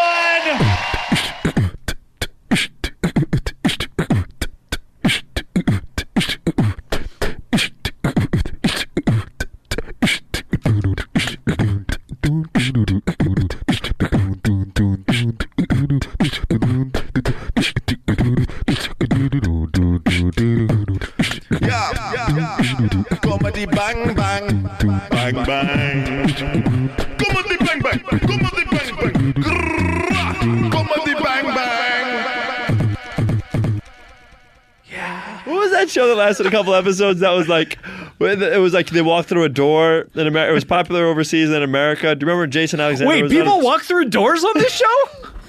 Thank God you're here. It was called Thank God You're Here. Who is that? Who is this? Is that Dracula? Dracula. He sounds like Drac. No, this is our good friend Werner Herzog is on the show. Director extraordinaire, actor from Jack Reacher. We talked about that the last time you were on the show. You're in Jack Reacher? I played the one-eyed, one-fingered villain in Jack Reacher. Is that true? Wait, one finger missing or one finger on his He hand? had one finger remaining pretty much. No spoilers, Werner. Was it the finger, you know what I'm talking about? Was he flipping people the bird all the time? Sadly, no. That was a source of great debate between myself and the special effects department who were... This is between the special effects department, not the director. Right. They're in charge of these Nor decisions? the prop master. You're talking about the green screen guy. Yes, the director was forbidden to direct me as I am also a director. Oh, that's how it works. It cancels itself out. Yeah. That's also why I kept my acting to a minimum. Yeah, that makes sense. Makes sense. I wanted to, as they were green screening my fingers, I wanted to keep the middle. So you just wore finger. green tape over the other fingers? It was just that simple. Or was it a green mitten that you cut one finger off of? That's a better idea. I wish we had done that because it would have been so much easier. The glue. I had an allergic reaction to the glue from the tape, from the green screen tape. So your fingers then really turned green? They turned green and swelled to an enormous size. How did you know though if you couldn't see them any longer because they had green tape around them? I'm not sure if you understand how green screen works. Oh, well, I don't know. And maybe I do, maybe I don't. Let's let the listeners be the judge. Some of the scenes you don't have fingers, and some of the scenes your fingers are little tiny dinosaurs or whatever the green screen guy wants to do. That is true. I am at the mercy of the green screener. Yeah. Now, I didn't see this movie. Oh, but what finger did it end up being? Why didn't he see it? Yes. May I ask you a question? Please, we don't need to ask each other if we can ask these. Why did you not see the film Jack Reacher? Well, it was an inconvenient time for me. I believe it opened on Christmas Day. Wait, can we for a second take a breath? Werner Herzog just asked you why you didn't see Jack Reacher. That's crazy in this random podcast. Things like that happen in the show. I mean, if you're listening to the show for the first time, maybe you're interested because you saw the TV show. We have celebrities on like Ben Schwartz and Werner Herzog, and they I mean, I don't know. You wouldn't think that they would mix so well together, but these guys seem to be getting along. What we share in common, I think, is an inquisitive nature. Yeah, that's true. A relentless thirst for the truth. It's true. Honestly, he's right. You're laughing, but is that why you come on this show? Is to get at the truth? Yes. What kind of car do you drive? Is it like a Prius, a Earth-conscious car? Or? I drive an Earth. No, he hates nature. I hate nature, so I drive. I drive it. It's called a. Is it a Humvee limo? It's called a Humscalade. It's a Humvee and an Escalade. Two of them. They have been sawn in half. And then welded together. Wait, not the back half and the front half. It's just literally the right half and the left half? Exactly, yes. Oh, my goodness. It takes up a street and a half. So where do you drive? Not many places, sadly. But when I do, everyone knows about it. Yeah, I'm sure. Werner, what finger? Did we get to the bottom of this? I had the thumb and the index finger on my left hand, so I could count to 2 European style. Smart, good. Yeah. Good. You could also point at people. And you could do a gun, but a bad improv gun. I could point at people. I could do a bad improv gun. I was prevented from doing an improvisation phone. I could do a Bill Clinton. A little harder, though, I'd admit. Okay, I'm going to try to practice this. Okay, I don't have a thing. Oh, yeah. Oh, it's this. Cheating. It's just this. It works. Yeah, I guess it works. I did not have sexual relations That's with good. that woman. You could thumb wrestle, but like your base would be very weak. Your base would be frail, but you could thumb wrestle. With thumb wrestling, I had to rely very much on my forearm strength and the kindness of strangers, as illustrated in the play A Streetcar Named Desire. Yeah, Blanche. You were Blanche, yes. Blanche de Bois? You were trying in this movie, it sounds like. You had a scene where you wanted to improv where you were like, call me. And what was it? That didn't make sense. So essentially, what is the scene? You're taking on Thomas Cruise. There are many scenes. We do not meet until the end of the film after my character. Spoiler alert. Yes, spoiler alert, but at the end of Jack Reacher. If you ever get there. My character has been injured, and there is a scene between myself and Tom Cruise where I don't know. I guess I sum everything up. Do you remember anything about this movie? I mean, you must have shot it.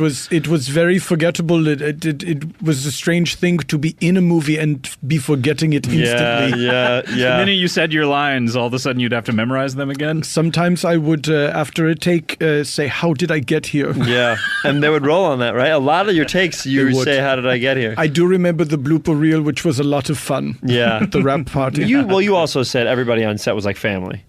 Yes, we were quite a close group. Yeah, you said that. Yes. You said that you guys this movie that you did not care for. Yes, but we became like a family. That's what you said. Werner said that. To be fair, I do not know if I cared for it or not because I cannot remember quickly. a great deal about it. Well, now, I remember us talking about it before it came out, and... you and Werner were? Yeah, we were talking a lot about it on the last time you were on this show, and you were talking about how your villain was constantly preventing Jack Reacher from reaching for the things that he needed to reach for. Can we take a scene? I'm going to play Jack Reacher. Can we do one of the famous scenes, please? Of course. Give me my gun. I just got to get it. Here, get it. It's over here. I just sorry. It's over here now. Just give me that gun. I'm so clumsy. I kicked your gun over there. Just let me reach for it real quick. Just reach for it. Go right ahead. Okay, it's just inches away. What is wrong with me today? So your character was not really evil. He was just clumsy? He was constantly kicking No, things? his clumsiness was a mask that he assumed. To make people think he was an oaf. That's correct. Like adult, a goofball. If right? you will, a goofball. If you will. Goofball adult, a Looney Tune, right? What else? Get you a rubber room. A screw plus a ball. A cuckoo brains. I get it. A cuckoo brains. One thing I was disappointed when I saw the premiere at the end of the film. The only part I could remember is that they did not use my suggestion. What was your suggestion? Was at the very end of the film. Sure. You see the hand of Jack Reacher come up to the top of the screen, and he reaches up and then pulls down the credits, screen as if like it's a window shade. Yeah. And by the way, I can't believe that he didn't use the toothbrush sponsor Reach, because he could have put that in throughout the whole thing. Just brushing with that Reach toothbrush. I was surprised that they didn't use my suggestion, and I didn't see the film, but they called to tell me they did not use it. Yeah.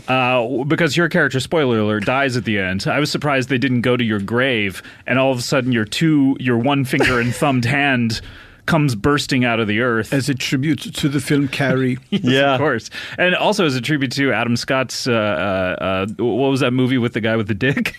Piranha 3D? Boogie Nights. Oh, you're talking about Adam Scott and Boogie Nights? The last time he was on this program, I think he said, what's that movie with the guy with the dick? Oh, no, maybe that was Harris, though.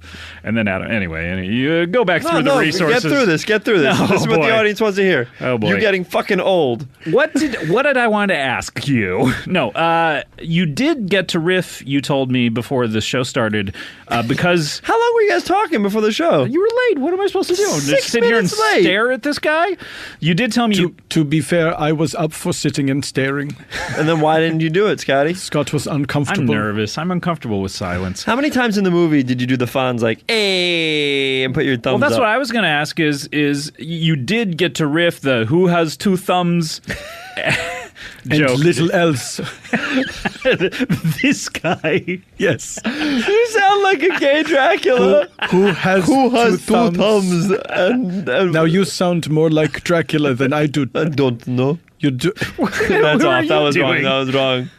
But wait, what is it? Who has two thumbs? Who has two thumbs, and that's pretty much it, hand-wise. And then I would indicate to myself with my thumbs. And would you say this guy? I would. Say it. Get me through it. I really want to hear it. I would. Here's do how the whole thing. It would go like this. Wait, we're looking for the killer. Who is the killer? Well, I'll tell you. Who around here has two thumbs, but very little else going on hand-wise?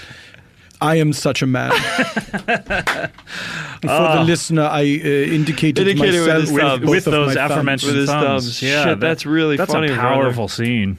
Why isn't it Werner? When you come to America, does it become Werner? It is. When you pull an Eddie Murphy and you're coming to America. That is, you're saying is it that true? correctly. So My name over is there, Werner is it Herzog. Warner Brothers? It is the same in both countries. I do not understand. Oh, do we pronounce it? Wouldn't it be? We pronounce our W's Werner? as Hua. Like Werner. Yes, like Werner. Warren Sapp. Like where is Where is Werner Herzog? Where is Warren Sapp? Oh, I bet you get dizzy if you do it for too long. Where in the world is Warren Whap? It seems as if you added some extraneous W's. When do we start recording? Because obviously this isn't a podcast this that people is listen be good. to. No, of course. I'm dizzy a lot. Yeah, Ben and Werner. Something to be concerned about. I am a lot. I wonder what that is. Ben and Werner, which of you guys wants to answer this first? What are you up to now? Werner.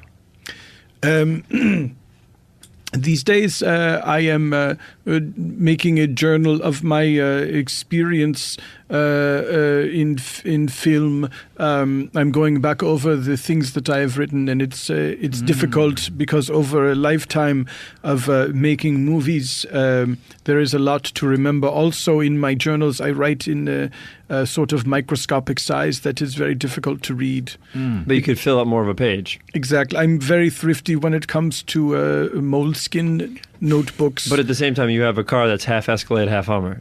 That's true because it damages the earth. Oh, that's what But I would think that moleskins, if you bought several of them, it would damage trees. Yeah, get a lot of paper. Well, that's another problem is that I don't like the moleskin prices. But you don't like the price point for I what don't you like get? the price point for what you get, yes.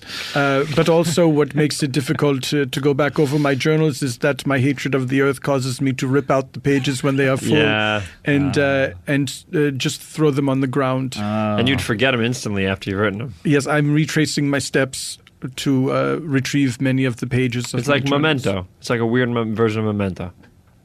You've never seen it because you didn't direct it. Memento was pretty weird. Yes, I'm like Prince. I only watch the movies that I direct. Got it. Prince only watches the movies Purple he Rain? directs.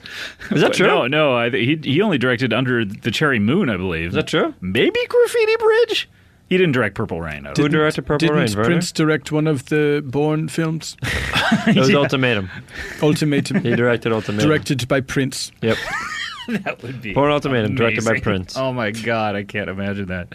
What, Ben? Do you have a girlfriend? No. Okay. No. I always have to check in on your dating life. Who knows? Who knows? The answer is who knows? Boy, you keep it close to the vest. I do. I do keep that stuff really private. Or as they say in The Dark Knight. Wait, why do you ask him what's he up to, and then you ask me if I have a girlfriend? I don't know. I just like to check in with you. You know, I like to. Fans true. of the show are interested in your dating life. Is that safe to say? Is that true? Yeah, people are always talking about you and Emmy Rossum. How you guys should get together. And But I've never dated Emmy. I've never done you guys anything. are back to back. We're back to back in TV shows. Yeah. That's why you asked if I had a girlfriend. You thought I was doing things with Emmy Rossum. You have 2 backs. Why don't you make that beast with 2 backs? You have 1 back. You're back to back. I guess that's taking up both spaces. Wait, of you the only back. you share a back? Yeah, me and Emmy. Oh my God, I've said too much. Oh my God, I've said too much. What if she won an Emmy? That'd be funny. That would be so funny. I bet everyone would laugh For a the minute role? they said, "Ladies and gentlemen, the winner is Emmy Rossum." Everyone just go, "Ah!" What happens if he was playing Emmylou Harris in a movie, in a TV show movie? That would be. Oh, that's the triplicate dream Can team. everybody tweet at you that's interested in my dating life? Yeah, they should. They definitely should. Do we need to set you up on dates? No. I don't need to be set up on dates. I'm good right now. I beg your pardon. Ben, were you asking, would everyone do this, or are they able to do this? Are they able? Because right now, most of the characters I know have 2 fingers. So essentially, it's going to be hard for them to do anything. They have thumb and a pointer finger. Half the people in this room, in your character, had a thumb and a pointer finger. It's true. So it's like half the people in this room have that attribute, no? I mean, Werner Herzog does not in his real life. I mean, obviously, you're looking right at his hands. He's folding them together. All kinds of fingers, including. Who has 2 thumbs and all his fingers? This guy. You can't do it. I am an example of a man he's that pointing you're to speaking himself. of. Yeah. You can't see. He's indicating with both of his thumbs. I have all of my thumbs and fingers, and in addition, I have the finger of Klaus Kinski in my vest pocket, which I keep always. So you have 3 thumbs? Yes. God. What do you do with the 3rd thumb usually? I just keep it close to me as a lucky charm, a talisman against evil. Have you ever eaten Lucky Charms? Several times Great today. question, Ben, by the Thank way. you, buddy. That was a great question. I enjoy how unnatural the marshmallows taste. So unearthly, so unenvironmentally A lot of people call them marshmallows. Yeah, what do you say call them? mallows? How is the word spelled? I believe it's mallow, Marshmallows. but everyone I know just says marshmallows. Well, it's nice to meet you. Not me. You haven't asked me how I say it. How do you say it, Ben? What? Say the word. Marshmallow. I got it. No problem. A marshmallow.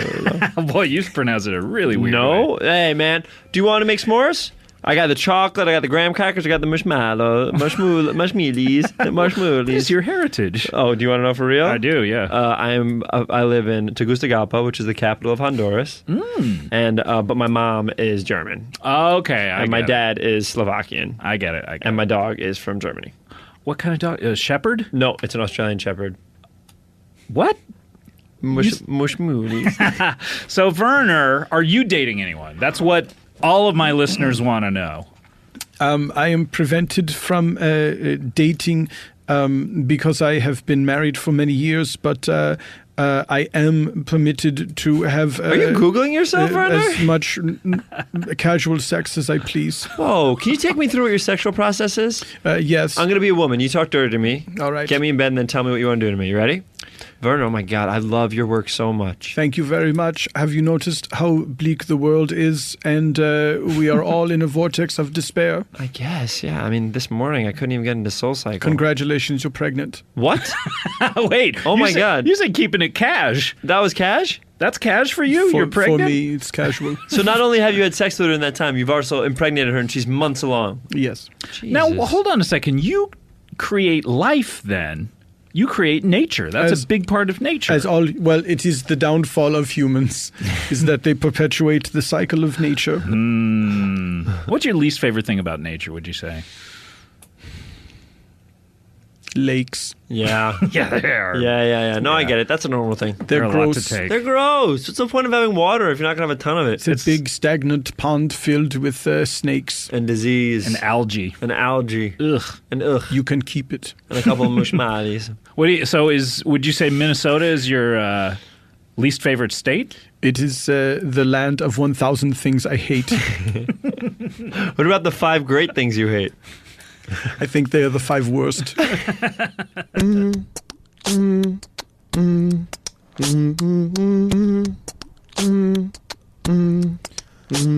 What is your favorite movie, Werner? Oh, good question. That's not your own. That's not my own. That's not by Prince either. Oof. Oh, now you put him into a hole. That narrows things down. By 95%. Probably Freddy Got Fingered. Herbie Goes Bananas. Is that the sequel to Herbie Fully Loaded? This is the original Herbie series. Oh. Yes. How many films in that series? 4. Okay, and let's name them, of course. Herbie the Love Herbie Bug. the Love Bug. Herbie goes to Monte Carlo. Monte Carlo, yes. Herbie Goes Bananas. Yes. And then? Herbie Portrait of a Serial Killer. Comedy, bang, bang, comedy, bang, bang, bang, bang, with a comedy edge. What movie, Werner, would you like to be in if you could be in any great movie question, series of all Scott. time, excluding Lethal Weapon? Movie series, so it can't just be a single. It has to be series, you said. As an actor. And you can have as many fingers as you want. Don't be, you don't You can have have to extra fingers. You can have 100 fingers. Oh, this opens up some Yeah, possibilities. 'cause you were just going to say Speed, but you can't. You can do more beyond that now. I would love to be in the Father of the Bride series of films, the remakes with Steve Martin. With how many fingers would you want in this? Less than 40. More than 10, or more than 10. 8. More than 8 that we normally have. More than Less than 8, 40. but less than 40. Yes, I think that's fair. Would you ever reference it? I would insist that it never be referenced. But always shot. My hands would constantly be in frame. I'd be touching my course, face you like a have madman.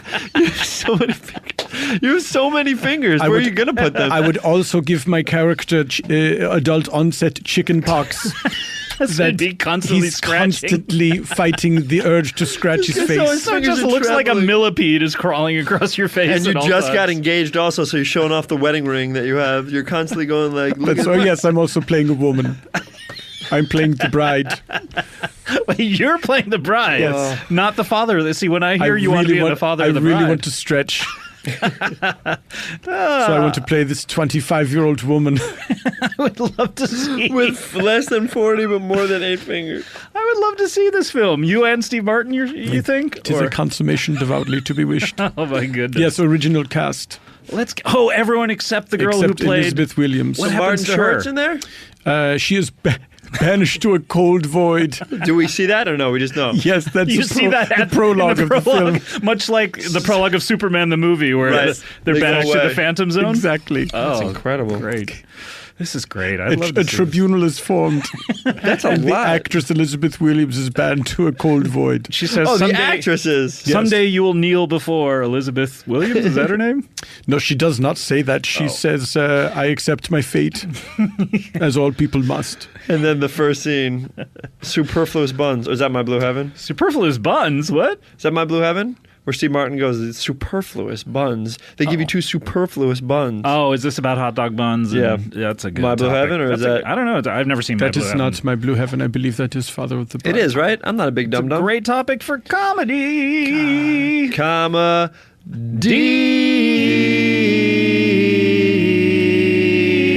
D. Werner, have you ever thought about doing stand-up comedy? Twice. Do it. Can I give you a setup and you punch it down? Is that the common lingo? Yes, I'm sorry. I don't know the terms, but I will, You'll as you figure it say, out. try to punch it down. Okay, ready? God, so it's so hot outside.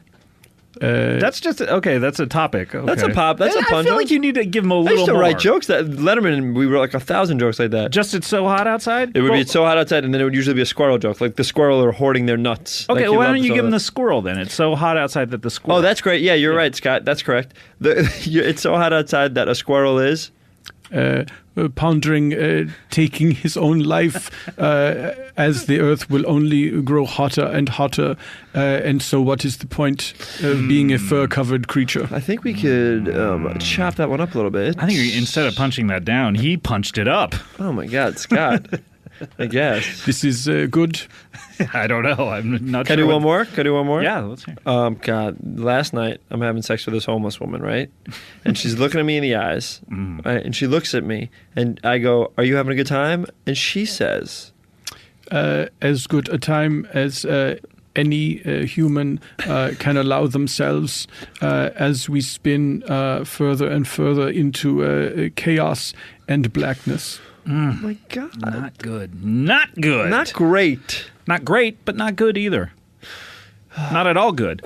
Hey, what do you think happens to us when we die, Werner? Great question. Can we go around the room? I want you to answer that honestly. Okay, you want me to answer honestly? Well, ask Werner. Werner's gonna have the most down to earth answer, and then I want to hear your real one, Scott. For Okay, real. I'll your give real it, one. yeah, I'll do my Not a totally joker real one. one. Okay. Yeah. It may be surprising to you to hear that I believe in a soul, and I feel that although our bodies cease to function and our brains turn off, that when we are laid in our graves, there is still a spirit that is sentient and aware and very upset to be in a coffin in a grave. So you think that just modern science cannot register that your soul is aware because it's not actually physical. So even though by all scientific process we do not register that you are alive anymore. I can't believe your answer was more boring than his answer. Oh, You're trying to explain it was more boring than his answer.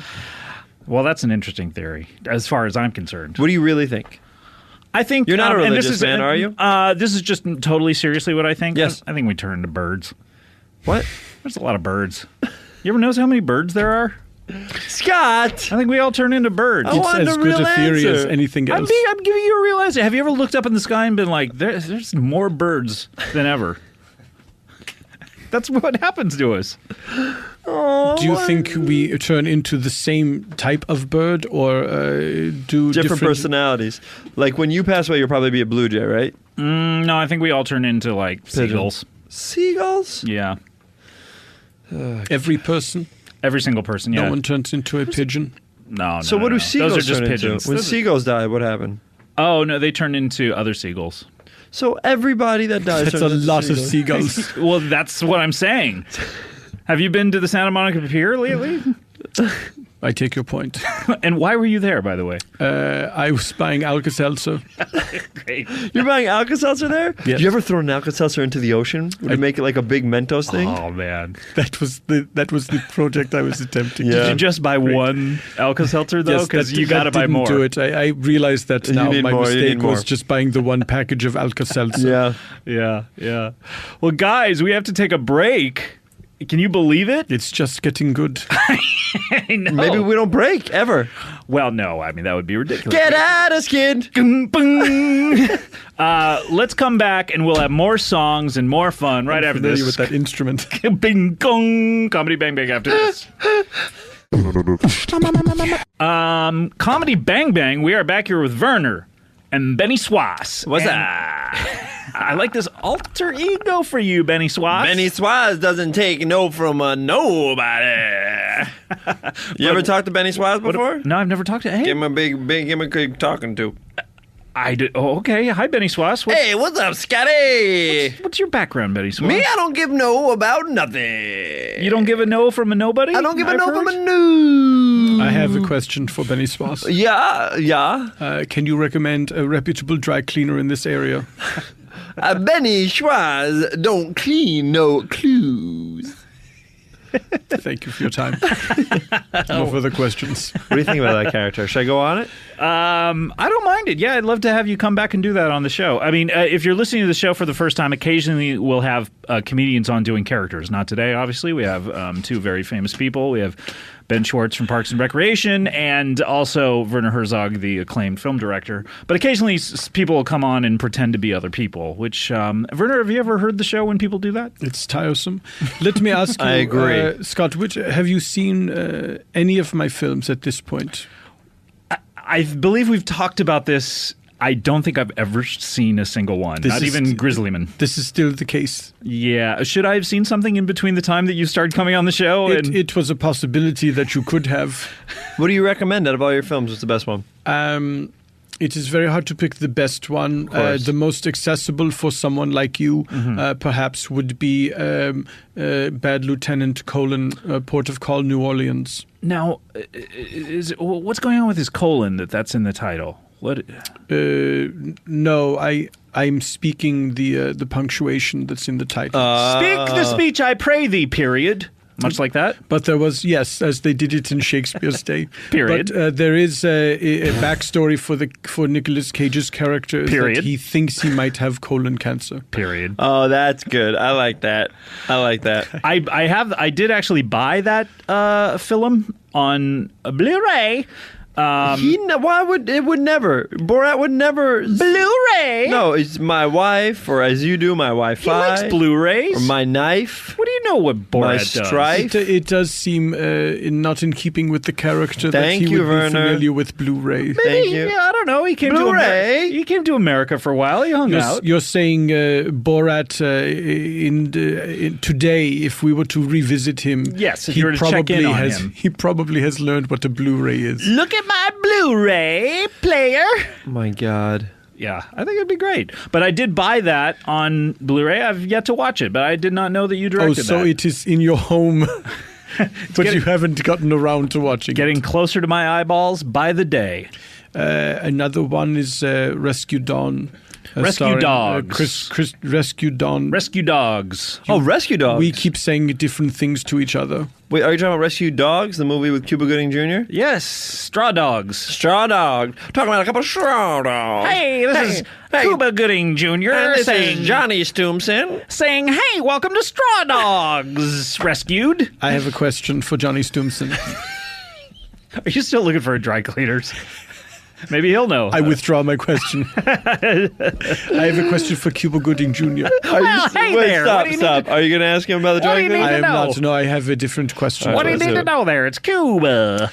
Do you have any idea where Johnny Stumson gets his clothes cleaned? Why, surely I do. He doesn't clean them at all. Are you the Cuba Gooding Jr. from the films? No, of course not. Why would you think that? Dude. I'm only in one film, Straw Dogs Rescued.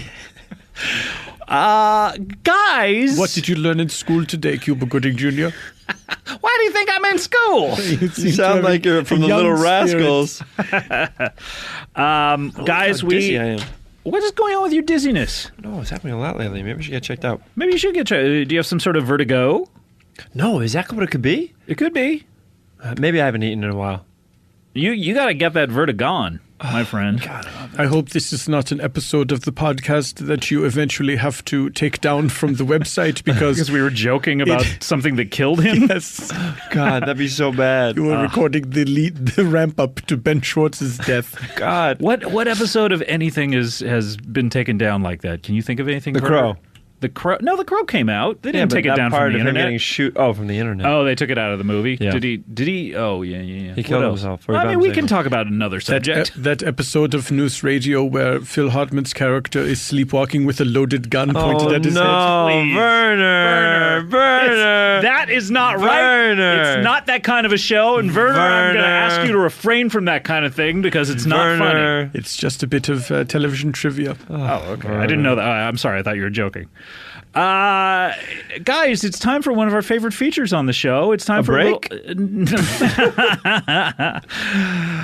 Werner Hertz. The Hertz rent-a-car. He's with us today. It's time. What just happened? It's as if Rob Schneider has I was walked just into the going to room. say. Making the coffees. Making coffees, lattes. It's time Has he been excluded from the Grown Ups series of films? I was wondering that. It's Is that coming. true? It's coming out this Friday. I have not seen him in any of the advertisements. That's what I was wondering because wasn't he front and center in the ads? Are they I have not no friends idea. anymore? I have no idea. I would hate to think that there could be any unrest in that group of friends. But our good friends Nick Swartzen is in that movie. He's in all too. those movies, right? And Andy Samberg is in that movie, and Will Forte and Taron Killam.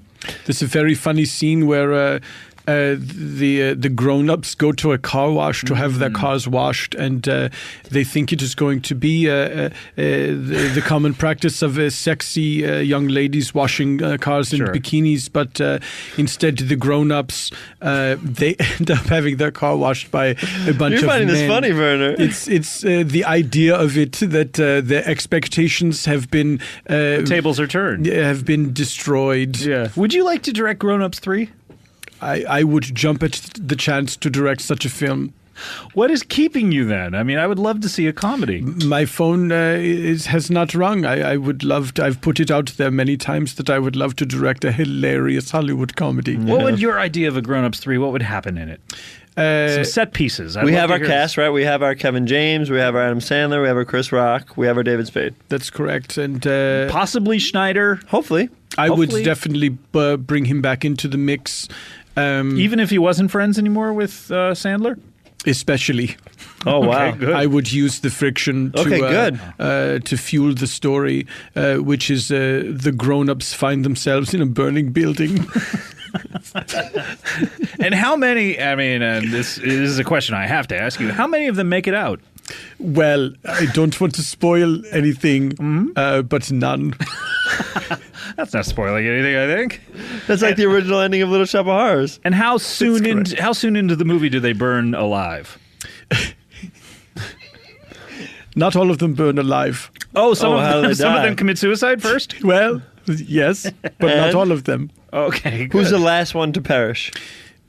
That Alan fellow who's in all of the Adam Sandler movies. Alan Corbett? Yes. He's the last man standing. He's the last man standing. And what does he say? He is a firefighter who comes in just a moment too late, and then he is crushed by a beam. So then what's the last frame of our film? He, as he is crushed by the beam, he says, "I'm a homosexual." Why? And then everyone, because it's a laugh line. It's a laugh line. The films such as these posit the idea that homosexuality is the funniest thing you can even imagine. And then so I want to end the film on a big laugh line. But then crushed by a beam. Yes, his just rewards. Whatever. Yes, it is ever thus to homosexuals in films like this. It is no less than he deserves. You are getting so dark this segment. I have to say, my goodness. I'm just trying to make everyone laugh. You're doing great. You're doing great. Thank you. From a deli owner, that's a rave. I don't own a deli. No, that's a reference to a commercial for rye bread from decades ago. Tell us about this commercial. I'd love to hear about it. Werner, did you just reference a commercial that nobody would know? It was an American television commercial. Growing up as a young man in Germany, I was obsessed with television advertisements. Anything American. Anything American. American television. Rock and roll, blue jeans, commercials for rye bread. And there was a series of it was a montage of different deli owners of New York City. And they made the makers of this rye bread made sandwiches for these deli owners to sample. The idea being that they would get a taste of this wonderful bread and say something positive about it, and then one by one they all give these reviews that are damning with their faint praise, saying it's all right, I don't mind it, and then the last fellow says it makes a nice sandwich, and then the announcer's voice comes in and says, from a deli owner, that's a rave. Because they are notoriously stingy with their compliments about foodstuffs. Yeah, that sounds amazing. God, we are I getting haven't seen a commercial for rye bread in a long time. Did you ever see that commercial for Where's the Beef? Well, it wasn't for Where's the Beef. Yeah, for that product, Where's the Beef? No, you're thinking of, that's what the woman says. What? No, she says Where's the Beef? It's for Wendy's. What's Wendy's? Wendy's is... I've seen that commercial a million times. It's for Where's the Beef? And what is she pointing at? She's pointing at that the burger has no beef on the regular burgers, but at Wendy's it has more. Yeah, and it's like, hey, come to Where's the Beef and you get the beef. Have you ever been to Where's the Beef? I do have I've always wanted to go. I've never seen one around. I assumed it was a regional thing. I do have to ask you, Scott, do you, in your mind, you remember the announcer saying, come to Where's the Beef? Of course. I saw it a million times. He obviously says that. Where? What part? Ready? You be the woman. Yeah, okay. Hey, I want a hamburger. I beg your pardon. May I also be in the advertisement? Yes, please. Of course, if you don't mind, Werner. I will play the role of the fellow who is serving the beefless hamburger. That's great. Okay. And who are you, Benny Sloss? I'm your friend. Oh, okay, you're my friend. The other old lady. I'm the other old lady. Come, old lady. Let's talk to this gentleman. Hey, we'd like 2 burgers, please. 2 of them. Welcome to the hamburger establishment. 2 burgers, you say? Yes, please. 1 moment, please. Make those 2 hamburgers promptly. Oh, we have some already waiting under some lights. Fantastic. Here are your 2 burgers, ladies and gentlemen. Thank you very much. Wait a second. This big burger tastes terrible. Let's go to Where's the Beef? No, wait. I have a question. Huh. Where's the beef? Yes, let's go there. No, where's the beef? Yes, let's go to Where's the Beef? Sir, where's the beef? Where's the beef? Are you referring to this skimpy serving of beef that is in this hamburger? Yes. I do apologize. I hope you understand that the corporate culture that has a stranglehold on this nation causes us to serve less than satisfactory food. Well, I think that portion sizes could be reduced. We're all getting too fat these days. You raise an interesting idea. Perhaps it is time to cut back on our beef consumption. Did you know that? Cut. If I'm the director, I'm saying cut now. What? What's Because that? I don't know what the product is. I was about to go. I think we're against what my product is. I was about to go into the fact that 90% of the truck traffic in the United States is from beef. Well, as the director, can I come in here for a second? Well, as you know, I know guild rules forbid you to direct me. Yeah, so I guess you'll just have to talk to me. You direct Scott. I will carry on with the commercial in the way that I see fit. Okay. While I'm directing him? Yes. Okay, well, the whole thing is also at the beginning, if the hamburgers are there these waiting, two ladies why would be wouldn't better you just served take by them out going immediately? to They're a there right different next to them. hamburger The other time is, establishment. stop saying that where's the offers, beef. It's about Wendy's. It's about more the burger substantial inside. hamburger Okay? than, you never want me we to say offer where's the here. No, say I where's think the it is beef. We also should go to time for Wendy's. us They to have big consider- burgers. Okay. Reconsider our business practices. I mean, just I guess jump in and, this. Jump in this, I guess. Go. Hey, excuse me. Where's the beef? Stop. Cut. Listen to me. I have notes again. I wonder. This is what you got to do. Don't say where's the beef. Say literally where's the beef. We got to get a bigger burger. Okay. Okay, I got it. And I actually definitely jump got in. it. It's like a The fucking advanced water slide. Go. Excuse me, sir. Where is that beef? Stop. You didn't even say beef on that time. Okay. I fear this that is what you should do. woman is, say it with me what right did now. I say? Into You said a where's state the of beef? dementia, You said perhaps beef. brought Where's on the by beef? Where's the her beef? advanced I age. couldn't possibly have And, said Say it that. with me. she is Where's the only beef? Where's the catching beef? some Where's of the what beef? her All friend right, I'm gonna jump in. is saying. Excuse me. Beep the beep. Cut. That'll do it. All right, we got it. Good Good take. day. Good Good take. day. I did not understand your order. Please drive around. You were in a drive-through the whole time. Oh, that's our first mistake. I guess. We're not even in a car. And scene. Oh, so wait, you direct? You also? Well, there was I added a moment at the end where the counterman played by me looks forlornly into the camera, and that's a good. single tear rolls down his face. Do you know there's a bit that I do and now Scott and I do that is as follows when we're improvising at the end we go and 10 more minutes. Oh, is it 10? Yeah. Sorry. I wish I could. And 10 more minutes. And then we keep Just improvising. keep going for 10 more minutes. Not today. Not today. Gotta get out of skid. Everybody just wanna suck on my big. Everybody just look at the plant I got. Down and everybody, I get down and skid. This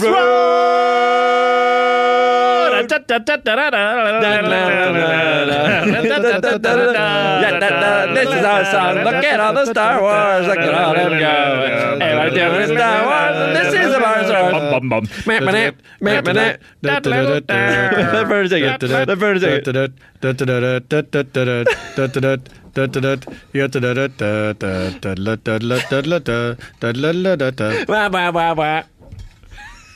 I didn't realize that song ends on blah, blah, blah, blah.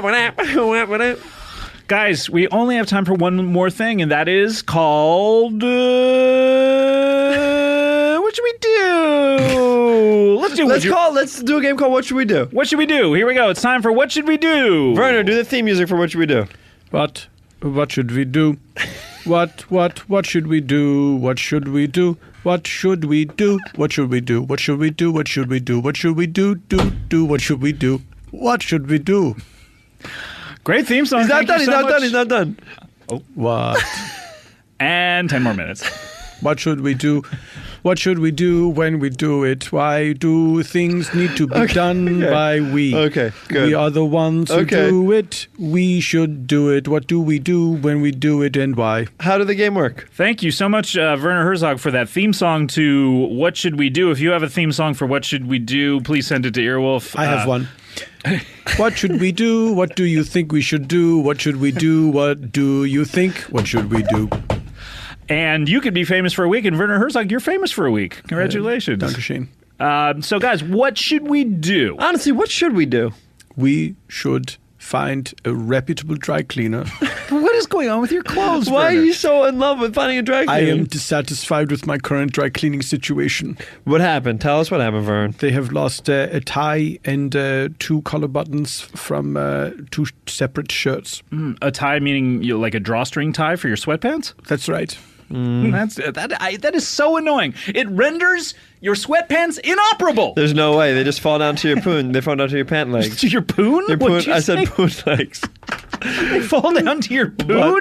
What should we do? What should we do? Do you want to know? Can you ask me? Yeah, what should we do? I think the 3 of us should get in a hot air balloon and see if we can blow so hard that it gets it to go up in the air. And then when we're up in the air, we jump and we all say our favorite catchphrase. Okay. And we land. All we right. carry shrug it. We land and we break a limb. Okay. And then we get up and we go, ugh, I shouldn't have paid a lot for that muffler. Okay, let's do it. I have a spare hot air balloon right here. Yes. I just a point of order is I shouldn't have paid a lot for that muffle. Excluded from the catchphrase. You can no longer say that because we all say that. That is only upon climbing from the wreckage of the hot air balloon basket. Correct. Okay, I got it. So we're going to get into this hot air balloon. Let's do it. We're Ready? gonna On 3, we're going to blow. Okay, here we go. Ready? Here we go. Ready? 1, 2, 3. Oh, we're rising. It's working. Okay, ready? I'm going to jump first. Okay, ready? All right, here we go. 1. And we all say our catchphrase when we jump. Is that it? Yeah, so I'll jump first. Ready? Okay, here we go. Ready? Ah, that takes finesse. Where's the beep? Kiss mine grits. Oh, you're not going to pay a lot for that muffler. Oh, my leg. Ow. Oh, my Lanta. Ooh, got a good one in there. It seemed as if the muffler catchphrase changed from I shouldn't have paid a lot for that muffler to I'm not going to pay a lot for that muffler. So it's I shouldn't. Well, I was confused as to where we were in time.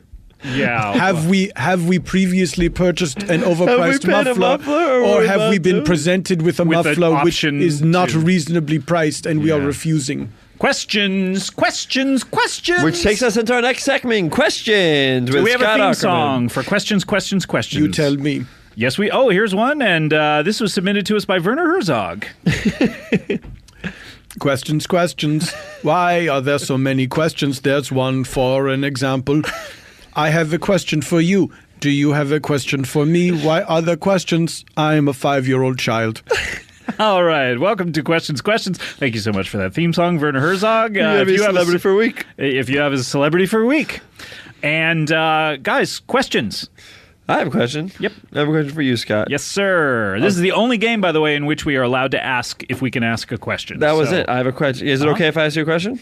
By all means. Is that my question, or can I ask another one? You can say there's no rules in this game. Ask as many as you like. Okay, if I gave you the opportunity to be a huge celebrity, huge, I'm talking about like Brad Pitt huge, okay, but all the movies that you make are like movies that you hate. They're all shitty. Like they just make a lot of money. So you're not proud of your work. Or yes, okay, or you are an indie darling. You are an indie darling. You make the best feature films. They get nominated for Oscars every year, but you just don't have enough money to get by. ends meet. You can't take care of you and Kulap, right? You're barely getting through. Okay. What do you do? Boy, this is some sort of like, which one of these scenarios would I rather Yeah, like it's a, would you want to do this or would you want to do that? Or oh, and in one of the situations, you have 17 fingers and you're dying of cancer. But which one? I can't tell you. You can't tell me. Okay, great. Until after I pick. I guess I would choose the big rich guy who doesn't like his work because I could always vacay. Hit me with a finger tally. Hit me with a finger tally. Bow, bow, now. I said just hit me with a finger tally. Bow, bow. How many I got, bro? I said hit me with a finger tally. The theme song is not concluded yet. Pointing me away. How many I got, bro? You got 40 fingers. I got a 40 fingers. Question for Werner. Do you have one for him? I have a question. Yes, questions. May I ask a question first of all? By all means. Thank you so much for asking. Great question. It begins with a statement, and the statement is of a complimentary nature, and then it segues into my question. Better not end in a period. It will not. Okay. Good. Period. Then we're good to go, right? Here is my initial statement. Period. I certainly.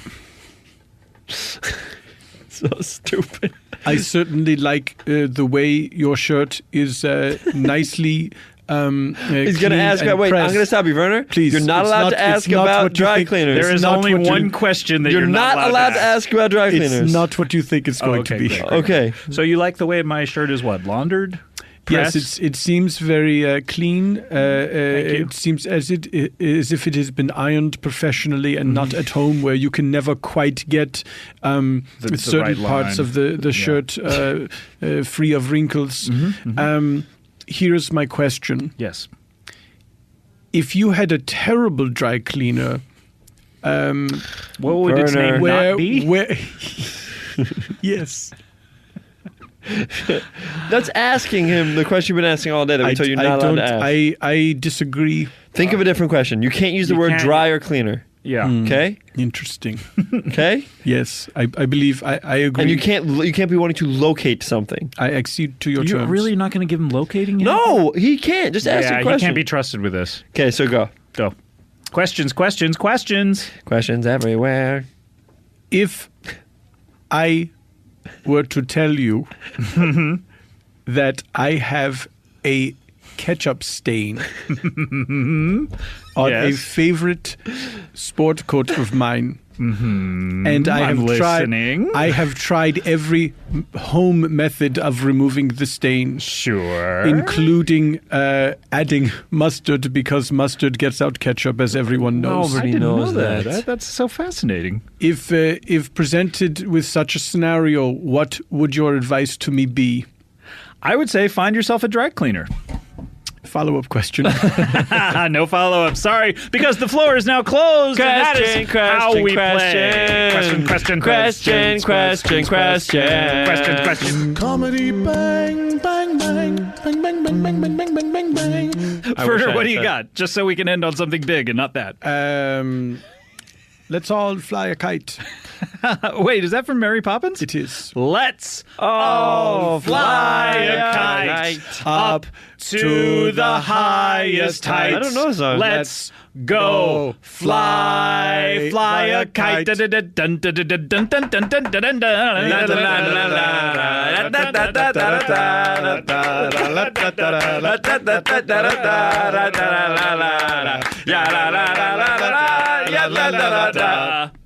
Bleak.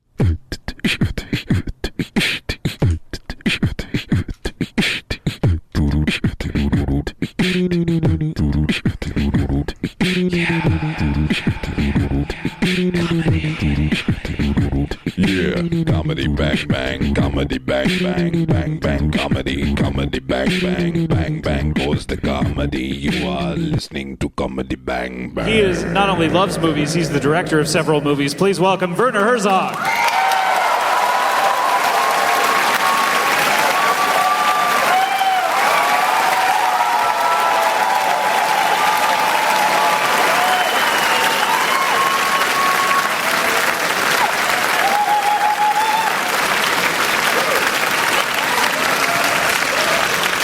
Thank you very much. Scott, thank you for having me. Forgive me if this is unorthodox, but I am also staying at the Majestic Hotel, and I would like to read you the review I've composed for Yelp.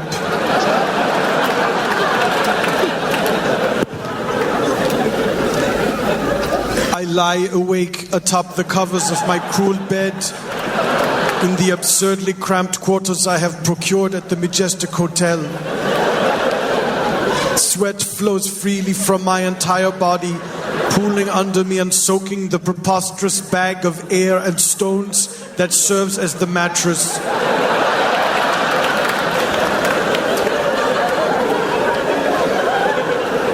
A clammy apprehension seizes me as I reach for the thermostat above the nightstand. Am I truly controlling anything?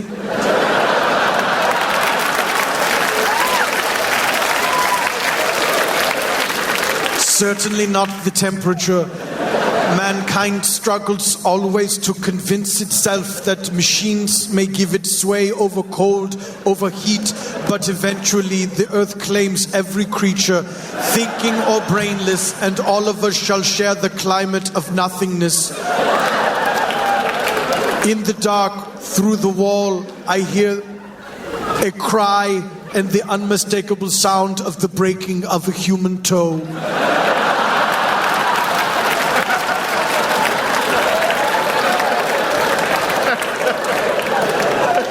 3 stars.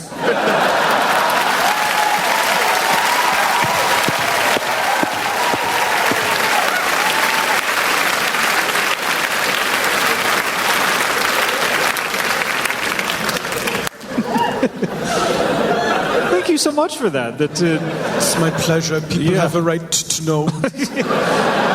Do you use Yelp often? Yes. I review my own films. It's a bit of buzz marketing.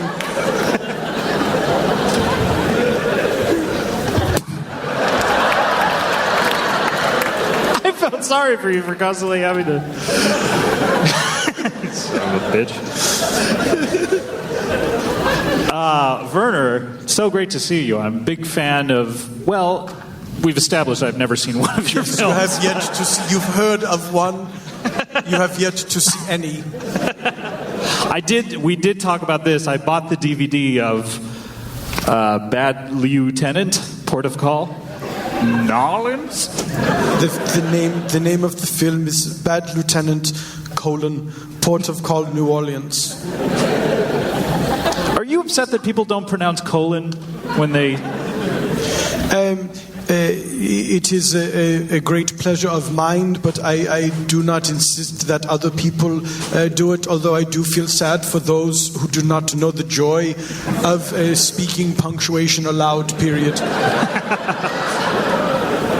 It's only myself and the late Victor Borgia.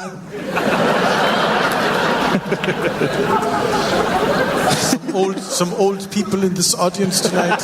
Some old ass people. I'm surprised that got so much. People of a certain age. Men of a certain age. Better than the youngsters who their parents made them leave last night, as Don DeMello was talking. Oh, is that so? You had a family come to the show? Yes, we did. Yeah. Did this make you upset that an entire family was unable to enjoy this program that you seek to entertain people with? Well, I always want it to be family entertainment, and then something happens in the middle of it that gets weird. And last night it was Don DeMello, unfortunately. Is it? Were you aware that Don DeMello is a human monster? I knew that, but how do you know Don DeMello? It's show business is a small town, as they say, and we were going to collaborate on a project many years ago. What? Do you guys know who Don DeMello is, theatrical director? He works at the Pasadena Fairy Tale Theater. That's right. And you were going to collaborate. That blows my mind. Yes, I was going to... he was going to produce and I was going to direct a live theater show called Disney's Herbie, Portrait of a Serial Killer.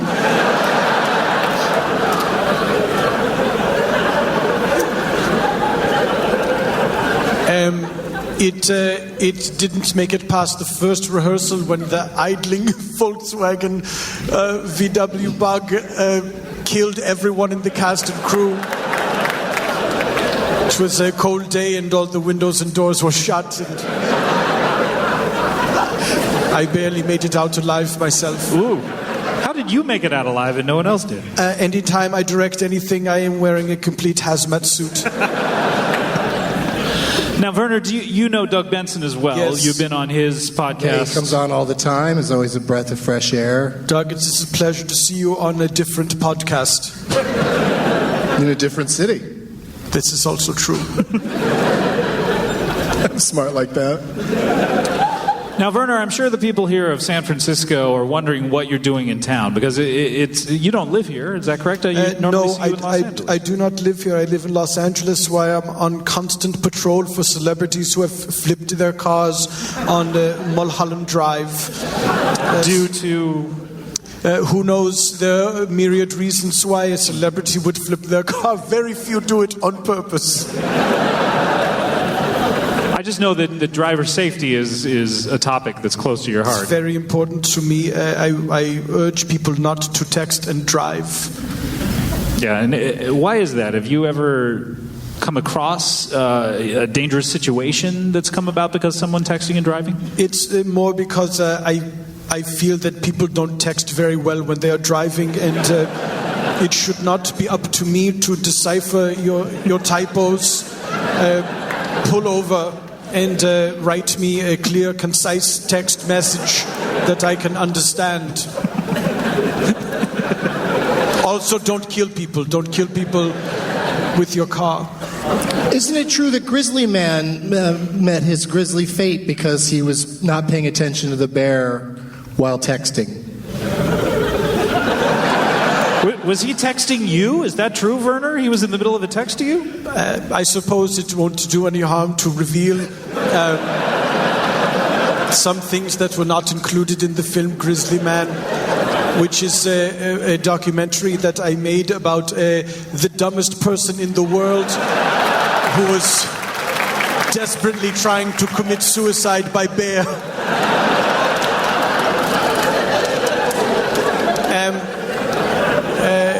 There is a scene in the film where I hear an audio recording of this young man's final moments on Earth as he's being savagely ripped apart by a bear, and I listened to it and told no one of what I heard, merely that it was very disturbing and should not be listened to. But I will tell you this, that one of the things I heard the fellow say just before the bear attacked him was, I think I will text Werner Herzog. It doesn't seem like there are any bears around right now.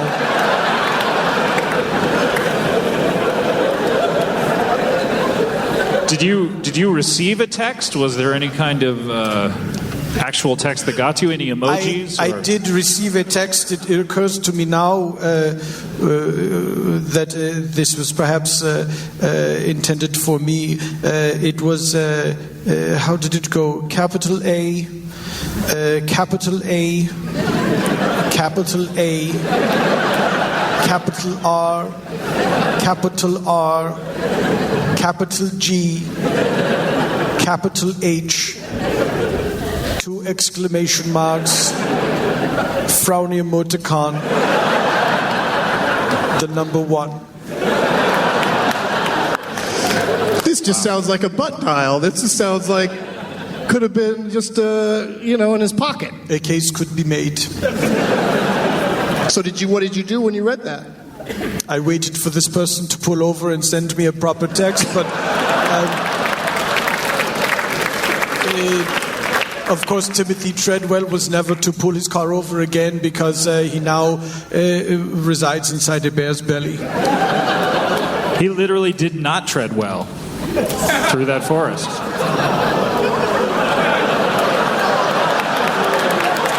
When I say something true, I am unaccustomed to people booing. It seems as if the audience has judged you and found you wanting. The rules are different when you're in a palace. That's true. Werner. What are we going to do with me?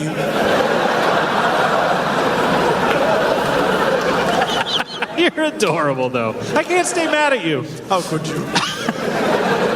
Werner, I have to know, what are you doing in San Francisco? This is driving me insane! With all due respect, Scott, that question is invalid because the actual question you should be asking me is, what am I not doing in San Francisco? All right, I'm sorry. I retract that. What are you not doing in San Francisco? Working on a single project. Which means you have many projects? I'm working on 75 projects at the moment.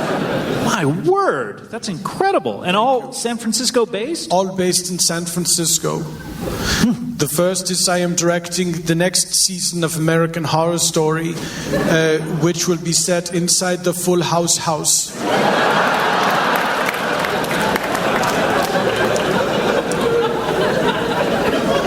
I am using all of the actors from the television series Breaking Bad that has just wrapped They will all move into the house together, and slowly they will transform into the original family members who resided in the Full House house.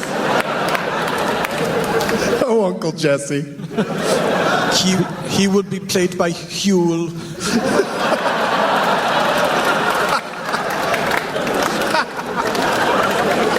Please don't tell anyone, but the season finale features those crazy Latino twins turning into the Olsens. Oh! A match made in heaven. Then I will redo all of the Olsen twins direct-to-video movies with those twins. New York Minute? Check. I defy you to name another. That's where that game ends. This is a new game for your podcast, perhaps, Doug. Name one other Olsen twins movie. I'll try it tomorrow night. Gosh, what is Walter White, Heisenberg himself, Bryan Cranston gonna play? He's going to play the Dave Coulier character of Uncle Joey. Good. Is he working on his Popeye impression? He's working. Oh, he's got it down. So it turns out Popeye is not a difficult impression to do.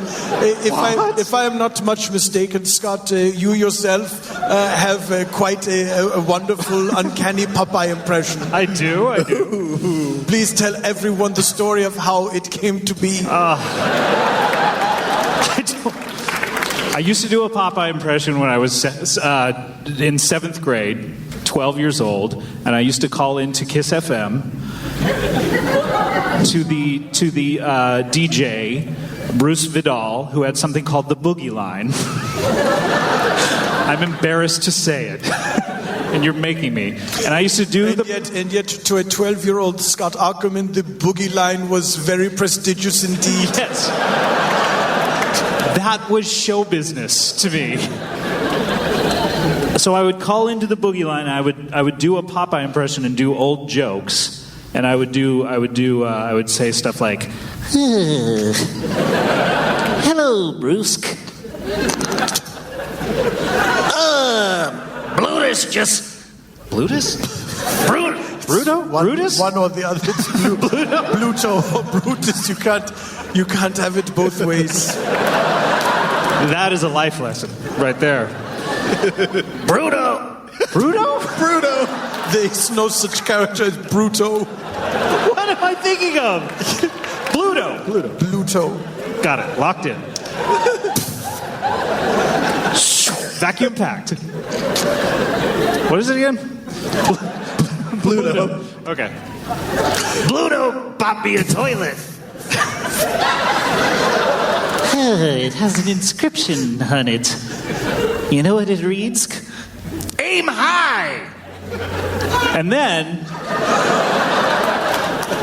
I had a tape recorder with sound effects that I had recorded, like oing, oing, oing, oing, and a toilet flushing, flush, and a guy laughing, and then I would go. Certainly. The coup de grace of any Popeye impression. Yes. And then I feel like I've told this story before, but let me continue. You have. However, it was I who requested to hear it. Yes. Breaking Bad has an ending, and so does this story, so I must continue. He would normally... I wouldn't be afraid of a Sopranos ending on this one.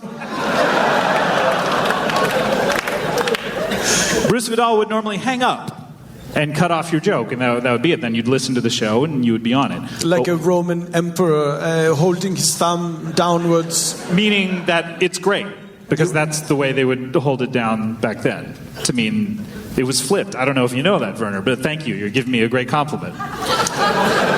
That's true. I have no cause to doubt you. But then one day, I was laughing,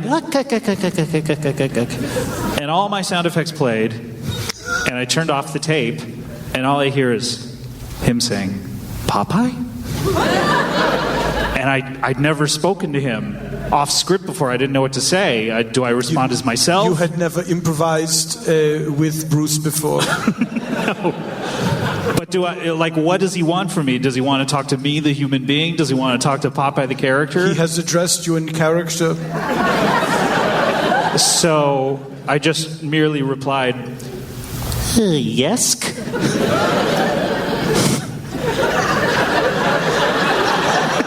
It's very Popeye-like. I know that gives you such great pleasure to hear that story. I'm pleased that your natural creative instincts took hold. Stay in character. You stayed in the character and replied as Popeye would when addressed. Yeah. And then what did Bruce do? Then he hung up on you? He wanted to give me the hotline number. So he was like, hey, we want to give you our special hotline number so you don't have to get a busy signal so much. And I was like, let me write this down. It is embarrassing to do Popeye that long. I can see why Dave Coulier just abandons it. But now, is Bryan Cranston gonna keep it going throughout the entire half hour of the show? Is it a half hour? Is it a movie? What is it's a television season. Each episode will be 90 minutes long. Good. I had in my contract that I was allowed to have as much staring as I wanted in any episode. So many of the episodes will feature characters staring at something horrific that the audience will never see. Great. Sometimes it's people just checking the fridge. They don't know what they want, but they open it up and just browse around in there. That's one project. That sounds gripping. How many episodes? I think all of them. Okay, great. And that's one project, but I'm sure you have several more. I am also working on a film about a very creative artist, very abstract, works with anything he finds to hand. He is also a transvestite who dresses in this rubberized woman suit. The suit of a great fat woman, and the name of the film is Mixed Medea.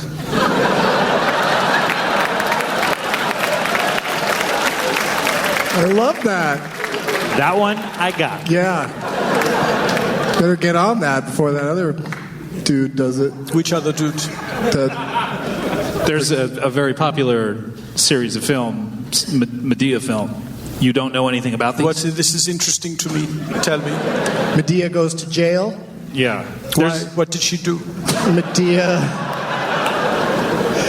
Medea goes through menopause. Yeah. That's the title of the movie. I don't know. That's just what happens during most of them.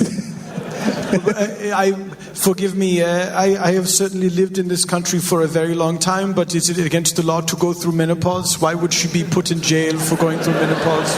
No, I was guessing that's one of the other films was called I see. that. It's Medea does something each time, not unlike Ernest. There's no movie that's just Medea kicks back. Takes a day off. Does Medea ever go bananas? Much like Disney's Herbie? She should.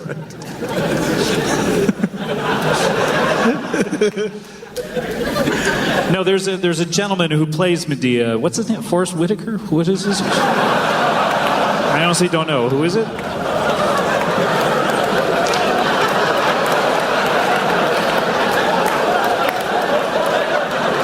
I have no idea.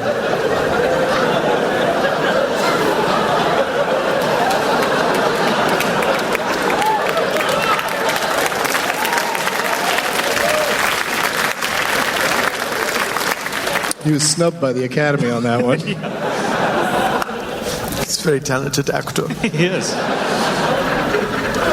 Well, that sounds amazing, Werner.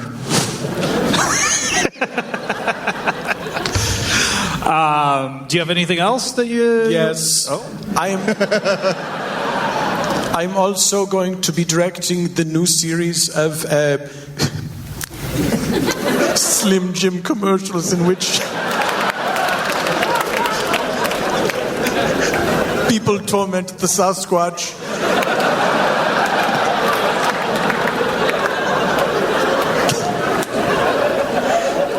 In this one, the humans are able to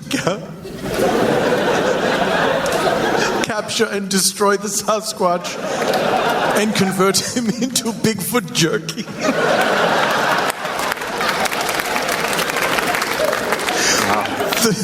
That's in the first ad, and then the rest of the ads are the people living lives haunted by the fact that they have destroyed something truly special on this earth.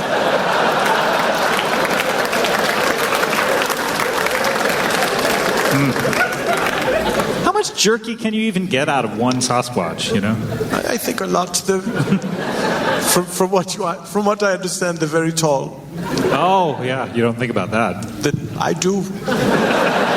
Very often I set aside 20 minutes every day to sit and think about how tall the Sasquatch is. Are you obsessed with creatures like that? I have another friend, Gary, who is obsessed with creatures like that. Are you speaking of the director Gary Marshall? Oh yeah, yeah, of course, yeah. Maybe you would know him. Yes, he is quite the cryptozoologist, and he has enlisted my aid in roaming the earth and trying to find these creatures of legend. You do this together, you and Gary? We're about to embark on this wonderful journey. We're going all over the world. I do not know in how many days, if that is of is that going to be a problem for you? I just say do it in fewer days than 80. I'd appreciate it. I am convinced we will be done relatively quickly, as I do not believe in these creatures, but Gary Marshall is convinced that they are real and capturable. Which creatures are these? All of them. Oh. Name a crazy creature. I'll tell you if it's on our list of hunters. Loch Ness Monster. Yes. Abominable snowman. Yes. Dracula. No. How could you miss that That's one? not cryptozoology. That's from a book.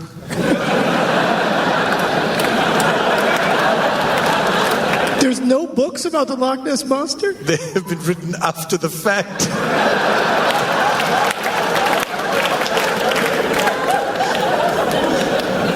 The Jersey Devil. Yes. The Philly Fanatic. Yes. What? He must be caught. He is too fanatical about Philadelphia. He is insane. He has problems. He does. He interferes with ground crews who are trying to do their jobs.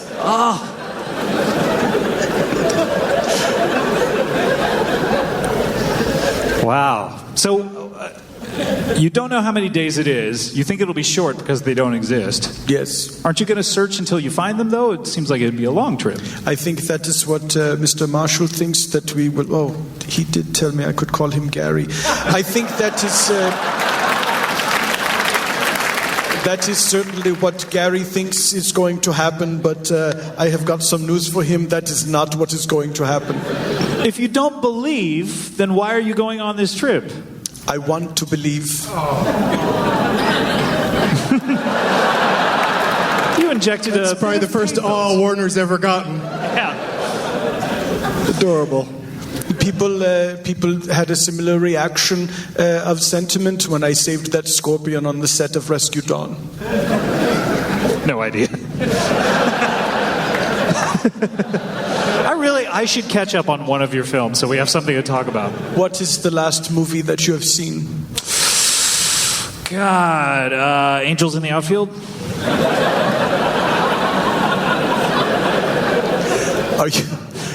Are you trying to see all movies and you're going alphabetically? Yeah, I just finished Angels in America. And then quite a contrast. There's a little less AIDS in Angels in the Outfield. Just enough, though. But but still both compelling tales about life in the United States. Yes. Check. Well, man, you have a fascinating life. I wish I was you sometimes. Sometimes I wish you were me as well. This is a serious question. Would you like to switch bodies someday? Certainly, to inhabit the physical husk of another human being, to walk around in their flesh, see life from the perspective of their height, certainly is a consummation devoutly to be wished. Number 2. Oh, man. Well, that's fascinating. I'd love to do that with you someday. If you ever figure out a way to do that, I'm right there with you. Maybe it merely needs for us to yell the idea at each other at this exact same time. Okay. Or if you both pee into the same magic fountain. Let's just yell it at each other. Let's decide what we're going to yell. All right. I worry that the volume of my voice will be insufficient to make the magic happen. I'll do a quiet yell. We'll do it at the exact same volume. Now we cannot decide beforehand what we are to yell. It must be organic. Oh, okay. Or else it will not happen. Oh, okay. So we have to think the thought.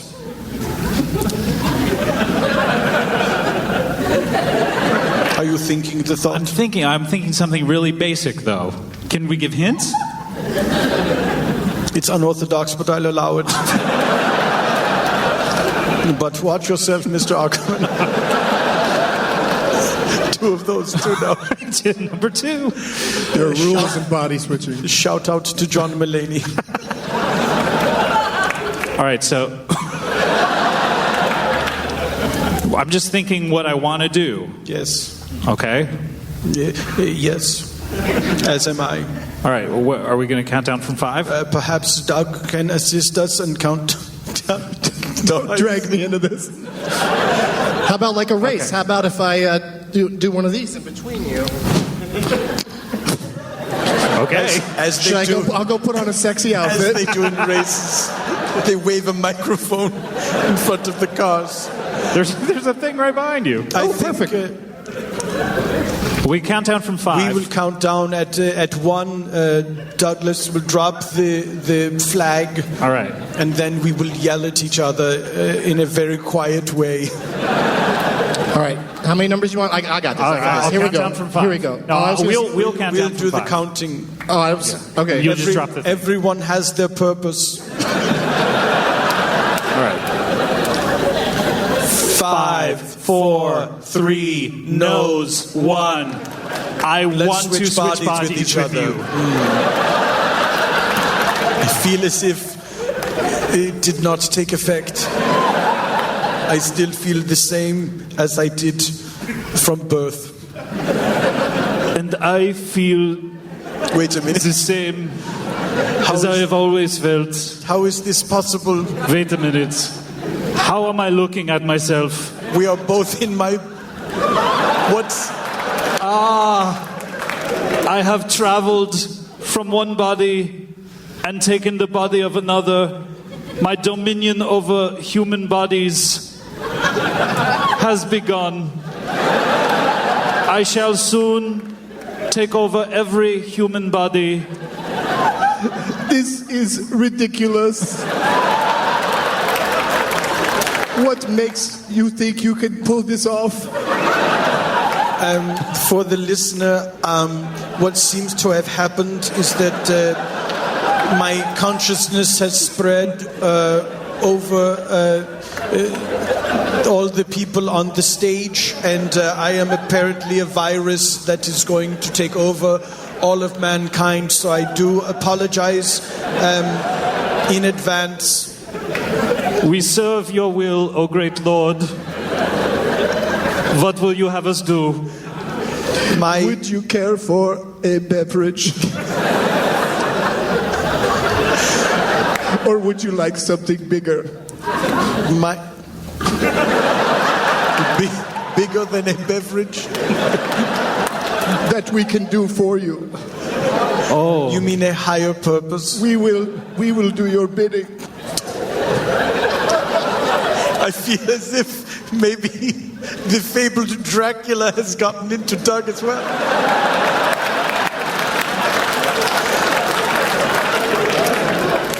Oh, great Werner Lord. What can we do for you? My only wish is that you and Doug should gaze into each other's eyes and fervently wish to be yourselves once again. I have no desire for my Herzog virus to spread. First, may I suck my own dick, please? I have always wanted to. I understand the temptation, but that's not going to happen. I am only a man. I have carnal desires. Well, look, you're right over there, too.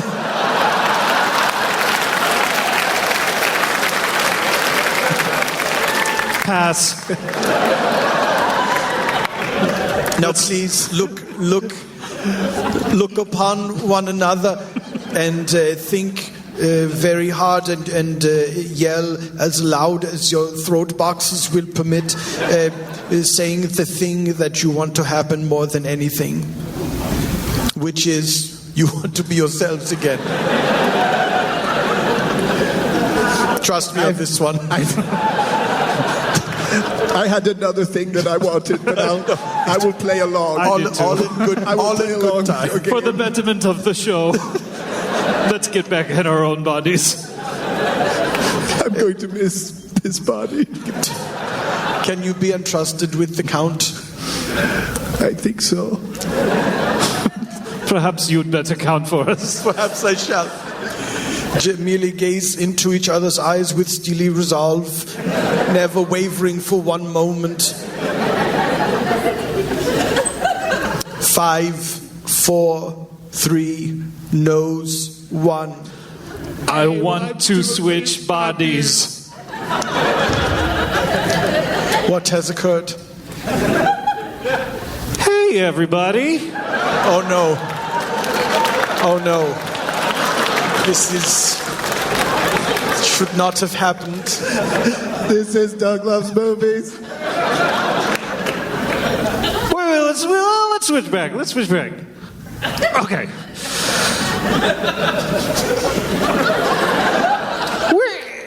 Hey.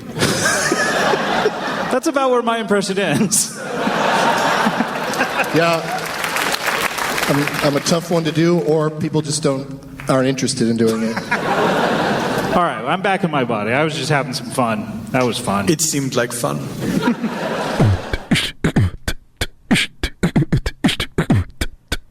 Would you rather only be able to achieve orgasm while infiltrating nuns' prayer groups in habit, or only see Carrot Top movies ever? I'm opening the floor for questions. I have a question. Please. Thank you. Did Crinkle 8 use the word inhabit twice, or was that you clarifying for us? Prayer group inhabit. No, he just used it once. Would you rather only be able to achieve orgasm while infiltrating nuns' prayer groups in habit, or only see Carrot Top movies ever? Is that how I said it? Yes. Yes. What has happened to Crinkles 1 through 7? Good question.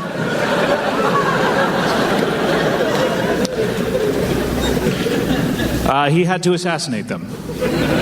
They were imperfect. In the Carrot Top scenario, is it the same films that we know in this reality that Carrot Top has made, or are they films, other films in which, in this reality, Carrot Top is now somehow in? Great question. Yes, Carrot Top. He started making movies back in the 1900s, the early 1900s. He was riding atop that train that came right at the audience. That movie scares me. No. And he's the biggest movie star in the world in this reality, and he's been in everything. He's been in my favorite films, Citizen Kane, Godfather, Godfather 2. Those are the kind of films that I like. He's been in other films. He's the biggest movie star in the world, so there is no choice but to see Carrot Top films as he stars in every single one. If I understand you correctly, are you saying that there are no films in this reality that do not feature the acting performances of Carrot Top? That is correct. So every film that we have in this reality exists in that reality, but they star Carrot Top. Is he still in the one movie that he did do, Chairman of the Board? Work sucks, as the tagline said. Yes. He is still in that, but he has a tiny part. His part is played by Robert De Niro. Is Carrot Top in the film Casablanca? Yes, but it's called Carrot Blanca. But yes. Are all the films' titles similarly carrotized? Carrotized. Yes, every film has been carrotized. What is Gone with the Wind called? You're going to be really surprised by this, but it's called Gone with the Carrot. Would you please, in no particular order, give me the names of all the Star Wars movies? Sure. You have Star Wars, A New Carrot. Which episode is this? Episode 4, certainly. I count that as episode 1. You understand. Of course I do. You have Star People Wars. of a certain age. You have Star Wars, The Carrot Strikes Back. You have Star Wars, Return of the Carrot. It used to be called Revenge of the Carrot. Is that yes, correct? Of course. Films. You have Star Wars, The Phantom Carrot. Not The Carrot Menace. No. You have Star Wars, Attack of the Carrots. And then you have Carrot Wars, Revenge of the Sith. Really mix it up at the end. It was very confusing to people. I was going to ask, did this confuse potential ticket buyers? They're used to seeing Star Wars films, and all of a sudden a film called Carrot Wars comes out. There may have been a child who says, I don't wish to see that. They are just ripping off my favorite series of films, Star Wars. So is this a parody of my favorite film, Star Wars? It's very confusing. Did the Zaz team get a hold of this property? You mean Zucker Abrams Zucker? Of course I do, films. Yes. They teamed up with Mel Brooks for Space Carrot Balls Carrot. That's an inelegant title. In the other reality where the only way one can achieve climax is to dress as a nun and infiltrate a convent, is it worth it? Oh my God. Have you ever done it before? Had an orgasm, yes. Dressed as a nun with nuns watching you?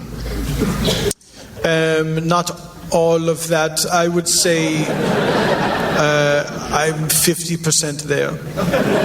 Just the orgasm part? Yes, I'm 50% there of the 3 things that you mentioned. Great. That checks out. Doug, you have a question? Yeah. By all means, then ask it, good man. Is there a Carrot Top version of Nuns on the Run? Yes, there is, and this may surprise you. What about Sister Act? Sister Care Act. Oh, no. Yeah. And Nuns on the Run is called Carrots on the Carrot. That did surprise me. Yeah. No one knew what was happening in that one. Yes, that one. People went in expecting a very different movie. What about Olsen Twins? Do they have any? Mm-hmm. Can you name one Olsen Twins movie with carrot in the title? New Carrot Minute. Can you name another? No, I cannot. A game for another podcast. All right, I've closed the floor for questions. Oh, well, there's no warning. There was no warning. There was no warning. Doug, we have to go to you. How do you like to vote? Are you going to sneak into nuns' prayer groups, inhabit, or only see carrot movies? I'm going to inhabit a nun's prayer group. Really? Inhabit. And that's the only time that you can ever have that business going on down there. Yeah, but there will be no Carrot Top movies. There's still going to be chairman of the board. I've been all right with that one for a while. You made your peace with it? Yes. All right, an interesting vote from an interesting player. Werner, how do you like to vote? Two very different realities. Put yourself in the mindset of either one, and perhaps that will lead you to your choice. As you know, film has been my calling. It has been my vocation, my life, and even in a reality where one person is the dominant actor in all of films, I would rather live in that world, not knowing that there was any other alternative than to know that Are you about to do Popeye? There is a word. Yes. Anyway, Carrot Top. Picking Carrot Top, even though he stars in all of your films. Yes, even because at least I would have the satisfaction of knowing that if one of my actors is eaten by a bear, he'll just be in the next movie anyway. Oh, you mean in Carrot Man? That's right. Or Grizzly Carrot. Wow. Well, let me tally up the points here. We have one for Carrot Man and one for Nun Orgasm. And Carrot Man is the correct answer. Congratulations, Werner. You are a winner, and you win, and you get to work with Carrot Top in all your further films. Well, that was arranged very suddenly. How does that feel to know that every film from now on that you direct is going to star Carrot Top? That's amazing. I certainly wish I had known that before we started the game. There was no discussion of the stakes. Well, you never asked. That should have been one of your questions. You're running it like the Majestic Hotel. That's how we play Would You Rather. You can watch me and my guests get high on marijuana. That's the whole premise of the show. Wow. So it starts at 4:15 to give you like 5 minutes of warm-up? Mm-hmm. 5 minutes of just kind of chatting about what we're going to do at 4:20. And then doing boom. that for the rest of the show. For about 45 minutes. Can you reveal some of the guests that you have lined up? Well, I was hoping to get you, of course. Of course. Werner, do you do drugs? I will do anything that allows me to have a brief dominion over nature. So the crushing up the leaves of marijuana. To crush a leaf, to burn it, to inhale it. I have beaten that leaf. There is a clear victor, and he is me. So you must be high all the time. Yes. Yes, that's perfect. And I'm going to be at the San Francisco Punchline the last weekend of October. Did your new show start just an hour before this show? Yeah. People will hear this on in October. Yes, they will. Is October tomorrow? No, they'll hear it in September, actually. Oh, the last day of September. Yeah, very Can good. you imagine these people of the future listening to us here in the past? What advances will they have, do you think? Jumpsuits. I have to tell you, we have jumpsuits now. I have to get out of here. Werner, anything coming up for you? Film. Very good. A lot of Carrot Top. That's right. What film do you hope to make with Carrot Top now?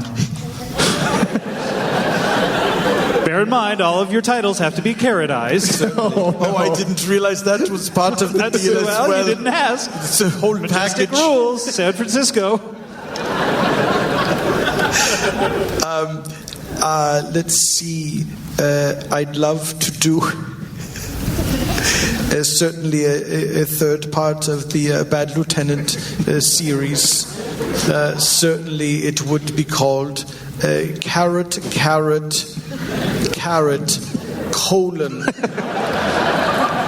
Carrot, Carrot, Tenant. All right, very good. That's been our show, everyone. My thanks to Doug Benson, Werner Herzog. Thank you very much, San Francisco, for welcoming us into your city by the bay. You're welcome, San Francisco.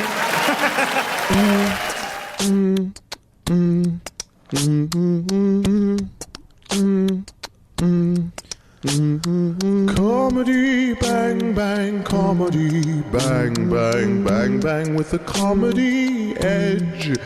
Comedy, bang, bang, bang, bang, bang, bang, bang, bang, bang, bang, bang, bang. You're listening now to comedy, bang, bang. He's a film director, sometime actor, and put out a recent very popular series of PSAs about texting. Please welcome Werner Herzog.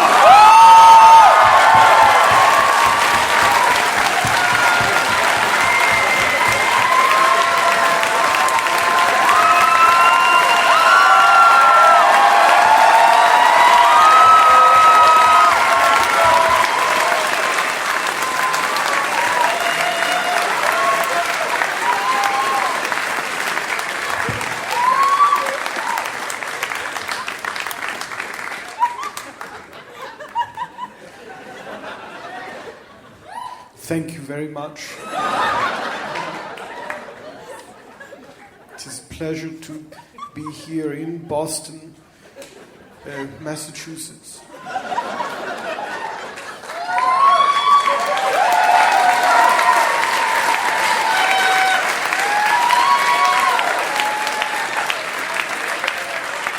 I accept your cries and squeals as approval of my existence. Thank you, my fellow human beings. Werner, thank you so much for being here. We do exist, right? Yes. As far as we know, this is reality as we understand it. I believe that I am alive, and I believe that you believe it, but for all I know, you might think that I am not alive, and for all I know, you might not be alive. We will never know for sure. What about Wes? I mean, he's clearly alive. Wes is alive, yes. Yeah.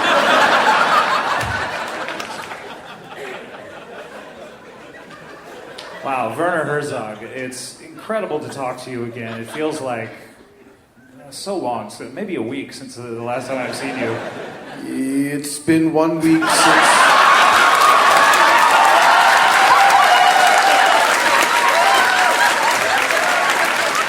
Since you looked at me. Since we last saw each other. Yeah. Yes.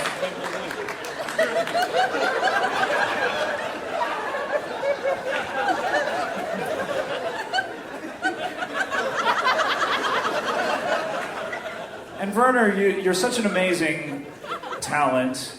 I don't necessarily know the depth of your resume. No, you have only ever heard of one of my movies and have yet to even see that one. I know. I've now heard of two because I know there's The Bear Man. And Scott, may I ask you, what do you think is the story of the movie that you refer to as The Bear Man?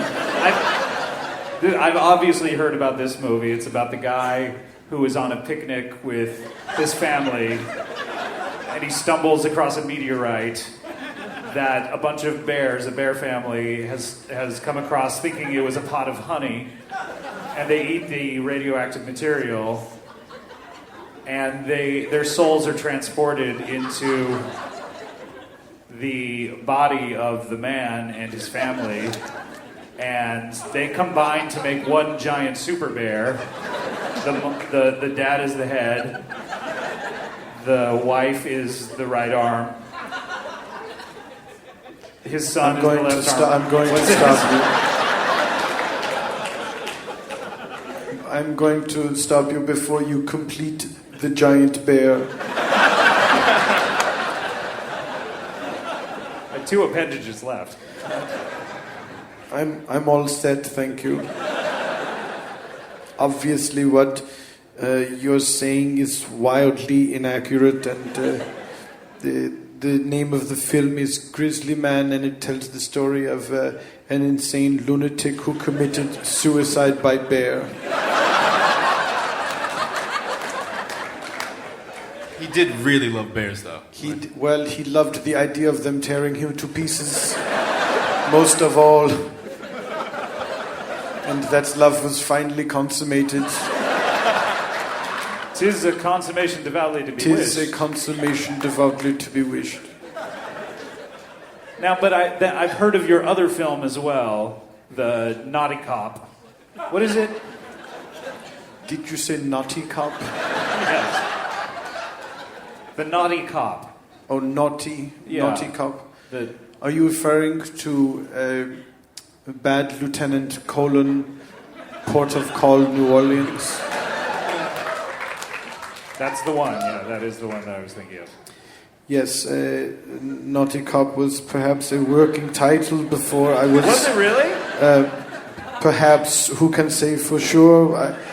I'm not even sure if you are alive enough to know that I am alive. Good point. So, but you're a big fan, Wes. I am a huge fan of your work, Mr. Herzog. Thank you very much. What is your favorite film that is not one of the two I've mentioned? Even Doors Started Small. The all-Dorf cast. Yes, indeed. What? That's a deep cut. You're not ready to know about that film. I guess not. There are no bearmen or naughty cops in it. A chimpanzee is crucified, though, so that's something to keep in mind. I feel Does like... that do anything for you? I feel like the bear man should be chased by the naughty cop. You know, like that's one movie when you made two, you know? Like you just combine it. Should I have shot them concurrently a la the Lord of the Rings trilogy? I think that every other scene, one scene's about Bear Man, the next one's about the naughty cop, and it just ping-pongs back and forth like Heat, and at the very end they meet. The naughty cop and the bear man? Yes. Do they meet in a diner? Yes. They have an electrifying 5 minutes of screen time together. I do like the idea of a bear man and a naughty cop meeting over a plate of Scrapple,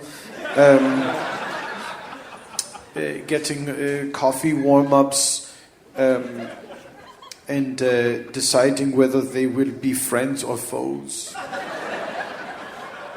See, I don't think they can ever be friends. You know? Why is this? Well, the bear man, he's too much of a bear, and the cop is too naughty. Why are they even meeting? They had an appointment. What was the purpose of this appointment? It was to talk about future projects.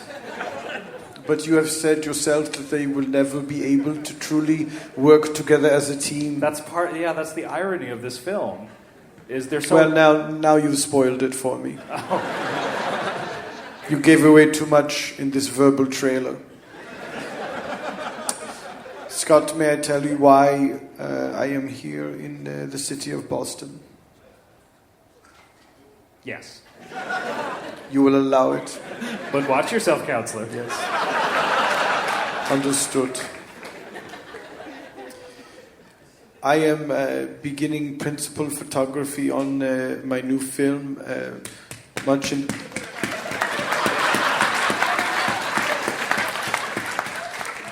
Thank you, Scott. That means a great deal coming from you. I can't wait to decide whether I should know about this one or not. I feel as if you have already decided. If past is prologue. I am beginning principal photography on my new film, which much in the way that I took a non-franchise like Bad Lieutenant and made a sequel featuring entirely different characters and locations.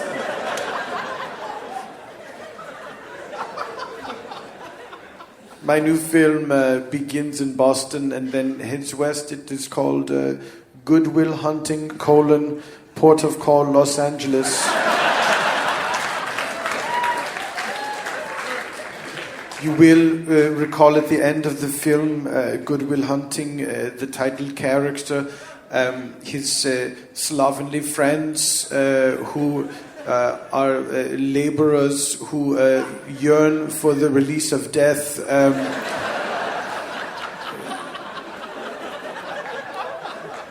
They give Will Hunting a restored Chevrolet Nova that he may drive to California to meet, to reunite with his girlfriend Skylar, the inexplicably British love interest of the film.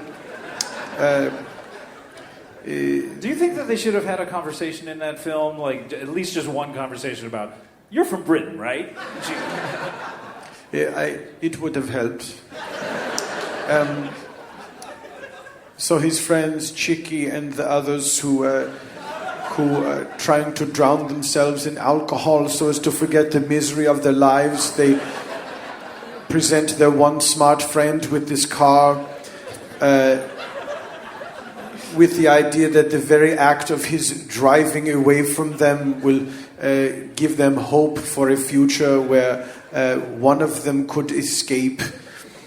Of course, this is nonsense, and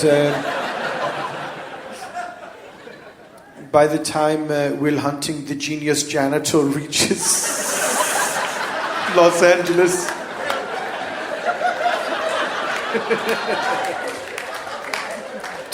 driving with one hand and solving a Sudoku book with the other on the way. Is he using any of his janitorial skills as well? At every gas station. He leaves it nicer than he finds it.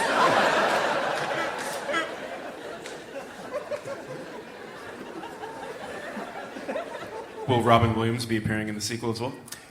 I don't want to spoil too much, but yes, he will. He is the first person to be murdered by Will Hunting. Wait. What is the problem? I'm telling you the plot of Good Will Hunting, Port of Call, Los Angeles. Hold on one Hold second. the roll. You're fond of saying that, but this is like a hold the roll, but in Industry a podcast. talk. Can you imagine in life using the expression hold the roll? I've just done so.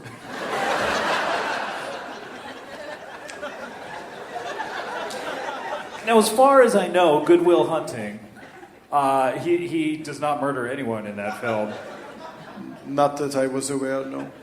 Then it seems like you're taking a bit of liberties with the character here. Exactly why does he start murdering people? Why did Nicolas Cage lick a toad in Port of Call, New Orleans? I've never seen What did that have to do with Harvey Keitel crying and masturbating after pulling over two women at a stoplight? This is where it gets interesting. Will Hunting arrives in Los Angeles and sees a billboard with the face of Robin Williams, whom he has believed to be his therapist. And he is very confused. This man, he has helped me combat my problems, understand that my life could be better. I am not to be blamed for the cruel abuse that I suffered as a child. Why is he on this billboard holding light bulbs up to his face?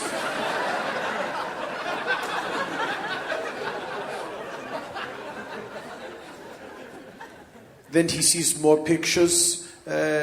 He sees a picture in a magazine. People are angry that Chicky is going to be the new Batman. He doesn't understand the world in which he lives.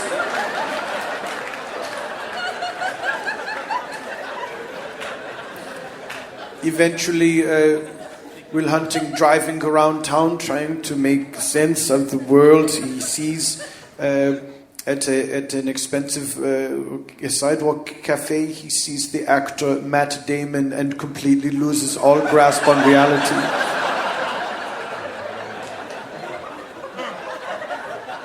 He then begins a killing spree, ending the life of every actor in Hollywood. Even the ones who are not in Good Will Hunting. Yes. Does he ever track down Minnie Driver? He never finds her again. She deserves more work. She's pretty good. Perhaps that is why she has been spared the wrath of Good Will Hunting. How does he murder these people? Is it the same way every time, or he probably changes it up like Final Destination? It's a variety of imaginative methods. One person, he literally math problems to death. He writes a complex equation on a chalkboard, and I thought he would put down a belt, a wrench, and a broomstick and let them decide how they wanted to do it. Like, it seemed more fitting. Do you mind if I steal that from you? Go for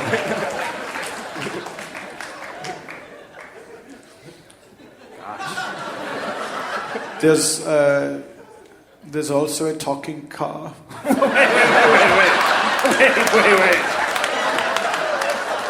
Wait, hold, back up. I meant to announce this at Comic-Con yesterday.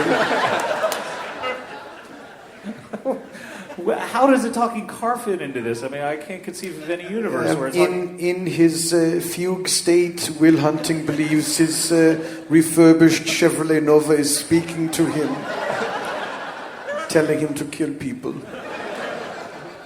Is it actually talking, or this is just all in his mind? That is for the viewer to decide, but the car will be voiced by Jeremy Piven.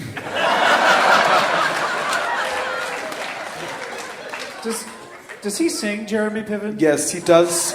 He sings Jeremy Piven frequently. In the film, he sings Jeremy Piven? Yes, he does.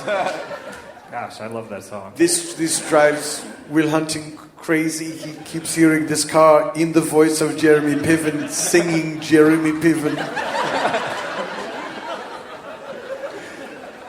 Such a soothing song. I think it would be melodious to hear.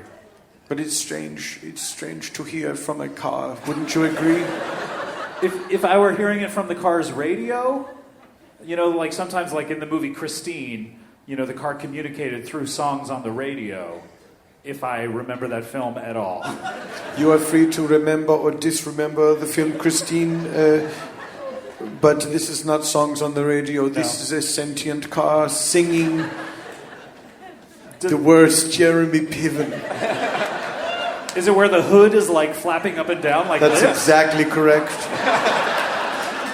And the headlights blink in time to the music. And are the tires of the car just sort of like bending back and forth so it looks like it's walking around? The tires of the car are wearing shoes. Wait a minute. Once Good Will Hunting has released his hold on sanity, we see the car walking across Los Angeles with Good Will Hunting inside, singing Jeremy Piven at the top of its automotive lungs. Is that the only lyric to the song, Jeremy Piven? That's correct. Would you like to hear it? We could sing it for you. Jeremy Piven, Jeremy Piven, Jeremy Piven to you.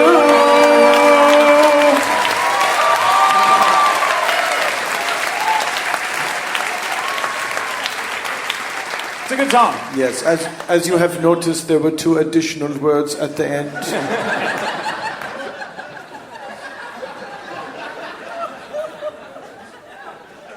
So how does this end? Does he come to justice? Is he brought to justice? Is the world senseless and meaningless? What is the end of this film? All of those things, of course. He is brought to justice.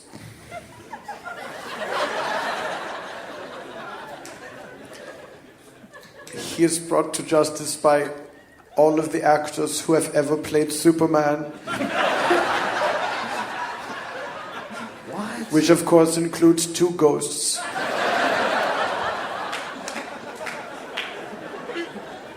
You have George Reeves. Yes. Christopher Reeves. Incorrect. And then flash forward to that one dude, Brandon Routh. Yeah. You missed one already. Smallville. Oh, Dean Cain. That's Lois and Clark. Yeah. And so, who's the Smallville dude? Tom Welling. And then Henry Cavill bringing up the rear. Then Brandon Routh. Who's that? We do not count voice actors.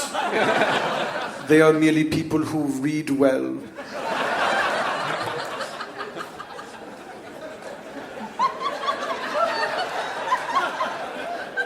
Do they have any superpowers in this film, or are they using? No. Really? How did they all band together? It's a coincidence. They're all at the same Panera Bread.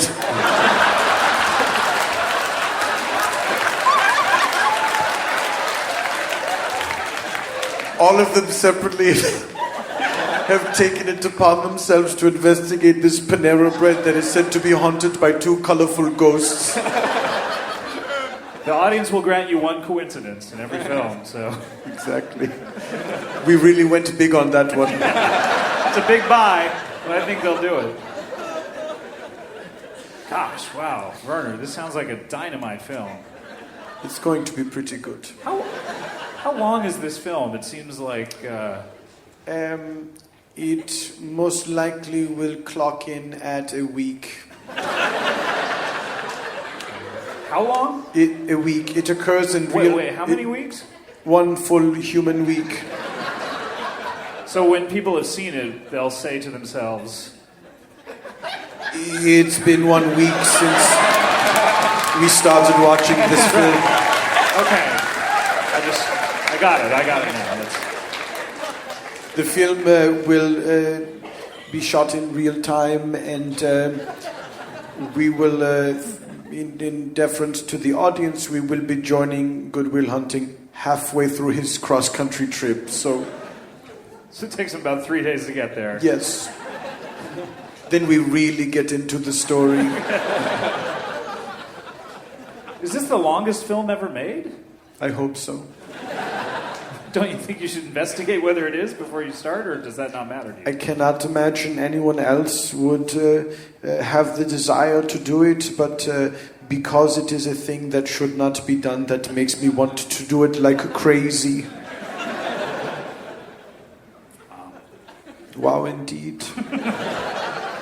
Wes, any questions for Werner here? I mean, Please, I am an open book to you, Wes. You say in real time, will this also be done in 1 take? Or Yes, that's correct. It will all be 1 continuous shot. That's the beauty of these new red cameras. You can just go and go and go. Is it like all of your other films, or is it stylistically different than anything you've ever done? The answer is all of those things. It is exactly like all of my other films, but it will be completely different stylistically. This may seem like a conundrum, but when you see the film, you'll be so distracted by the fact that days have passed and you are still in a movie theater that you won't even be thinking about the paradoxes. Are you taking any pains to make sure people stay in the theater and don't leave? This is a locked doors situation. Everyone who sees the film must sign a waiver and provide an emergency contact number. Do they bring their sleeping bags, or...? That's up to them. We will not provide you sleeping bags. But No other movie provides you sleeping bags. What do you have planned for the DVD commentary? I think I should record it while I am doing the movie. And what we will do is during shooting, when the film is played, we'll just have them turn down the channel with my voice narrating exactly what is happening as it happens. And listening to the commentary will be like going home from the movies with a small child who is so excited by what he has seen. He is recounting to you in great detail the thing that you both have just witnessed together. And there is no stopping nor dissuading him. Such is his love of the cinema.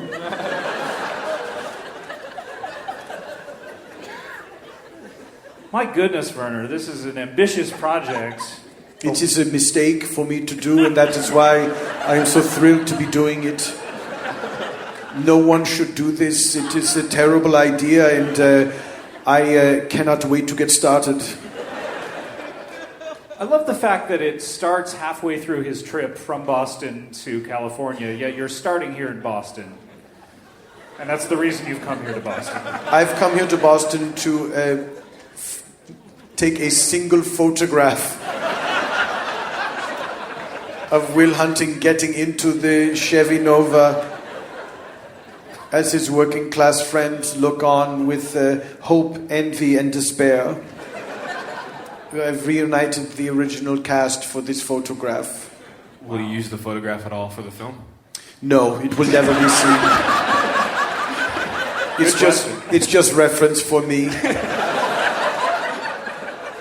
Sometimes I forget who the characters are, who the actors are. I just see them as these just lumps of meat and bones who don't realize the despair that they are walking through and the bleakness that is all around them. So it's good to have a photo with names written on it. Does Good Will Hunting, does he ever get his famous catchphrase? Does he ever use that in one of his kills? Indeed he does. Oh man, I can't wait to hear this. What's the scene? This scene is...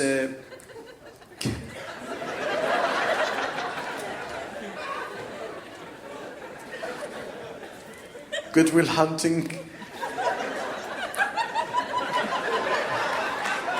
Does it take your time? I know that this Yes. is... Make it evocative for the crowd. He bursts onto the set of ABC's Scandal.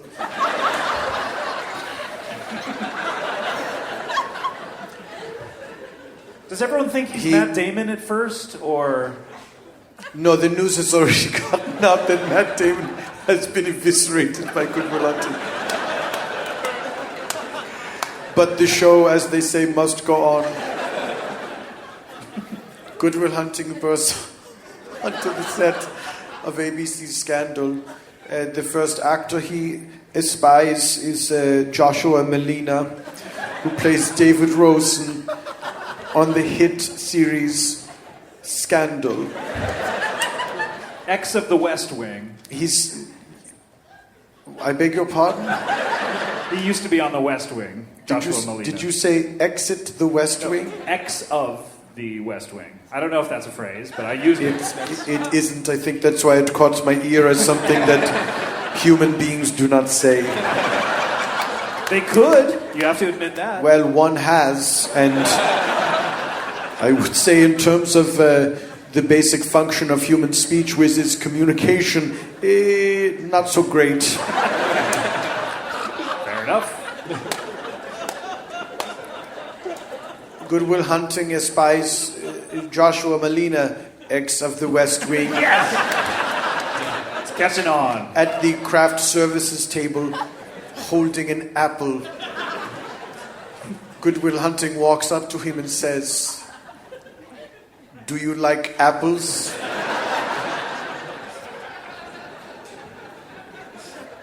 Joshua Malina looks at the apple in his hand. He is nonplussed. He looks back at Good Will Hunting and says, "Yes, I like apples." Good Will Hunting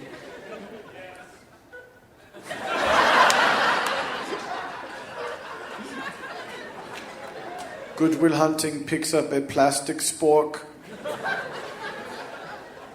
and with a series of incredibly fast and accurate jabs to the throat decapitates Joshua Malina. He picks the actor's severed head up by his hair, forces the skull's eyes open,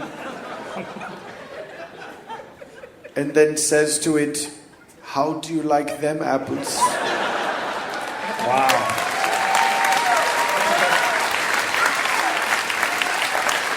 Wow. I can just imagine the crowd in Man's Chinese Theater just going crazy at that moment. This film will never be exhibited to the public. What? Wait a minute, whoa. Why is that? It's going to be shown in a special theater I'm building under a mountain, and in order for it to be seen, you must stumble upon it accidentally while going on a quest for enlightenment. But you still have to sign the waiver saying that You still do have to sign the waiver, yes. It's very important. It limits our liability. Will you be waiting there for them? Or are you just going to give your life up to this? This is the rest of my life. I will be at every screening of this film. If there's only one, then there's only one. But I have to wait around and see if there will be more. What happens when you die? This is a huge question to be getting into on this podcast. I mean, to the film. Oh. I thought for a moment you were asking a question that I was ill-equipped to answer. As I, like everyone else, am just trying to live and figure out why we are even alive, much less what happens to us when we are no longer so. After I die, the film will be broadcast on my tombstone 7 days a week, 52 weeks a year. And It's a week-long film, but 7 days a week. They're going to start this film, so it'll be overlapping. Yes, it There'll will be overlap. 7 of them continuously. It will overlap again and again and again, so that anyone who visits my grave will be driven insane. Isn't that what we all want? Yes. Thank you, Boston. Wow. It sounds incredible. I hope that I someday embark upon a quest for enlightenment. I hope this as well, because I think it would be good for you to get out of your own head and experience the world in a different way. Also, I really want somebody to see this movie because, you know, it's going to be a pain. Can you tell us what mountain, at least? It's a tall one. Is it Mount Rushmore? Is Mount Rushmore a mountain? It's got some of those letters in it, so... You have seen through my clever ruse, of course it is Mount Rushmore. You are all invited to the premiere. I placed it under Mount Rushmore because that's where most people go on quests for enlightenment. All right, Werner Herzog, thank you so much.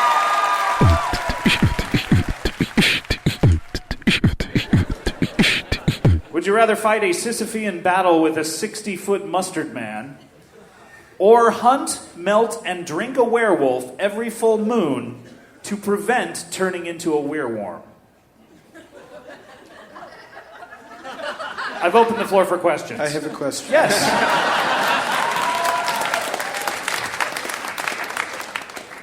In this scenario in which I'm fighting this never-ending battle against the mustard man, is this 60-foot-tall mustard man in some sort of container, such as a squeeze bottle or a convenient packet, or is he just a gigantic glob of free-flowing mustard?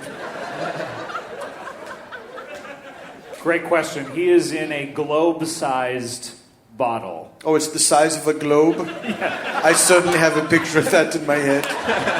Standard globe size? Meaning the Earth. He's the globe we're on. He's the size of the Earth. Well, Yes. I thought he was 60 feet tall. He is.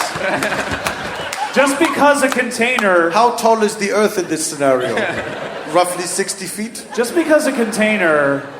Like in a mustard bottle, just because it has 12 fluid ounces doesn't mean there's 12 fluid ounces in it. That's a very good point. So, Thank you. So he's 60 feet tall, but in a container that is the size of the planet Earth. Yes. So if a giant or a god were to pick up this mustard container, he'd probably throw it away because he thinks there's no more mustard left. He wouldn't take a gigantic knife and so to make a swipe on the inside. Look, I don't know what this giant has going on in his life. Maybe he's well off and doesn't need... I thought you were the person who was supposed to have all the answers. I don't know about gods and giants. That's a fair point. Let me ask you this. How tall am I, and how do I fight this mustard man inside his globe? You are exactly 59 feet. So he's got the height advantage over me. And you make up for it in just raw power. How is his reach? It's not very good. He's got short, just tiny arms. Meanwhile, you got the long arms. You're constantly able to box his ears a little bit. He's above you a little bit. Does boxing a mustard man's ears affect him at all, or are all the parts of his ear just made of mustard, so it doesn't really hurt quite as much as it would with the human ear? He's made of mustard, but he's in human shape, so he has everything that a human has, including the hammer that's inside the ear and the drum and everything. So yes, it does hurt him. But you hear a splorch noise every time you hit him, which is kind of fun. Is he yellow mustard or spicy mustard? Honey mustard. Honey mustard. Yes! Shocking, I know. This is a game changer. Am I allowed to take breaks during the fight and eat parts of him to replenish myself?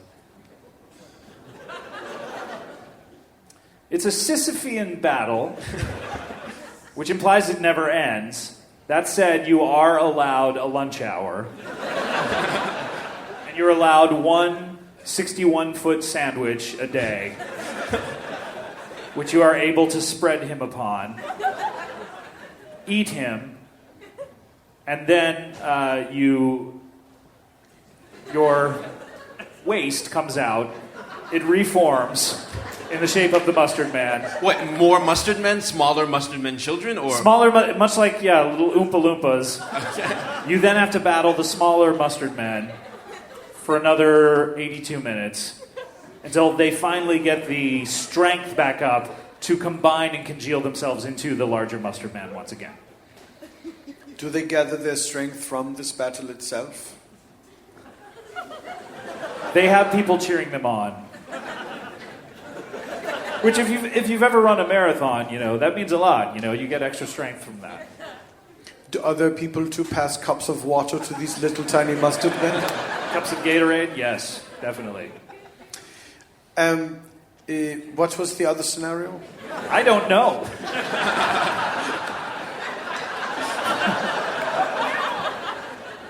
Oh, yes, you hunt, melt, and drink a werewolf every full moon to prevent turning into a wereworm.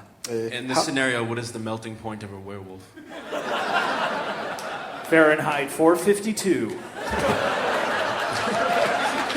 Which is turned into a movie later. How does this werewolf taste? It tastes a little like Like a parfait? It's not so bad. But like a hair parfait.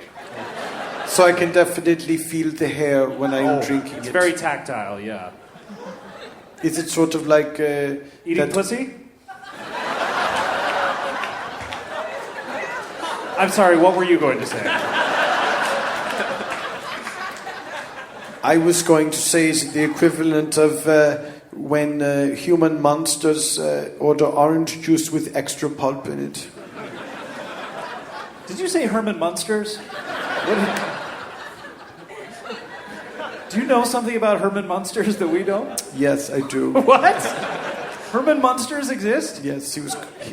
Not only do they exist, but they walk among us every day. What? God, I wish we had the time to get into that. It's a shame. Does a werewolf have powers and abilities? What should I expect if I were to be one? Well, you can burrow through the earth.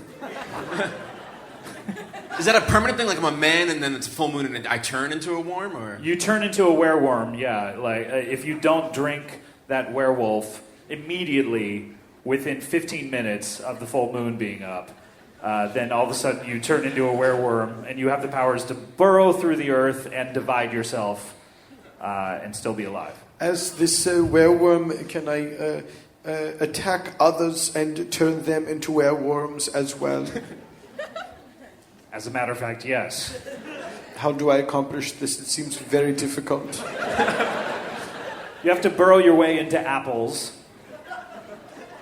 And if anyone ever eats an apple with you in it, then they swallow you and they turn into a werewolf themselves, which is how this happened to you. Do you have to ask them if they like apples first? If they eat you and turn into the werewolf, you turn to them slyly and say, well, how do you like them apples? And they are forced by the compact of werewolves to say, yeah, you got me. And also the compact of how do you like them apples? Yes. An age-old compact. You must answer the question.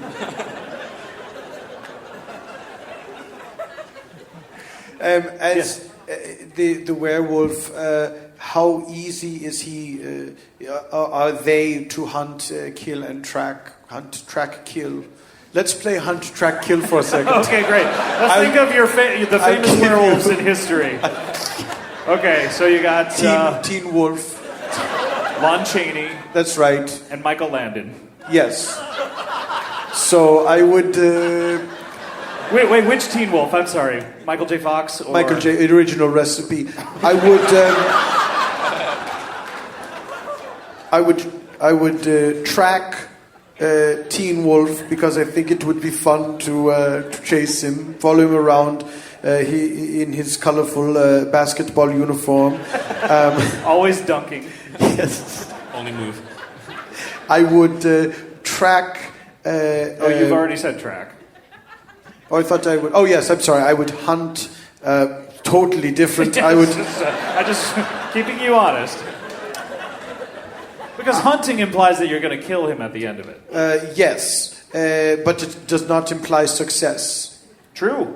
So I would hunt Michael Landon as the teenage werewolf, and I would kill Lon Chaney as the classic Universal Monsters werewolf because he is the oldest and longest dead, and so I wouldn't feel quite as badly about it.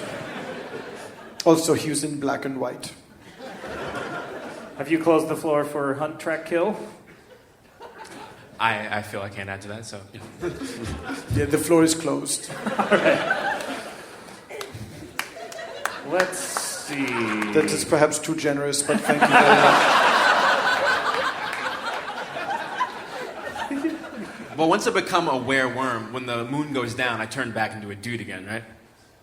No, for 1 week you're a werewolf. So For how long?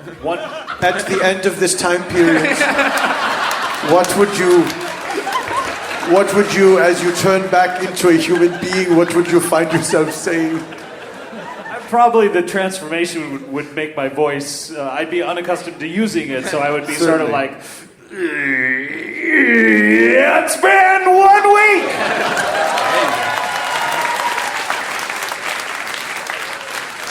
little something like that, probably. Certainly, it's chilling. I've closed the floor for questions! Wes, as you can see, there was no warning. None. All right, guys. This has been a squeaker. You guys are so close. Literally 0 points separate you, as you're both at 0.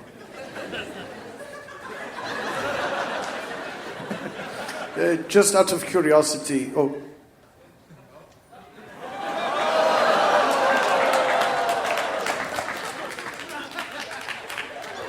By the compact of Would You Rather, you have to finish your sentence.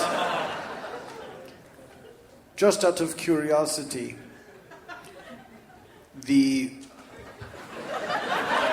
accruing of points in this game seems to be very impenetrable, and I find myself wondering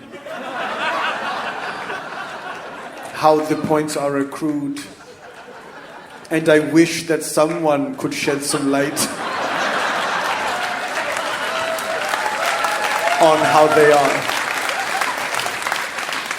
Too bad we will never know. If only the floor were open. That is a shame. Yes. All right, Wes Hazard, how do you like to vote, young man? I'm going to go with the werewolf scenario. Really? An interesting vote from an interesting player. Why exactly is that? Well, the Sisyphean struggle cannot be won or cannot end. I feel that, if I at least can catch a werewolf every month, then I have a pretty good shot at a decent life, or at least a lot of that. So, yeah. All right.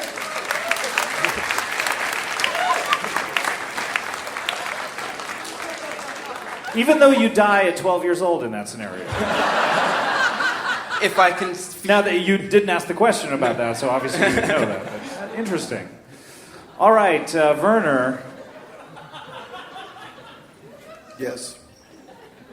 How do you like to vote? I would vote for the Sisyphean fight against the mustard man. You don't say. That is my vote. Are you sticking to it? Yes, I am. Why would you vote that way? I like mustard. All right, very good. Let's tally up the points. Wes, you voted for the werewolf scenario, and you die at 12 years of age. You never get to accomplish everything that you've accomplished in life here. Regrets about your choice? I killed the werewolf. I think I'm pretty straight. It's all good. Okay. Meanwhile, Werner, you like mustard. This is true.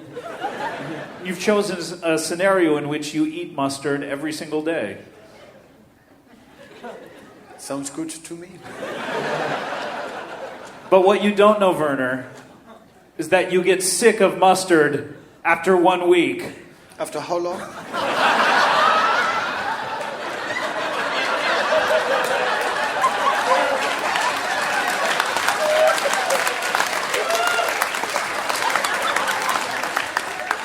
So after 7 days, when I'm having yet another dollop of mustard, my previously favorite food, what do I find myself saying? It's been 1 week. And I'm tired of mustard. Very good. So, Wes, you voted correctly. Even though you die early, you die doing what you love. Wes, you are our winner. Congratulations. That's how we play Would You Rather. All right, great game, guys. That was close. Are you upset, Werner, that you didn't win? Not at all. I like the action. It's no matter if you win or lose, it's how you play the game, and you played it admirably. Thank you. I enjoyed playing, and Wes was certainly a worthy opponent. I am not disappointed that he won. I am happy for him, as I am happy for all of us who survive yet another day. Those are kind words. That means a lot. We never know. The future is not promised. No, except for the fact that bees will have their revenge on all of us. All right, well, that's been our show. Thanks very much, everybody. Comedy